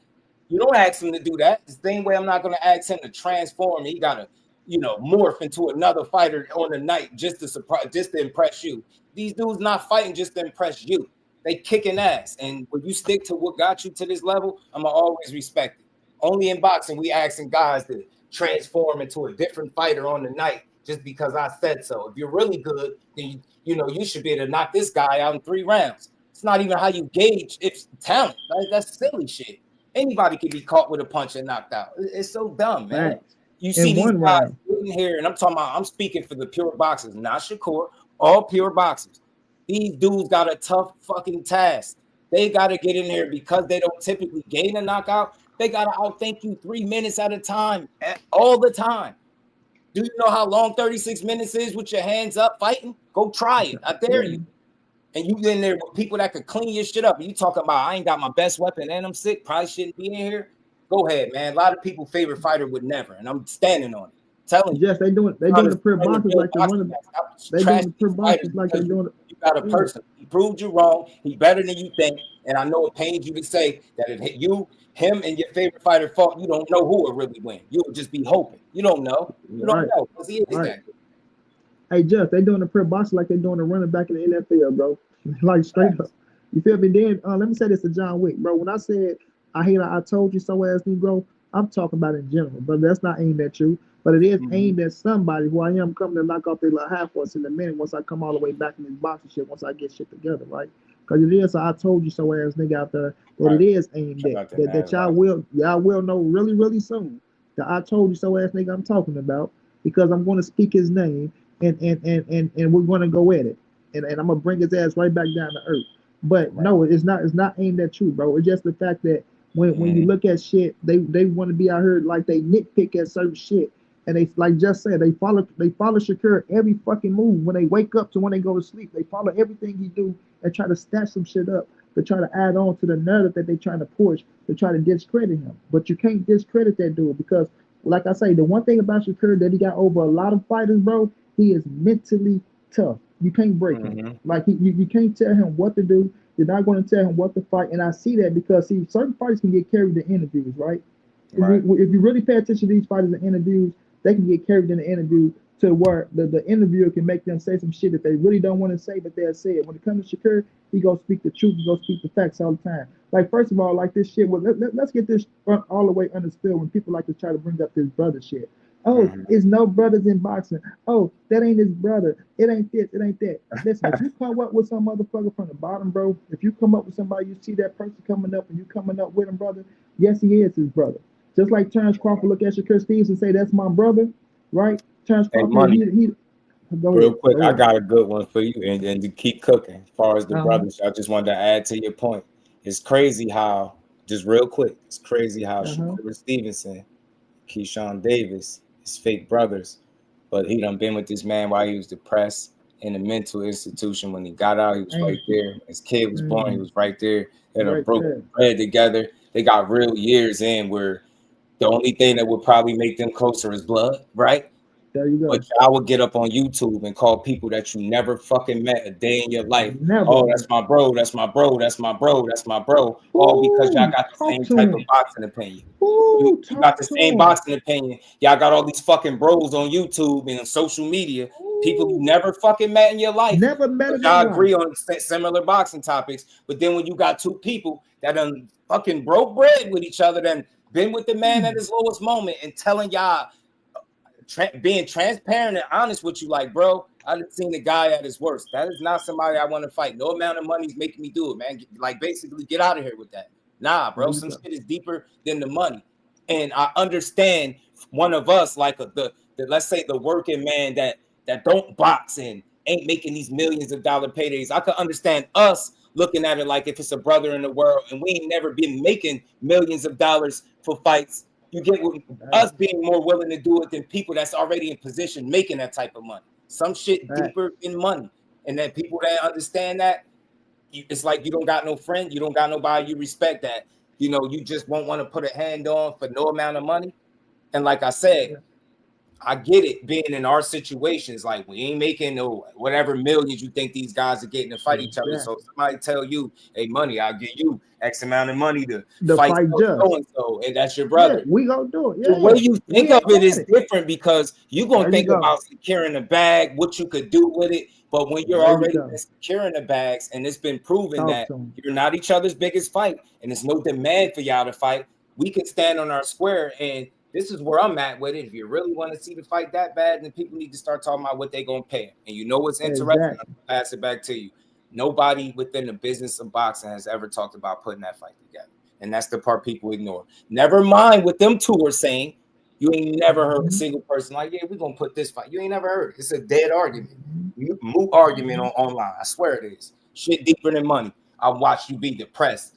Damn near lose it all. No, I don't want to fight you. No, I don't. I don't. And you think I'm supposed to feel bad? But at the same time, he made it clear. That's the only one I won't fight. When I say the only one, the only one. So when y'all keep saying he got 5 brothers and all of this shit, knock it off. Ray Ford, nobody's asking for him and Ray Ford to fight each other. They're not each other's way. They're not moving in the same exact direction for that to be a fight. Knock it off. The Abdullah shit y'all talking, he already said he'd fight him and give him the opportunity. Say he won't be like these other guys and not fight him. He just gave his opinion that y'all trying to rush him. Y'all basically saying he on my level now without having to prove none of this shit I proved. You got people that dislike Shakur so much that they'll keep saying he ain't accomplished nothing. Somebody just said in my comments, you hyping up his accolades. How could you hype up somebody's accolades? But at the same token, when I ask you goofy people, are you hateful people in boxing, and name me another 28-year-old, 24 fight? Yeah, and I'm going to be very specific because I'm going to make it hard for you. Name me another 28-year-old, 24 fights with the same accolades. Show me, and I won't say shit else. Start naming them. Then if he beats Tia, that's 25 and 25 fights. You managed to be a 4-division champion and unified, Ring Magazine, all that shit. And you telling me I'm hyping him? That shit speak for itself. That shit speak for itself. And I'm not giving him the win. I'm just saying, hypothetically, you get past Tio, that's where he'd be sitting at. What are we talking about? Nah, but I'm hyping it. I'm not hyping shit. I just see with my eyes, not with emotions. I know what I'm watching. I'm watching possibly one of the best fighters doing it. I know what I'm watching.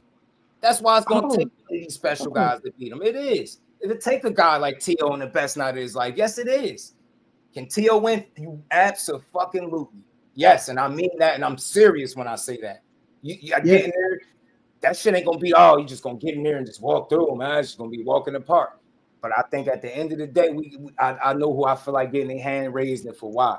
Not going to feel bad about that. But that shit is special. And I'm telling you, it's like Bud Crawford all over again. I promise you it is. Just on a different scale.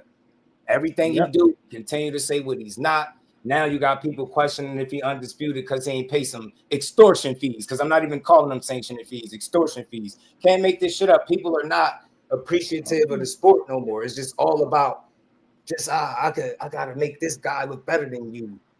I can't prove this shit by the moves you're making in the sport of boxing. So you know what? I'm gonna attack his character. And I'm gonna overanalyze everything he's saying in these interviews. And see, I got him. He's fake. See how he lied to everybody? He ain't shit. Fuck all of that. What did he look like in that last fight? Did he cook? He say no time, no Jerry. Did you see that? Did he cook? That's what I want to talk about. I want to talk about no narrative-driven ass shit. Man, he said this about a rehydration. I get it. I get that part. But we're not about to drag him for it. Like we don't know what he's saying and why he's saying it. You know what I'm saying? So at the end of the day, man, when that smoke clear, y'all already know what time it is. It's going to be there. It's going to be a couple of them dudes there. The ones that y'all hate on the most going to be right there. It's going to be like a thorn in y'all side. I'm telling you. Y'all hated Bud into pound for pound greatness. That might be my next fucking live stream. Y'all legit, his own people hated this man into pound for pound fucking greatness. Wow, look how we do our people. He ain't fight nobody. It's crazy you say that. Hey, Just, it's crazy you say. Hey, Just, guess what I got coming up? See, that's what I say, man. I do shit behind the scenes, bro. Like you just said, when you just said that starts with that WBC. You know, I made an appointment to have a conversation with because you know, me and Mauricio Sotomayor, we cool, bro. Right. And guess what? Look, what they say? WBC. I ain't gonna show the other side with the thing on there. Oh yeah, like I say, these cats just be talking, bro. Right. These cats just be talking, bro. Right. They just be talking. But we be really connected. Yeah, we man. Be really connected. You gotta appreciate boxing. That's what I be on. Like I just don't know where all the hatred and if you really truly follow the channel, you've known I went to bat for so many fighters the same way. It's not just one. It's really more boxing than it is the fighter. They can fight. They don't need me. They making the money. But it's like, damn, at what point do we really speak about what's going on rather than what you wish was going on, how you wish it was, and how you praying on down watching people. Like if y'all think I'm playing, I could find y'all a thread every day hating on the same fighter every single day, multiple threads, 2 to 3 at a time for no reason at all. It's like it'd be the most unprovoked shit I've ever seen, bro. It'd be wild. Like, where dude at? Watch, I'm gonna pull him up. Like, look how bad it'd be, money. Look at this shit, bro. We're talking about Zepeda, right? Like, look how silly people are. Look how silly people are, right? Here you go. There you go. What Buddy say? Look at all this shit he got in here. No agenda here, just making Shakur there. There's no excuses here. Shakur is healthy and ready. Zepeda will get this win, and hopefully his respect. The days of easy fights for Shakur are over. No more easy matchmaking. This is an easy fight for Zepeda. Check this out. We ain't done yet. Hold on. Let me take this down for just a second. Don't start with the excuses. Zepeda is the best at 135. Please don't underestimate me, right? Not saying it mattered, but just I gotta just show you. Look at the 180. Switch. Look at the 180. Look at the 180. Zepeda was never elite. Zepeda is a bum. Zepeda is a bum. Oh my God. Got his name wrong. It's Zepeda. Zepeda is not a champion. You don't know boxing. Zepeda is a bum. The same guy that say he's the best at 135. Said the days of easy fights for Shakur is over. They had the nerve, the audacity to try to say he was trolling. You can't make this shit up. And he got a video talking about Shakur too, and I'm gonna get to that. And big shout out to my brother Mike Kirkland. I appreciate the love, homie. And we ain't never got a box again. Well, right. well. I already been getting these bet, but now it's time for you to get your just do. Y'all think I'm playing? Y'all think I'm playing? I'm not. These dudes be wild, man. They be wild. They hate run deep. They don't even understand why they hate at this point. They just wake up and do it. Just say anything, like just let Twitter boxing is trash. I swear it is. That shit garbage. And just one thing is this too, bro. Milk Dud. Hold on, I think he had a video and everything. Where that shit at? This dude is a nut. He just get on there and just say anything. I'm like, yeah, bro. Yeah. And you see this shit all day. You don't even gotta look for it no more. They just get up there and go. Like, shit just get wild. Bunch of hate. Hold on, I'm gonna get it. Pull it right on up. This dude be funny as hell hating. Y'all hit that like button, man. Sub to the channel if you're new. We just gonna keep building, man. Just gonna keep building for a bit. What time were we at? 3:20. Damn, I didn't even know I was that late to the stream. Oh, damn, it's almost 8 o'clock. I didn't even realize. Shit. Yeah, it is. I respect people. I get people that respect for their opinions. It don't be a big deal. Like I've learned and I understood from the gate, you know, unless I care to make it personal, I always try not to do that. But I learned how to attack the arguments for people instead of them, right? Like I want to throw you a shot or two. I know what come with that just in case you hear it. But for the most part, I attack people arguments. And with him, you just see how he switched up. He went from this dude's the best. This is Shakur. He looked healthy. Zepeda's gonna get this win. Blah blah blah blah blah. To Zepeda's a bum. He was never elite. You know this. So you know what that means. You know what they be telling you, money. This shit is amazing. I love people when they talk too much. So elite, buddy. Who is it? What do you mean by that? Exactly. It was never elite. So who is? Who was elite, buddy? You know what I'm saying? Like, should be funny, man. I'll be watching people scramble in real time to make excuses instead of just giving credit. I heard somebody told me the reason his plus minus ratio is that high is because of Jamel Herring, something and something. They said it's because of 3 fights. I said, you do know that's the tally of all their fights combined, right? Not just 3 fights that you want to hand. People are really ridiculous, bro. Idiots. Well, you know, now them numbers don't really be accurate. I've never heard nobody do this with nobody else. I'm telling you, them defense as numbers is not really that good, man. Like, yo, you know what had me strong though, Just? You know what had me strong? And I love Abdullah Mason, bro. I rock with Abdullah Mason 120%. He gonna be a bad motherfucker, bro. But nigga was putting Abdullah Mason ahead, like you say, ahead of Shakur Stevenson. He haven't even won a world title yet. Nope. Haven't even done anything yet, right? But when Shakur was doing those same things that Abdullah Mason was doing starting off, right? Why wasn't he getting those praises? Because he panned out to be everything. He panned out to be everything and more. Teofimo, he's going right. This him? Yeah, you keep going. Oh no, he turned out to be everything and more, bro. So it's like, bro, when you look at the situation, it's like it blows my mind, bro. It blows because they trying to say, oh, Abdullah Mason, he's knocking them out. Like, don't try to put like, oh, just because you're knocking somebody out early on in your career, and that don't mean Abdullah ain't gonna knock him out later in the career. But don't just try to put it on because he's knocking motherfuckers out early in his career. That that because if we look at that resume, Abdullah was supposed to do those things to the people he was fighting. You know what I'm saying? Like he was supposed to do those. Like that's the caliber of opponents he was fighting. Salute to Abdullah. This is no knock. He showed. If you're not supposed to be in the ring with him, you get him the fuck up out of Abdullah doing. He gonna beat you. He gonna beat your ass. And I fuck with Abdullah. I fuck with his cousin. I don't want nobody to think I'm hate because I fuck with Abdullah heavy, and I'm gonna root for that man. Hell yeah, I'm gonna pull for him. Love watching him fight. But I only say that to put it on niggas who just be. You can just tell they hate on Shakur, and they try to throw Shakur and Abdullah against each other so fucking fast, bro. They try to put them against each other so they can have another narrative to try to push. You know what I'm saying? I seen that shit. I said, look at this sucker ass shit. Look at this sucker ass shit. Yeah. Then when Shakur pop up in there and say, oh, my brother, he say this. Oh, Abdullah ain't your brother. Oh, Abdullah ain't this. Oh, Abdullah will fight. He's like, man, get the fuck out of here with that corny ass, fake ass shit, bro. It's whack. Yeah. Yeah, it's like we love him too, and we ain't gonna stop loving him and rocking with him, but we still gonna use logic.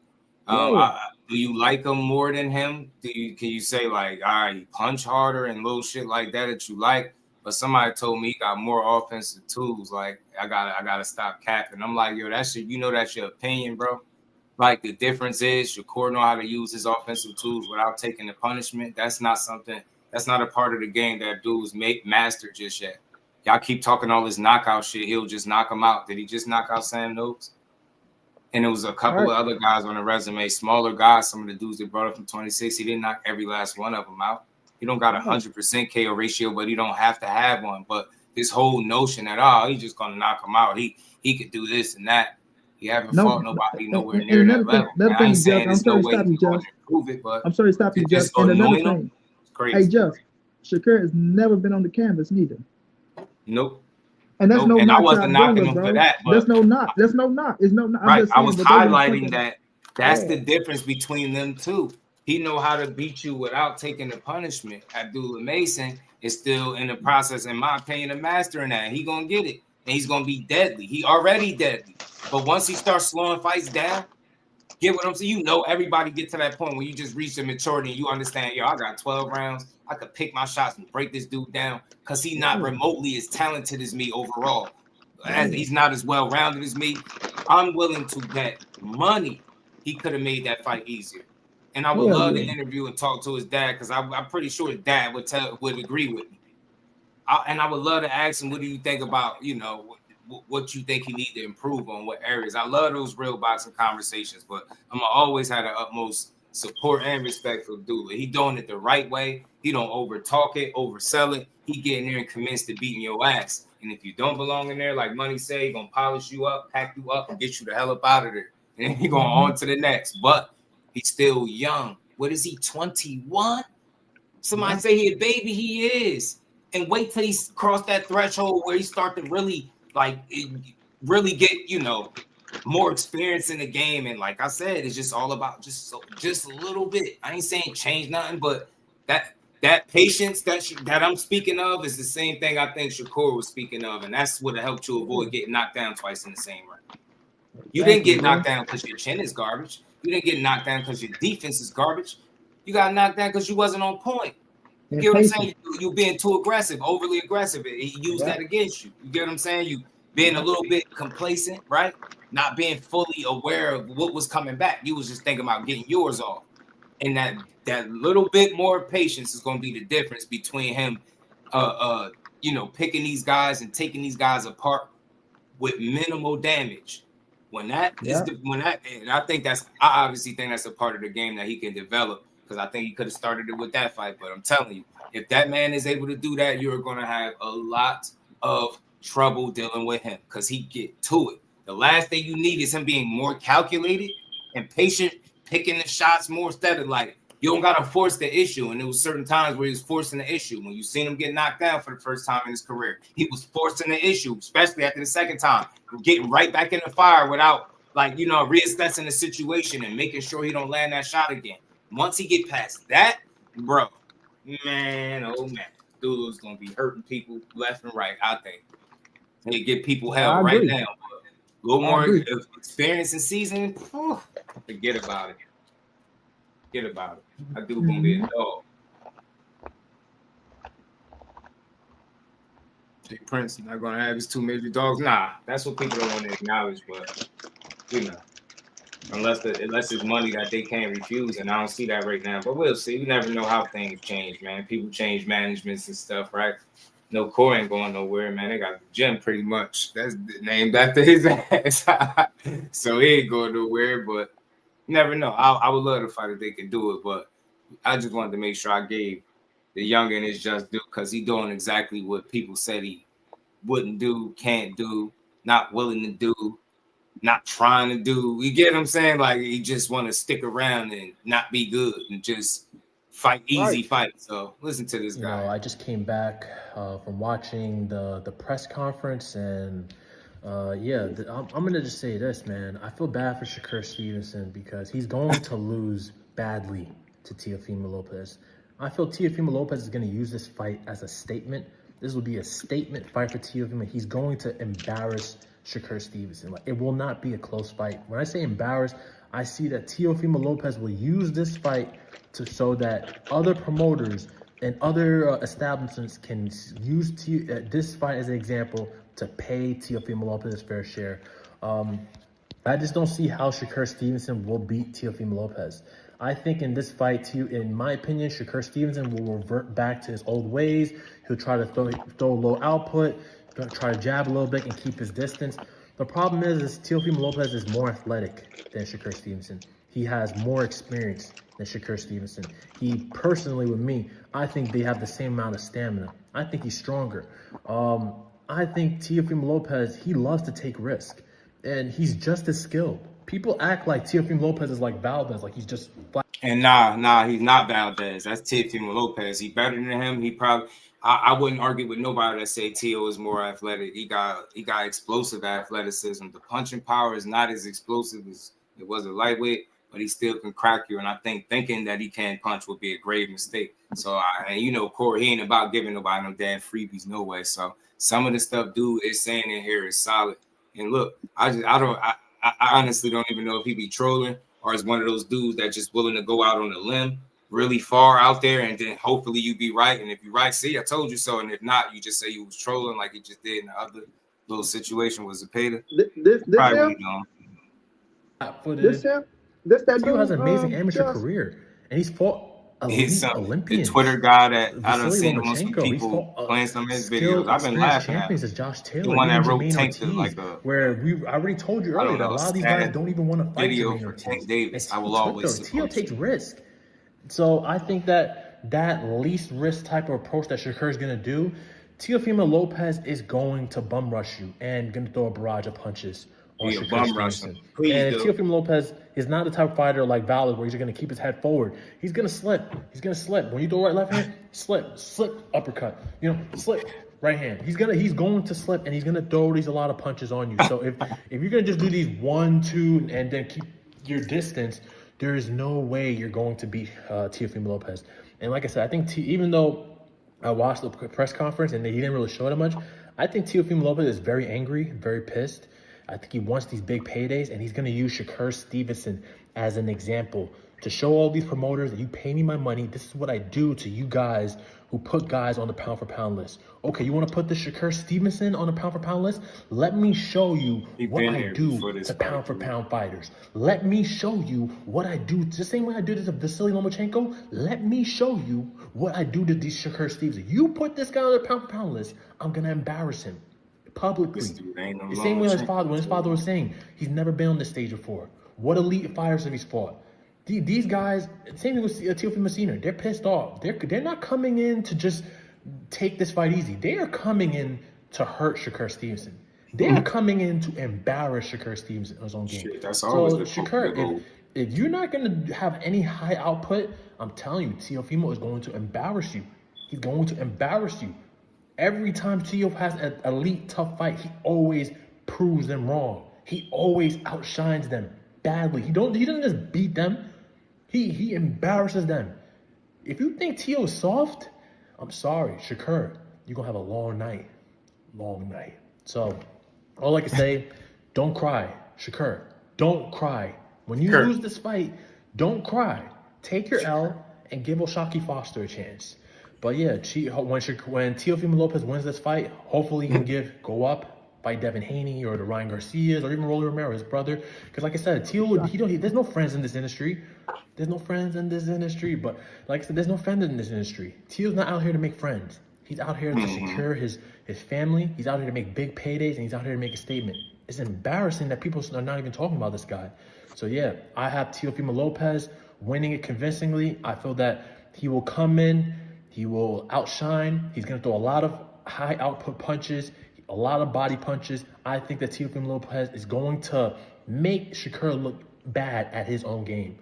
Because I don't think Shakur Stevenson doesn't have the gear that Teofimo Lopez has. He hasn't been through the gutter like Teofimo. Teo has fought all the guys that people don't want to. People do not want to fight Jermaine Ortiz. People don't want to fight Sandor Martin. People didn't want to fight Josh Taylor at the time. People didn't want to fight Vasily Lomachenko at the time, contrary to much respect for Devin Haney fighting Vasily Lomachenko and beating him. Most of these guys don't want to fight these guys. Teofimo Lopez, he takes these chances, and he beats these guys. So that's all I got to say. Much respect to Teofimo Lopez. Amazing, and I'm so excited. But yeah, God bless, guys. God bless. Boy, don't your foot long head ass know that Shakur has been trying to fight Lomachenko. Lomachenko wanted no parts of Shakur Stevenson. Don't you know Bob Earn kept Lomachenko away from Shakur for a reason? What the hell are you talking about, boy? He ain't want to make that he's serious, Jeff. He's not trolling just that. That's serious. What he said, he is serious. He believed what he say, right? But like you said, I hope he's the type that can come back and say, oh, you know what? I was wrong. And Shakur Stevenson is everything that y'all say he was. He's a bad boy. His skill set is better than Teofimo Lopez. To say that he's more athletic than Shakur, I have to disagree with that. Teo is athletic, though. I'm not going to take away that. He can move around the ring. You know what I mean? Hitting backflips and all that shit. Okay, that don't, salute to him. Inside that square circle.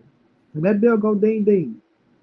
And you see that you can't hit Shakur Stevenson because they keep people. Shakur going to revert back to it. Like, let's stop that too. Let's cut that narrative out because people try to make it like, oh, he just a runner and he never fought nobody. Did y'all not see him beat the shit out of Oscar Valdez? Right? Did y'all not see him go out there and fight the shit out of my and I respect him too, bro. He's somebody that people overlook, bro. My Olympian Brazilian boy. Damn, man. The Olympic Brazilian boy Shakur beat. Conceição. He ain't no slouch, bro. Nope. Like, see, people don't be knowing they don't do their research, so they look at these people try to make it like, oh, he never fought nobody, this, that, and the third, right? He ain't no slouch. Conceição is not no slouch, bro. He's not no slouch, right? Especially at the time when Shakur fought him, right? So when we're looking at this shit, bro, they want to try to break down and disrespect and do all this. Understand, he was trying to fight certain fighters that didn't want to fight him, bro. That's why he moved up. You know what I'm saying? Miguel Burchett and my other tall boy, right? Damn, what's my dude's name? I'm bad with names right now. Yeah, I'm a little rusty. Nah, it's all good. But nonetheless, right? But he tried to fight these dudes. Lomachenko is another one, right? Lomachenko is another one. Didn't want no smoke with him, right? Like I say, I can tell you about the sparring stories of how Shakur already showed Lomachenko who the king was, right? And I know sparring, you feel me? But you know what I mean? It has some validity to it. Then your favorites, the Devin the Dream Haney, Bill Haney, they wanted no parts of Shakur. And they still not trying to fight. Even if they're talking about that 147, they not screaming Shakur Stevenson. People talking about we want to see Shakur and Devin. We want to see Shakur and Devin. They want to bring it up. But they not screaming Shakur name. They're not really trying to see Shakur Stevenson. Let's call it for what it is. I'm not saying they scared or nothing like that, right? But they're not calling Shakur name, man. Like I say, people try to make like people try to say, oh, they try to give him a shot 25%. He should have did this.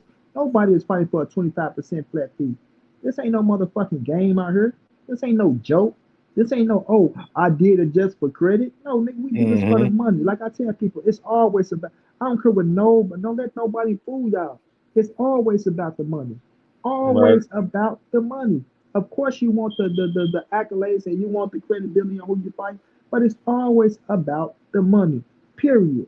That's what comes first. You don't get into the ring without the contracts being signed, and to get the contract signed, everything got to be on point in the fine print, and the money plays a big part of you signing that contract.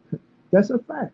So when you try to Right. come out and lowball somebody, y'all know for a fact, like we know, just like y'all know, he wasn't going to accept no 25% flat fee. We know there was a comp out, right? I'm on a Mhm. panel with Bill Haney asking him, Bill Haney, we're not leaving 135 until we fight Shakur Stevenson. We're not leaving until we fight Shakur. Those are Bill Haney Mhm. words, not mine. So when people like to say like the whole people to their words, the whole Bill Haney to his words. They said they wasn't leaving until they fight Shakur Stevenson. And then, they seen what happened. And like I say, I'm not mad that they moved up, but just tell the truth on why y'all moved up. Y'all couldn't make Yeah. 35 no more. Okay, I'm cool with that. But don't go out there and make it like, oh, y'all try to throw this low ball ass offer and he didn't want to fight y'all and he's ducking y'all because that's what those word ass, fans running with.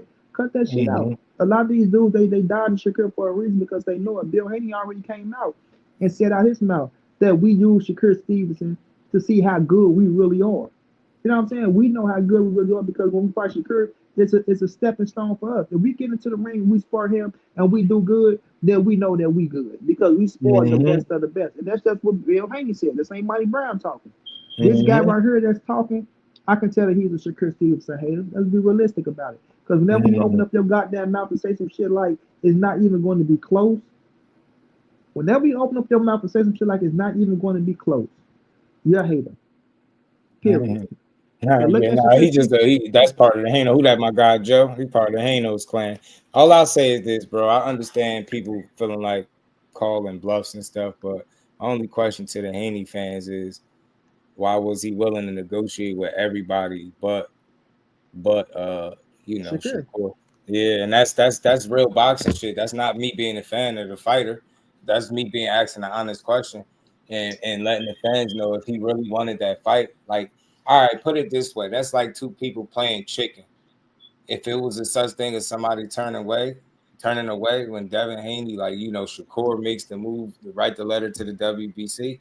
Once you don't allow them to come up with a ruling and you vacate your titles, you made your decision. That's like y'all was playing chicken and you turn. But see, this is the difference. This is where I, separate myself from these regular dudes. They would have told you Devin Haney was scared ducking the XYZ.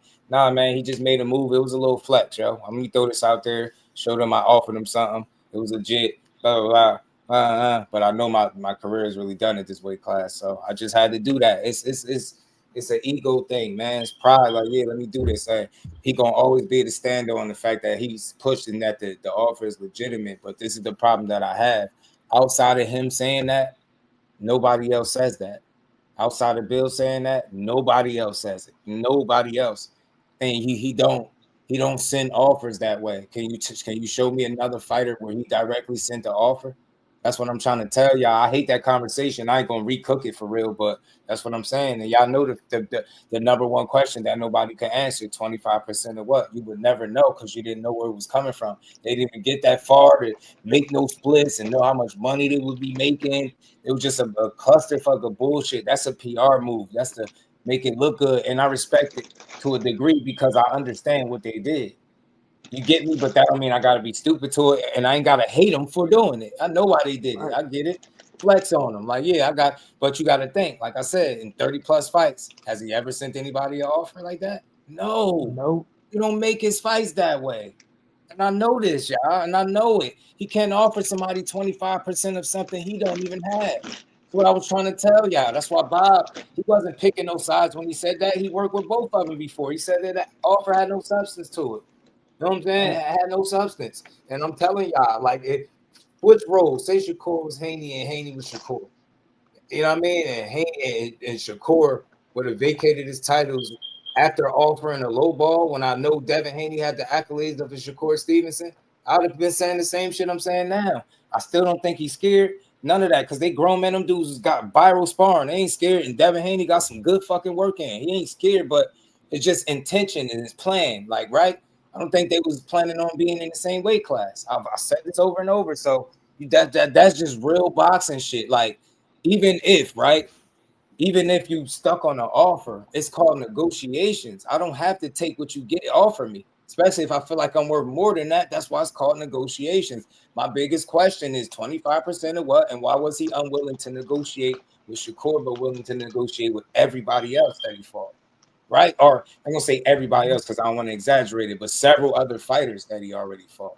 From the JoJo's to the Lomas, like Cambosis, whether you thought you took a BS deal, was still some negotiating. You've never given somebody in your career a take it or leave it offer, but you're gonna do it to the best fighter that you would have fought to date. Make it make sense. That's all I'm saying. It's not about being scared. It's about trying to be smart. And it's a lot of people that just don't understand very simple,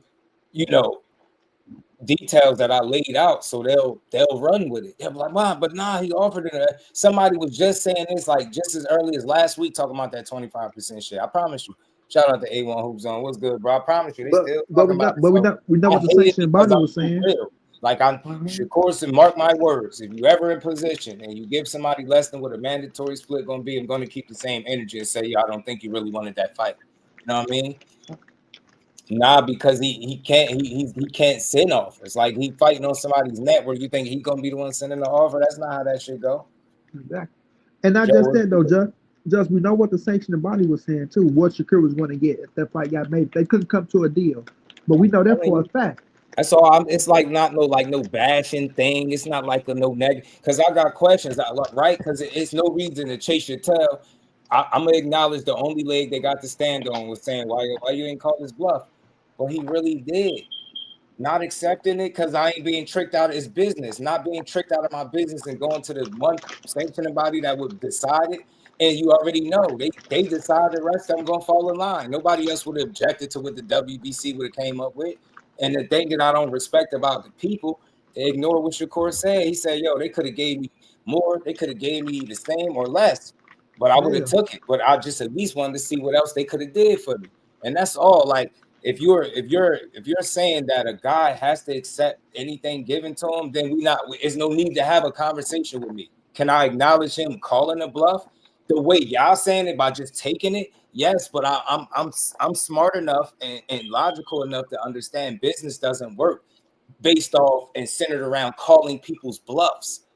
Nobody does that in business that way. Like you get what I'm saying in that sense. Like, yeah, I'm gonna go into this fight. And just to prove something, I'm gonna take less than what I'm worth. That's stupid. So could he have said yes to the offer and just, then it would have been what it was gonna be? Yes, but again, show me the fighter that Devin Haney has fought and sent the offer like that with a percentage attached to it. It's not realistic because you don't even know 25% of what. Not one person across the whole entire YouTube space has been able to explain that, answer that question, or even acknowledge the fact that if you truly wanted to fight him, it wouldn't have been about take it or leave it. When he wrote the letter and they was gonna make a decision, you would have just sat there and be like, whatever they do, that's what we gonna do. But you already on borrowed time, sick as hell on the scale. I didn't expect you to stick around. You did. That's a good PR move. You're smart for playing a card that you could play. That was a smart move. Because look, still to this day, you got people thinking that it was something. Shit crazy. What's good, Joe? He had to do it. It was just because, I know he was flexing on him and all this and that, but he had to do it because of the stuff Shakur was doing. He had the sign and all that. I'm a real one. I'm a real one. But would Devin fight him? Yes. Yes, he would. Yes, he would. But not at 35 where I'm sick. And who would have really wanted to see that fight like that? Hell no. So I'm so real. I hope that it can happen. And if that's where Devin is comfortable, 47, bro, the real boxing supporter in me, not boxing fan, not boxer fan, hell yeah, I would want to see it. If that's the only way, shit, man, that's the one. I'll go ahead. Y'all got some history. That shit is so I think it'd do well. I do because of the history. So I like Devin, bro. And I'm never gonna say I want people to understand something. I'm very consistent. I would never tell you he's scared or did that because that's the shit people push. That's that surface level garbage. But he made the one move that he could. He played it. He was like, "Yeah, got him." But then Core got smart. He like, "Damn, what I'm gonna do?" He had him for a second. He ain't taking it. People like, "Man, you ain't taking that offer. Get the letter." Then that was like his last little mulligan. He played the last card he could, right? And Dad was like, "Man, the hell with that. I'm out. I ain't about to be playing. I'm gone." Up to 40. to 40 champion, 2 divisions on the way, man. That's all you give me. But people have made this shit so toxic because they lean so heavily to one side or the other. I'm one of the realest when you're gonna talk about it. I'm not gonna never tell you that man's scared. Hell no. He got a lot of heart. That's something I've always seen from that dude, man. And he just don't get enough credit because of what people's preference is. You get what I'm saying? I don't give a fuck about your preference. How do he fight? Do he handle business? Do he be in shape? Right? I don't care about a couple performances that you don't like. Do he win? Is he winning? Like I ain't with all this nitpicking, overly crying about how dudes box. Telling you, it's the sad reality is when it come to that dude, he one of the most talented fighters in boxing, and it's I'm telling you, it's like spitting up pins and needles for people to say that because I don't like this father or that shit is weak, bro. He a fucking successful, talented ass world class boxer. You don't have to like it. It's just the fact. And like I said, Joe, if he fight his fight, if Devin go out there, you can get it, Joe. If he go out there and fight his fight, bro, like I said, stick to his game plan and fight the Devin fight, it's gonna be tough for niggas to beat him, bro. Long term, we cut up and just trying to knock motherfuckers out when you're not a knockout artist, bro. Yes, and right now they want him to trick himself out of his position again and fight in a way that's more to his detriment. But he already, and I'm glad I think I'm seeing what I'm seeing. Go back to you being world-class boxer. One of the best pure boxers in the game. Do that shit. Let them cry about that shit in the car. Literally. They want you so bad to go out there and put yourself in harm's way so they can tell you, see, told you he wasn't that good. I told you he can't take a punch. All that weak ass shit. Nah, man, if he gonna lose, I'm not rooting for him to lose, but I would want it to be on, even playing field. I'm not rooting for no fucking Osterine fiend. And I'm gonna say this too and leave it there. I know my guy that personally seen the picture with Ryan in the picture with the shit. Now, how about that? And more than just Osterine. Now, we eat all type of shit. That's why I had the energy I had once I got that information. I kind of turned the corner. I was like, damn, he was moving like he like, bro. And I'm like, man, they never told me no fucking lie. I'm like, yo, that's crazy, bro. I never respect him when it comes to that situation. I won't hold his rest of his career against him, but I'm going to always look at that and the way he dealt with it. And even if for some kind of way you didn't knowingly do nothing, you still was very irresponsible where I can't even give you that leg to stand on. No, you was irresponsible. You was making jokes. And I get it. You was making fucking mixtapes and shit. I get it. But you could have drastically altered a man's career with bullshit because you was negligent. You didn't go through your protocols, your procedures, whatever the reason is. But like I told y'all with that picture, all bets is off. That shit was knowingly. Hell with that dude. Shout out to Mike Kirkland. Said, just do you think Devin will move up to 54? Boo's still there. Like 147 was rough to make already by his face, in my opinion. They said his dad said he could fight at 54 now. You know what's crazy, Mike? And this might be a wild take. I don't think he'll be scared to fight him. I really don't. I really think different about this dude. I don't know what it is, but I really don't. I think he would. Like, to answer your question, if Boo's still there? Yeah. I think if 47 is really like, he get into something like that 35 situation where it's like zombie thriller. Yeah, I think he'd go up, yo. Something about him. Like, I give him credit that most people don't. And you get what I'm saying? And this ain't got to be my favorite fighter. I just see it different. People, they hold everything he say in an interview or like a tweet. Like, I get it. It be contradictions. People talk shit. They say one thing, say another. That's life. Everybody does. I'm not out there hold that to him. How do he fight when he get in the ring? I want to say something, Jess, but I'm saying after Joseph say something. What was it? The first knockdown? I thought it was over. I was like, bro, he looked crazy. He looked like he hurt. This man kept getting up. Then I seen his face swelling. Dude just kept fighting. I was like, yo, it dawned on me that this dude, you gotta knock him the hell out because he ain't about to give it to you. And I gotta respect that. So to see him bounce back, and one of the fights bouncing back was a dangerous guy where he proved me wrong. Because I didn't think he was that close to, to Devin the way he showed he was. And I still think it's more there, right? So I just want to see how far, if he can get all the way back to himself. That's what I want to see, 100%, because he's fun to watch. To me, I like pure boxers. I don't have a problem with that style. I don't have a problem with somebody hitting you and making sure you can't hit me. And just because I don't see a knockout on board. Nah, I'm not. I'm not bored with somebody outclassing you bad. You get what I'm saying? Hey, Josh. I think he'll who's do the it. best? I think he got the All right. I just want to say, Facts, I Mike. hope people keep the same energy when Shakur beat Tio, because they didn't keep the same energy when he beat Zepeda, because they was saying Zepeda was gonna knock him out, right? This and that, Pressure gonna get and to him. then after the fight, they talking about Zepeda is not good as we thought. He a bum. He trash. He I ass. don't think it's that. I think it's Shakur made him look like that. Not every, because what happened to all the other 32 opponents that couldn't make him look like that? 30, that was he 33 and old, bro. And Yeah. y'all saying ass, like I get it. Is he a world champion? Nah. Like, is he the best fighter in the world? Nah. But was he one of the best fighters at 135? Based on rankings and him constantly winning fights and positioning himself. Like, that's a guy that legit deserved the opportunity to fight Shakur, unlike with Kid Austin or replacement in Padley, or even De Los Santos, who was like a 4/5 fucking option. He deserved the opportunity, and guess what y'all did? Shitted on it. So it's like, so now y'all gonna give me credit. I just beat an undefeated mandatory, and no credit given from some of the haters. So now I got to fight the fake mandatory, and that's not a shot at Shock. That's just the situation was bullshit how they set it up. Now I'm supposed to fight that mandatory with like 3 losses, and y'all gonna give me respect after I beat him? Says who? Right. Guarantee you won't. Oh well, he already lost before. Come on, man. And I want to see that fight just so people could shut the hell up, because I know as professionals, I know what I feel like I'm seeing, and I'm confident in seeing them two get in the ring and fight each other. I would love to see it, but something tell me it'll be real fun and competitive because of the familiarity with each other. But I still don't think that'll be enough to get them over the hump to win. That Zepeda was gonna be Shakur. Yeah, hell yeah, they were saying that. And it's crazy. You know what though? Shout out to P Hunter. I don't know why Zepeda would be tailor-made for him. That's tough. I know that's something we throw out there a lot, right? When you feel like somebody is the more skillful guy, but look at the contrasting styles. You get what I'm saying? And then look at the way he actually chose to fight him. Like opposed to what you might have thought he was going to do in your head. I don't know how you thought it. I thought he was going to control distance and range, limit his output, not be available for him to throw that many punches. When I seen second, third round, I'm like, what the hell are you doing?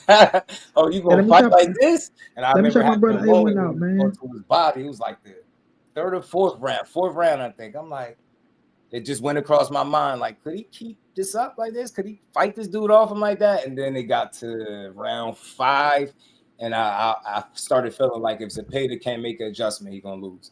That's when I realized how comfortable he was. And I was like, you could see the progressions in that fight. I got that shit on my phone. You could see the progressions through the fight where the moment where he truly adapted to what was coming back at him.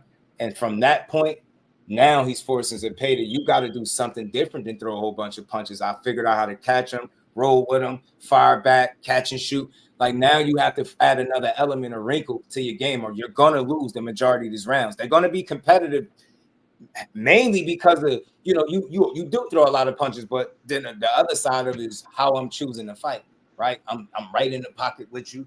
I'm giving you your opportunities, but I'm cooking you while I do it. Shout out to P Hunter, my dog, man. Talib was good with it, so I get it.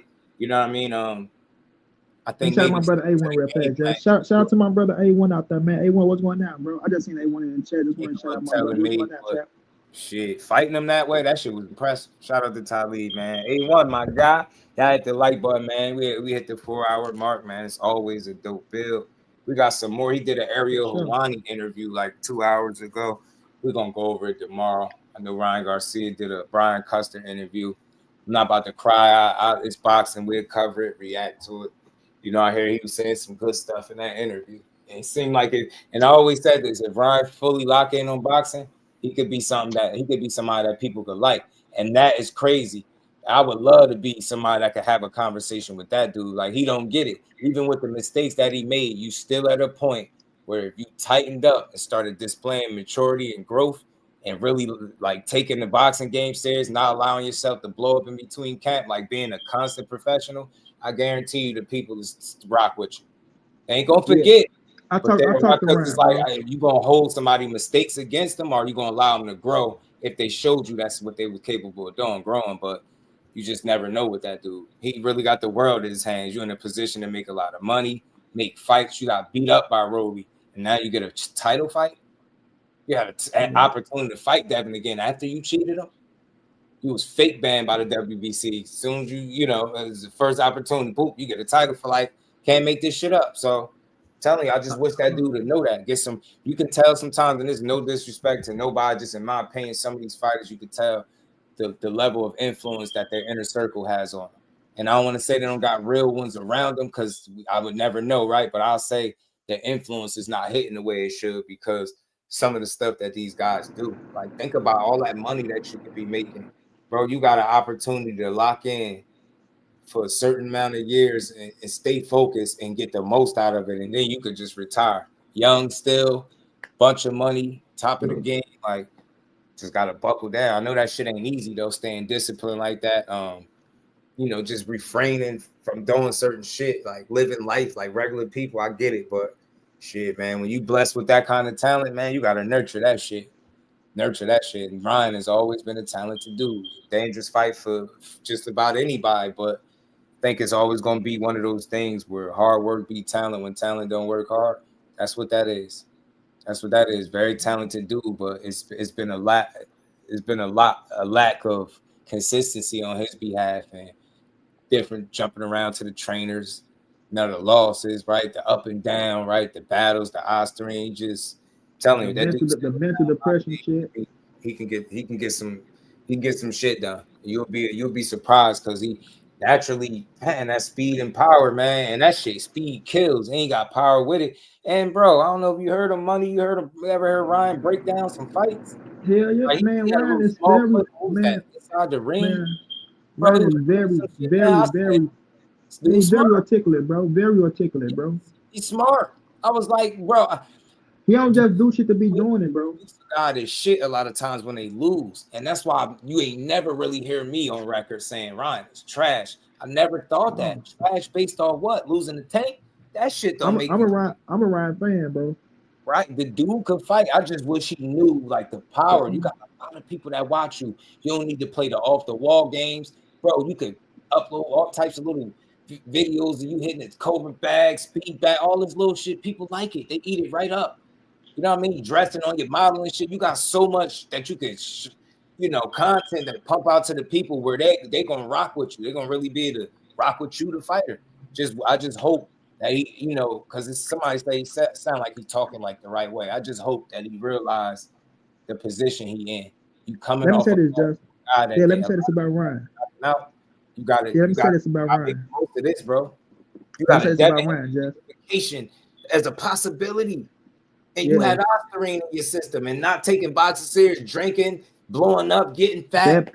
That part. Come on, Ryan. But this is another thing too, though, Just. This another thing too, Just. When you like with Ryan, bro, he was so young with so much money, bro. Then like you know how we is, bro. We know how we like they grow. So when you the young cat, that's the breadwinner in the house, and you got to do everything for everybody.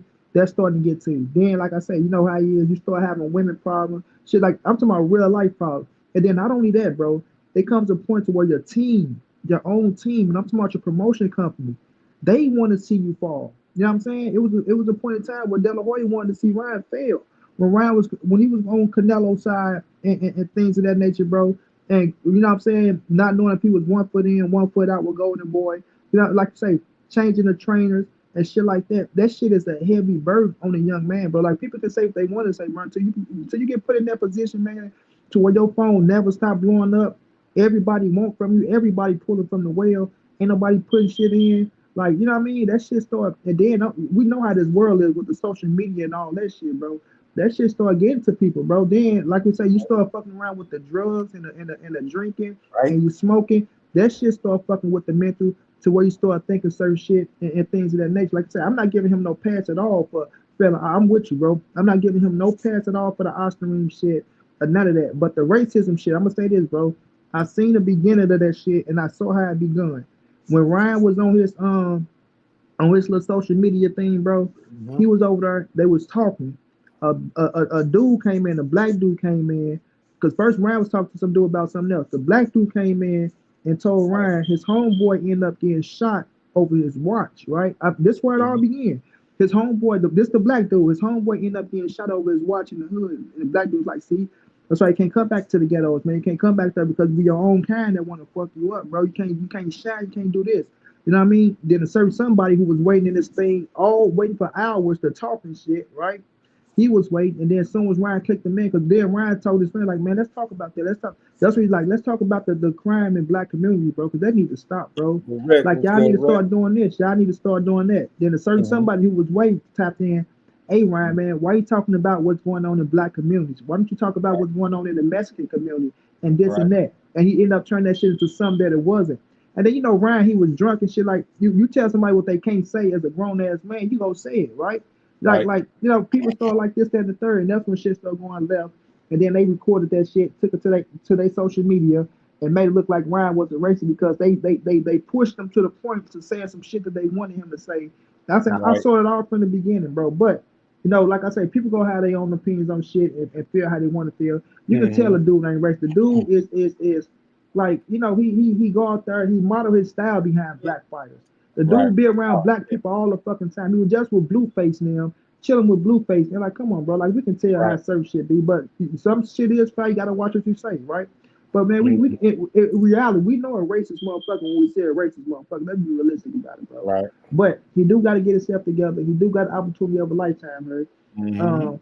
Like you say, damn, playing in boxing, you don't want to fuck up your gift. Like you want to maximize your gift to the maximum of their ability. And you still young. You have all the time in the world to play and have fun if that's what you want to do. But at the end of the day, man, like it'd be hard when you give a motherfucker 60, 70, 80 million dollars in your bank account. You can wake up and do whatever the fuck you want to do when you wake up. You know what I'm saying? It's challenging, bro. It's very challenging. Yeah. That's the part we don't talk about enough. Yeah. Actually, you go from being a dude broke as hell to like having the world at your feet and nobody telling you no. That shit could be like an intoxicating drug. Rick, what's good, bro? Yeah, what's good, my boy? My guy, you feeling? I'm good, man. What's good with you, bro? Monty, what's popping, boy? What's going down? Oh, Rick, my brother. That's always good to hear from. I'm gonna laugh naturally just hearing him. Man, I'm chilling, man. How you, man? You good? My birthday tomorrow, Rick. Man, life been whipping my ass, bro. But I've been hanging on, though, bro. Hey, man, that's all you can do, man. Keep fighting, bro. Even with the punches, right, man. Right. Man, I like Ryan, man. I didn't used to like the kid, man. I like Ryan though, man. That boy, he ain't scared of no smoke. You know what I'm saying? Like, he ain't scared of no smoke. I appreciate that dude, man. I understand what it looked like, but I appreciate Ryan, man. Right. I don't care what you say. He beat your favorite fighter. Y'all can call it what you want. You know what I'm saying? He beat y'all favorite fighter. You know what I'm saying? I wanted to say something about what Mike Kirkland. What's good with you, man? He said Devin ain't moving up to 54, man. That's the reason why they waited till Boots went to 154 so they can move to 147, bro. Right. I don't want that. I keep trying to tell y'all these people that. I should say I used to tell y'all. Monty Brown, no, just do know. Hey, these people got things they want to do and how they want to do it, bro. You know what I'm saying? This ain't about the fights we want. We've been saying this forever, bro. I think people should finally start getting it by this point. You know what I'm saying? It ain't about the fight you want. You get the fight you want when the fighters make it happen, or it's gonna make so much money that they gotta do it. If those are not the things in it, man, it's not gonna happen, bro. Just get over it. That's a fact, Rick. Get over it. If the money matches the ass whooping, if they feel like and they're gonna take it, bro. They're gonna take it, bro.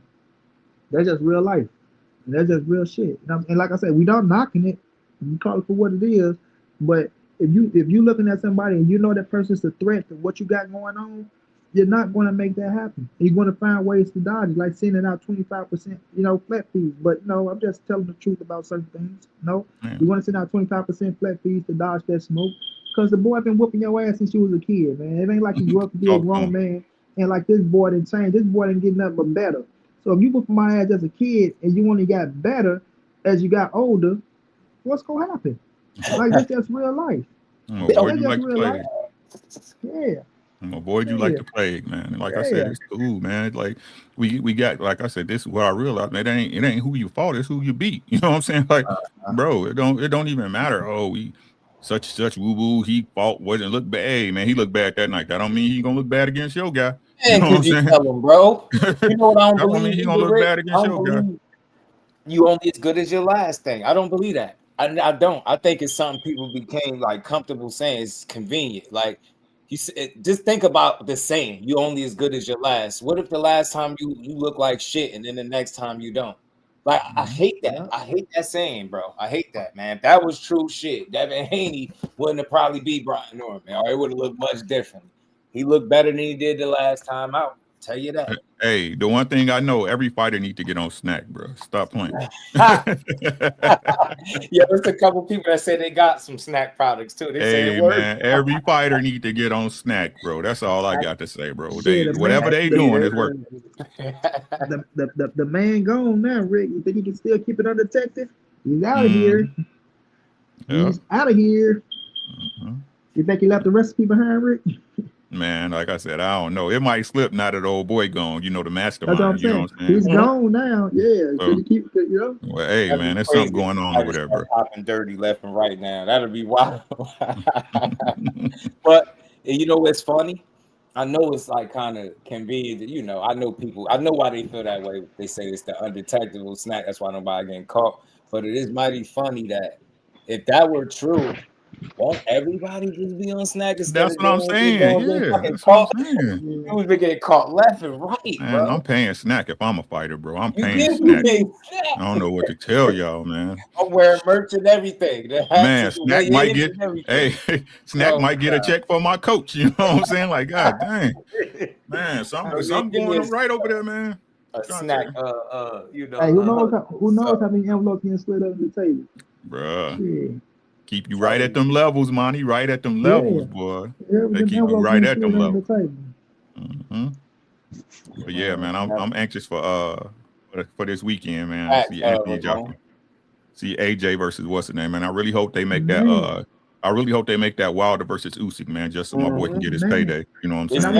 I respect Usyk, bro. That fight getting made. Listen, Usyk trying to give it to Wilder, bro. That's why I respect him. He's trying to give it to Wilder. Like, he's trying to give him that fight. Like, I feel like I don't think there's nobody else, bro. I think this Usyk on his own, like his respect for Wilder, bro. Like, this is what I feel. I feel like he's trying to get Wilder that payday.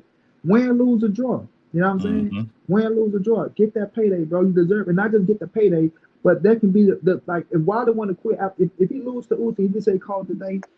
What a way to go out, bro. You didn't go out fight no slouch ass person. You went out fighting the best of the best.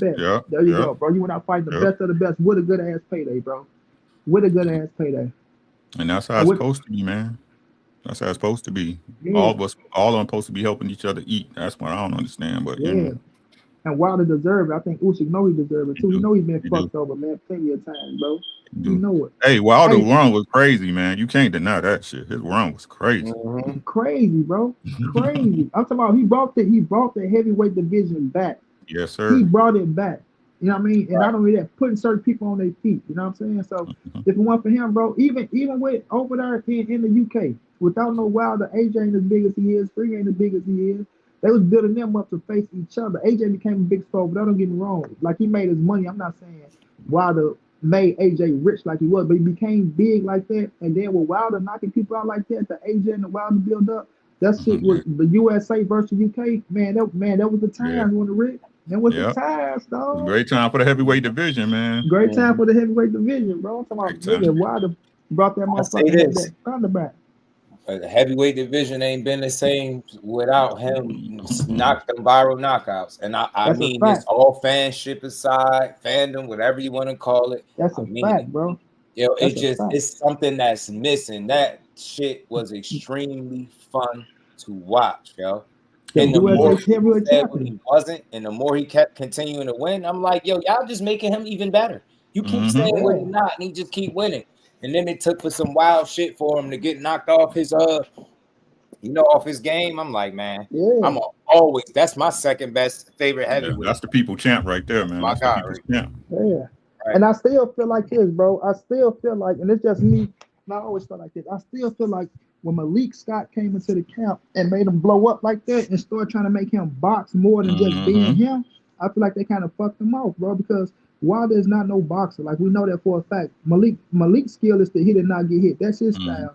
He came in trying to make Wilder Muhammad Ali and shit.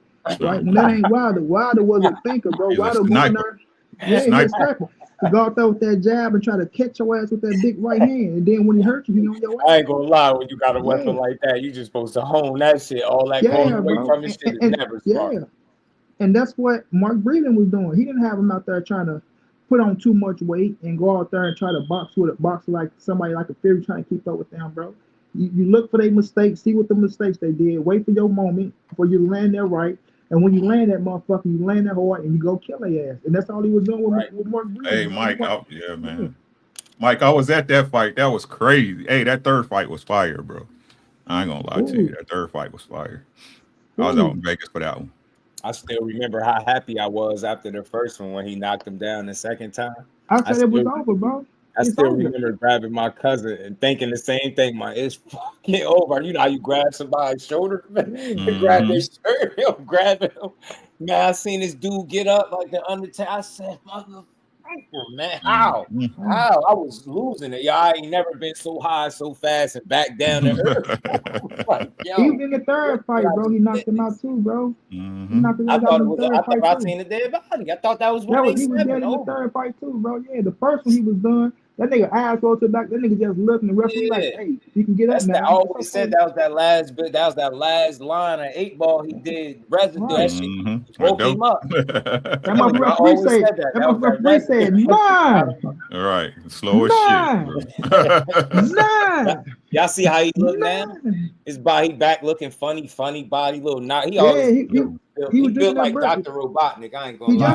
He just went to jail. He just went to jail. He got into a bar fight, drinking all that motherfucking them pints of beer.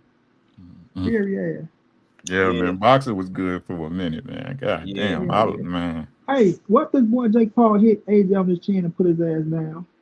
That shit gonna be crazy if it happens. Bro, jump AJ for fucking around.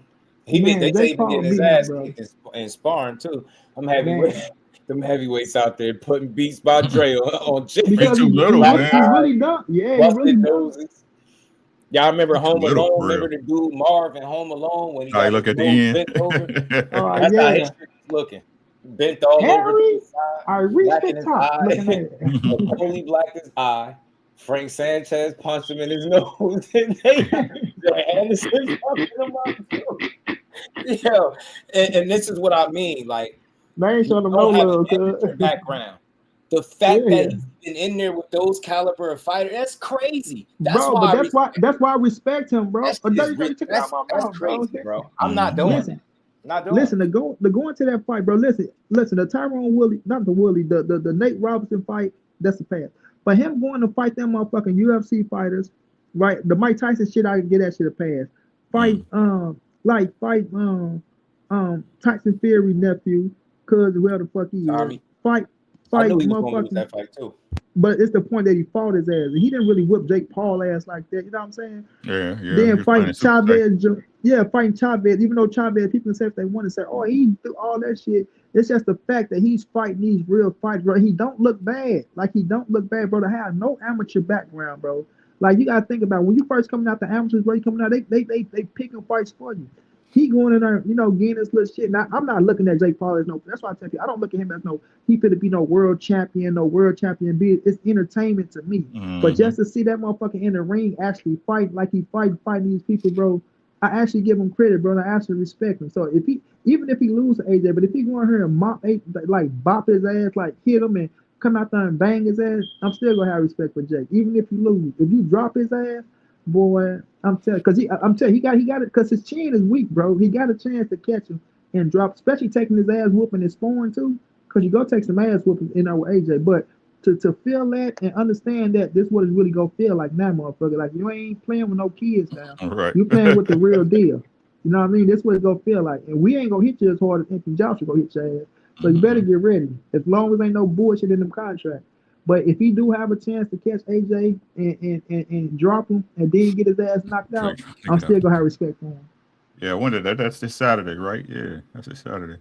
Hey man, why Shock do Cool Boy like that, man? Man, when I seen Cool Boy look on the scales in this way, I knew he hit his ass with, bro. Hey, Shock. Hey, I want to see Shock. I want to see Shock and Shakur, man. I want to see. But how you move up in weight and miss weight? That's crazy to me. Like you didn't take him seriously. Like, I don't know what the fuck Cool Boy was on, bro. And I don't want to take credit away from O'Shaquie Foster, not like that. You know what I'm saying? It's an honest observation. Money, did you catch the interview where he was talking to Ward and Roy? Nope, I ain't looking no He interview. was No. saying, yo, and I see that we were talking about it, and I know I ain't taking from him. It's an honest observation. This man sat up there and he was honest. He told them how he look at the water bottle, like the sweat coming from the water bottle, and be fantasizing about it, how he eating his breakfast, looking at other food, imagining his food being the shit he looking at. Like, I love to eat. And then it was like, man, you big boy, you know how much you be weighing around? He was like in 160s. 160. That's crazy. That's cool, boy. And think, y'all, he say, I love food. They say, oh, you like to enjoy yourself a little bit. He said a lot of it. But just think about it and think about the cancellations, how much time you get a person that is not the most disciplined in between camps in terms of what his weight. You give him the fuck up. Shot was training with a chip. Cool boy had that. I'm accomplished. I'm coming in here to step on him, but I have to believe you had a fat camp, and I got word that he had a rough camp. I heard that. Yeah, just like I heard he had a rough look camp. at it and see. And his Jake Paul shit. Both. Roach That and when Jake you have a Paul. six-pack, bro. That's the shit they don't be wanting to talk about. And Sean Zeitel confirmed that after I heard it two other times, and he got up there and said, yo, I heard he looked like shit for the Roach camp and the Jake Paul camp, but they said he back in the gym looking good now. So, you know, these little stories be getting out, man. These dudes don't be having the best of camps, and that's what I heard with Cool Boy too. And I just put 2 and 2 together. If you like to eat a lot and you got a fight that's being canceled 3 times, 3 different dates or something, bro, right. I know it's hard to like, and you at a point in your career where you had success, where you made money. So, you know what I'm saying? I want to take nothing. That's not taken from shock, but you just know the reason he lost. It's the reason he lost, how bad he lost. Like I can chalk it up and say, based on the way that shit looked, even Cool Boy was better off. I think Shock still beats him, but the losing 11 rounds to 1, like, nah, bro. You had a fat camp. You was throwing fucking air jabs. You was fighting at the wrong range like all night. Even the way he was throwing his right hand was like, bro, you didn't have a good training camp. Like, and I don't want to just be saying, but there's no way. You don't gotta lie. You ain't gotta say it. I'm gonna just guess it. Look how you was. I never see you look that bad. And I understand what Shock doing is on point, but all right now. He ain't 11 to 1 rounds better than you, I don't think. Like, you get me? I don't care if it was 8 to 4, 9-3, but damn, 1 round. And man, watch that boy, man. What's that movie watch with that boy. What's the name of that movie with Damon Wayne and the white boy? The Great White Height. That's that. Yeah, he watched that, man. You see how he looking between camps? He get that. That nigga ain't had no body, bro. I don't know if y'all seen it, and I'm not like, you know, staring at his body, but he get out the ring. And I'm like, look at his physique. He looked the same way Jermell Charlo looked when he went up to 68. He had like a little love hand, just like soft around the body. I was like, yo, you look, there's no way you moved up and missed weight by 2 pounds, dude. You was eating, bro. Did you have Thanksgiving? Damn. Yo, bro had Thanksgiving, bro. I'm convinced. He was a smash. He was a smash. Damn, bro. That shit crazy. So I don't know. I still rock with him, and it's crazy, bro. This is what's wrong with boxing, and this is where I become the most passionate. Now he washed up. Now he a gatekeeper. I'm like, y'all, exactly what the fuck wrong with boxing. Dudes can't even fucking lose no more, bro. They can't even lose. Tank ain't even have to lose. I get it. It looked like he lost, but damn. It's like dudes that get a draw, and it's see. I'm like, bro, a gatekeeper losing to NUA and a current champion and Shock. I don't think nothing bad to say. That dude fought a lot of undefeated guys. And then people was talking about his resume, and I'm like, bro, I can almost guarantee you, if you're complaining about Cool Boy and saying he ain't fought nobody, just tell me you don't know his career, because you lying and full of shit. Since like his 3rd fight, he's been fighting undefeated guys. That shit was crazy. Take this car real fast, Joe. Within a short time span, and that's not the end all be all. That shit speak volumes when you look at the contemporaries or the guys that you go up against, and they got this whole, you know, grooming process where you fighting a bunch of dudes that we know you could be, as opposed to challenging yourself against other undefeated dudes. So I still rock with Cool Boy. Look, Shock was just much better than you on the night. Very, very much better. It's crazy, man. Yeah, right. He looked good, man. Shocking, man. And that showed me Shock can stick to his game plan no matter what he's going through too. He stayed on that jab, man. When he saw, and I want to see him. I would want to see him in core, because see, like unlike people that like fighters and don't want to see them fight, I believe Shock. He wants to fight him. I ain't seen nobody have that. And that's how he sold it to me. So I bought it. I bought into that. I actually believe he wants to fight him in a way that I haven't seen a lot of people want to fight Shakur. And I'm like, that a lot of times will lead to a good fight. Or you can just get thoroughly outclassed. But at this point, with the history I got, hell yeah, I want to see it. Yep, so let's see it. You know me. Hell yes. And dog, so good. We're just wrapping up shit. You know how we be doing the long stream, like 4.5 hours in. But who else? Who else looking good? Hey, that boy Bam, man. Sheesh. Special. Sheesh, bro. Like they doing the same thing to him, Rick. And I'm glad you brought it up. Man, but you fight nobody. You gotta move up. I'm like, yo, just say you don't know boxing. Because I'm not letting it slide. The Bam slander is ridiculous, bro. I hate y'all. Man, I really do. And I would like to say I hate people, but I hate the way people think. Let me say that. Come on, man. He's showing you he's that much better. Bro, he's that dude. That's a special fighter. I'm looking at Bam like people look at Bud. Like people look at Bud. That's how I'm looking at Bam right now, man. Like you gotta prove you gotta prove it to me. You gotta show me you can beat that man. Yeah. You gotta show me you can beat that Bam. He's special. He's fun to watch. He's smart as hell. He violent. You know, Core sparred him. He said he punched just as hard as some of the dudes his side. He was surprised at how that dude could punch. And you could see it for the smaller guys. He can box, punch. He got angles, defensive. Footwork crazy. Yeah, footwork crazy. Footwork a cheat code. And he studied Loma. That's the funny part. The footwork shit, he studied Loma. I heard him saying in the interview, I said, I knew it. Knew that shit looked familiar. Crazy. He's one of the one fighters that you look at now who can finish a guy when he get ready. Yeah, that's rare. Yeah, yes. And it's just sad that I think the reason why we assess fighters the way we do, because people don't take enough time to like teach the audiences, man. Like we got to stop letting people think what he doing is just like, anybody could do that. No, the fuck they can't, man. No, they can't. That's why I be trying to drill into people's heads is, all right, if you don't think he fighting like the names that resonate with you, then look a little bit deeper than surface level past the name. Look how he's beating these guys. And then look at anybody else.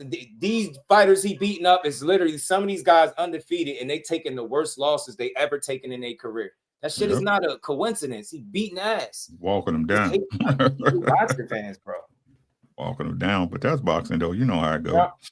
That's why I gotta fight the good fight, bro. You know it. You know it. Build it up instead of tearing it down.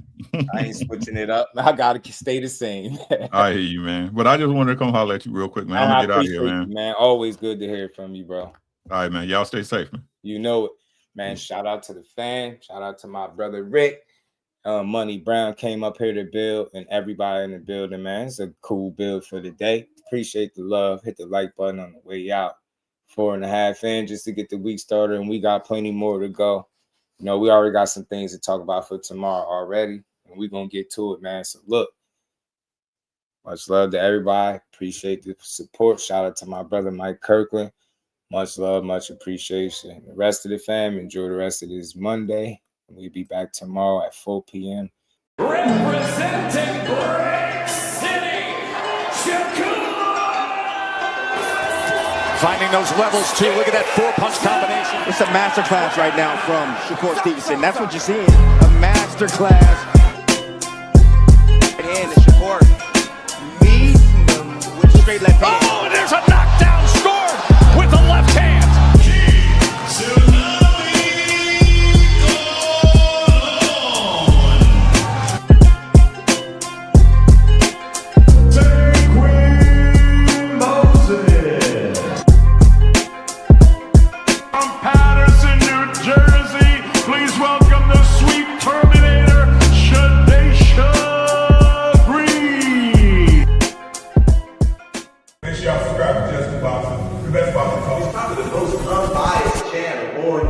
Right now, we're going to give him his just due. Shout out to my brother Just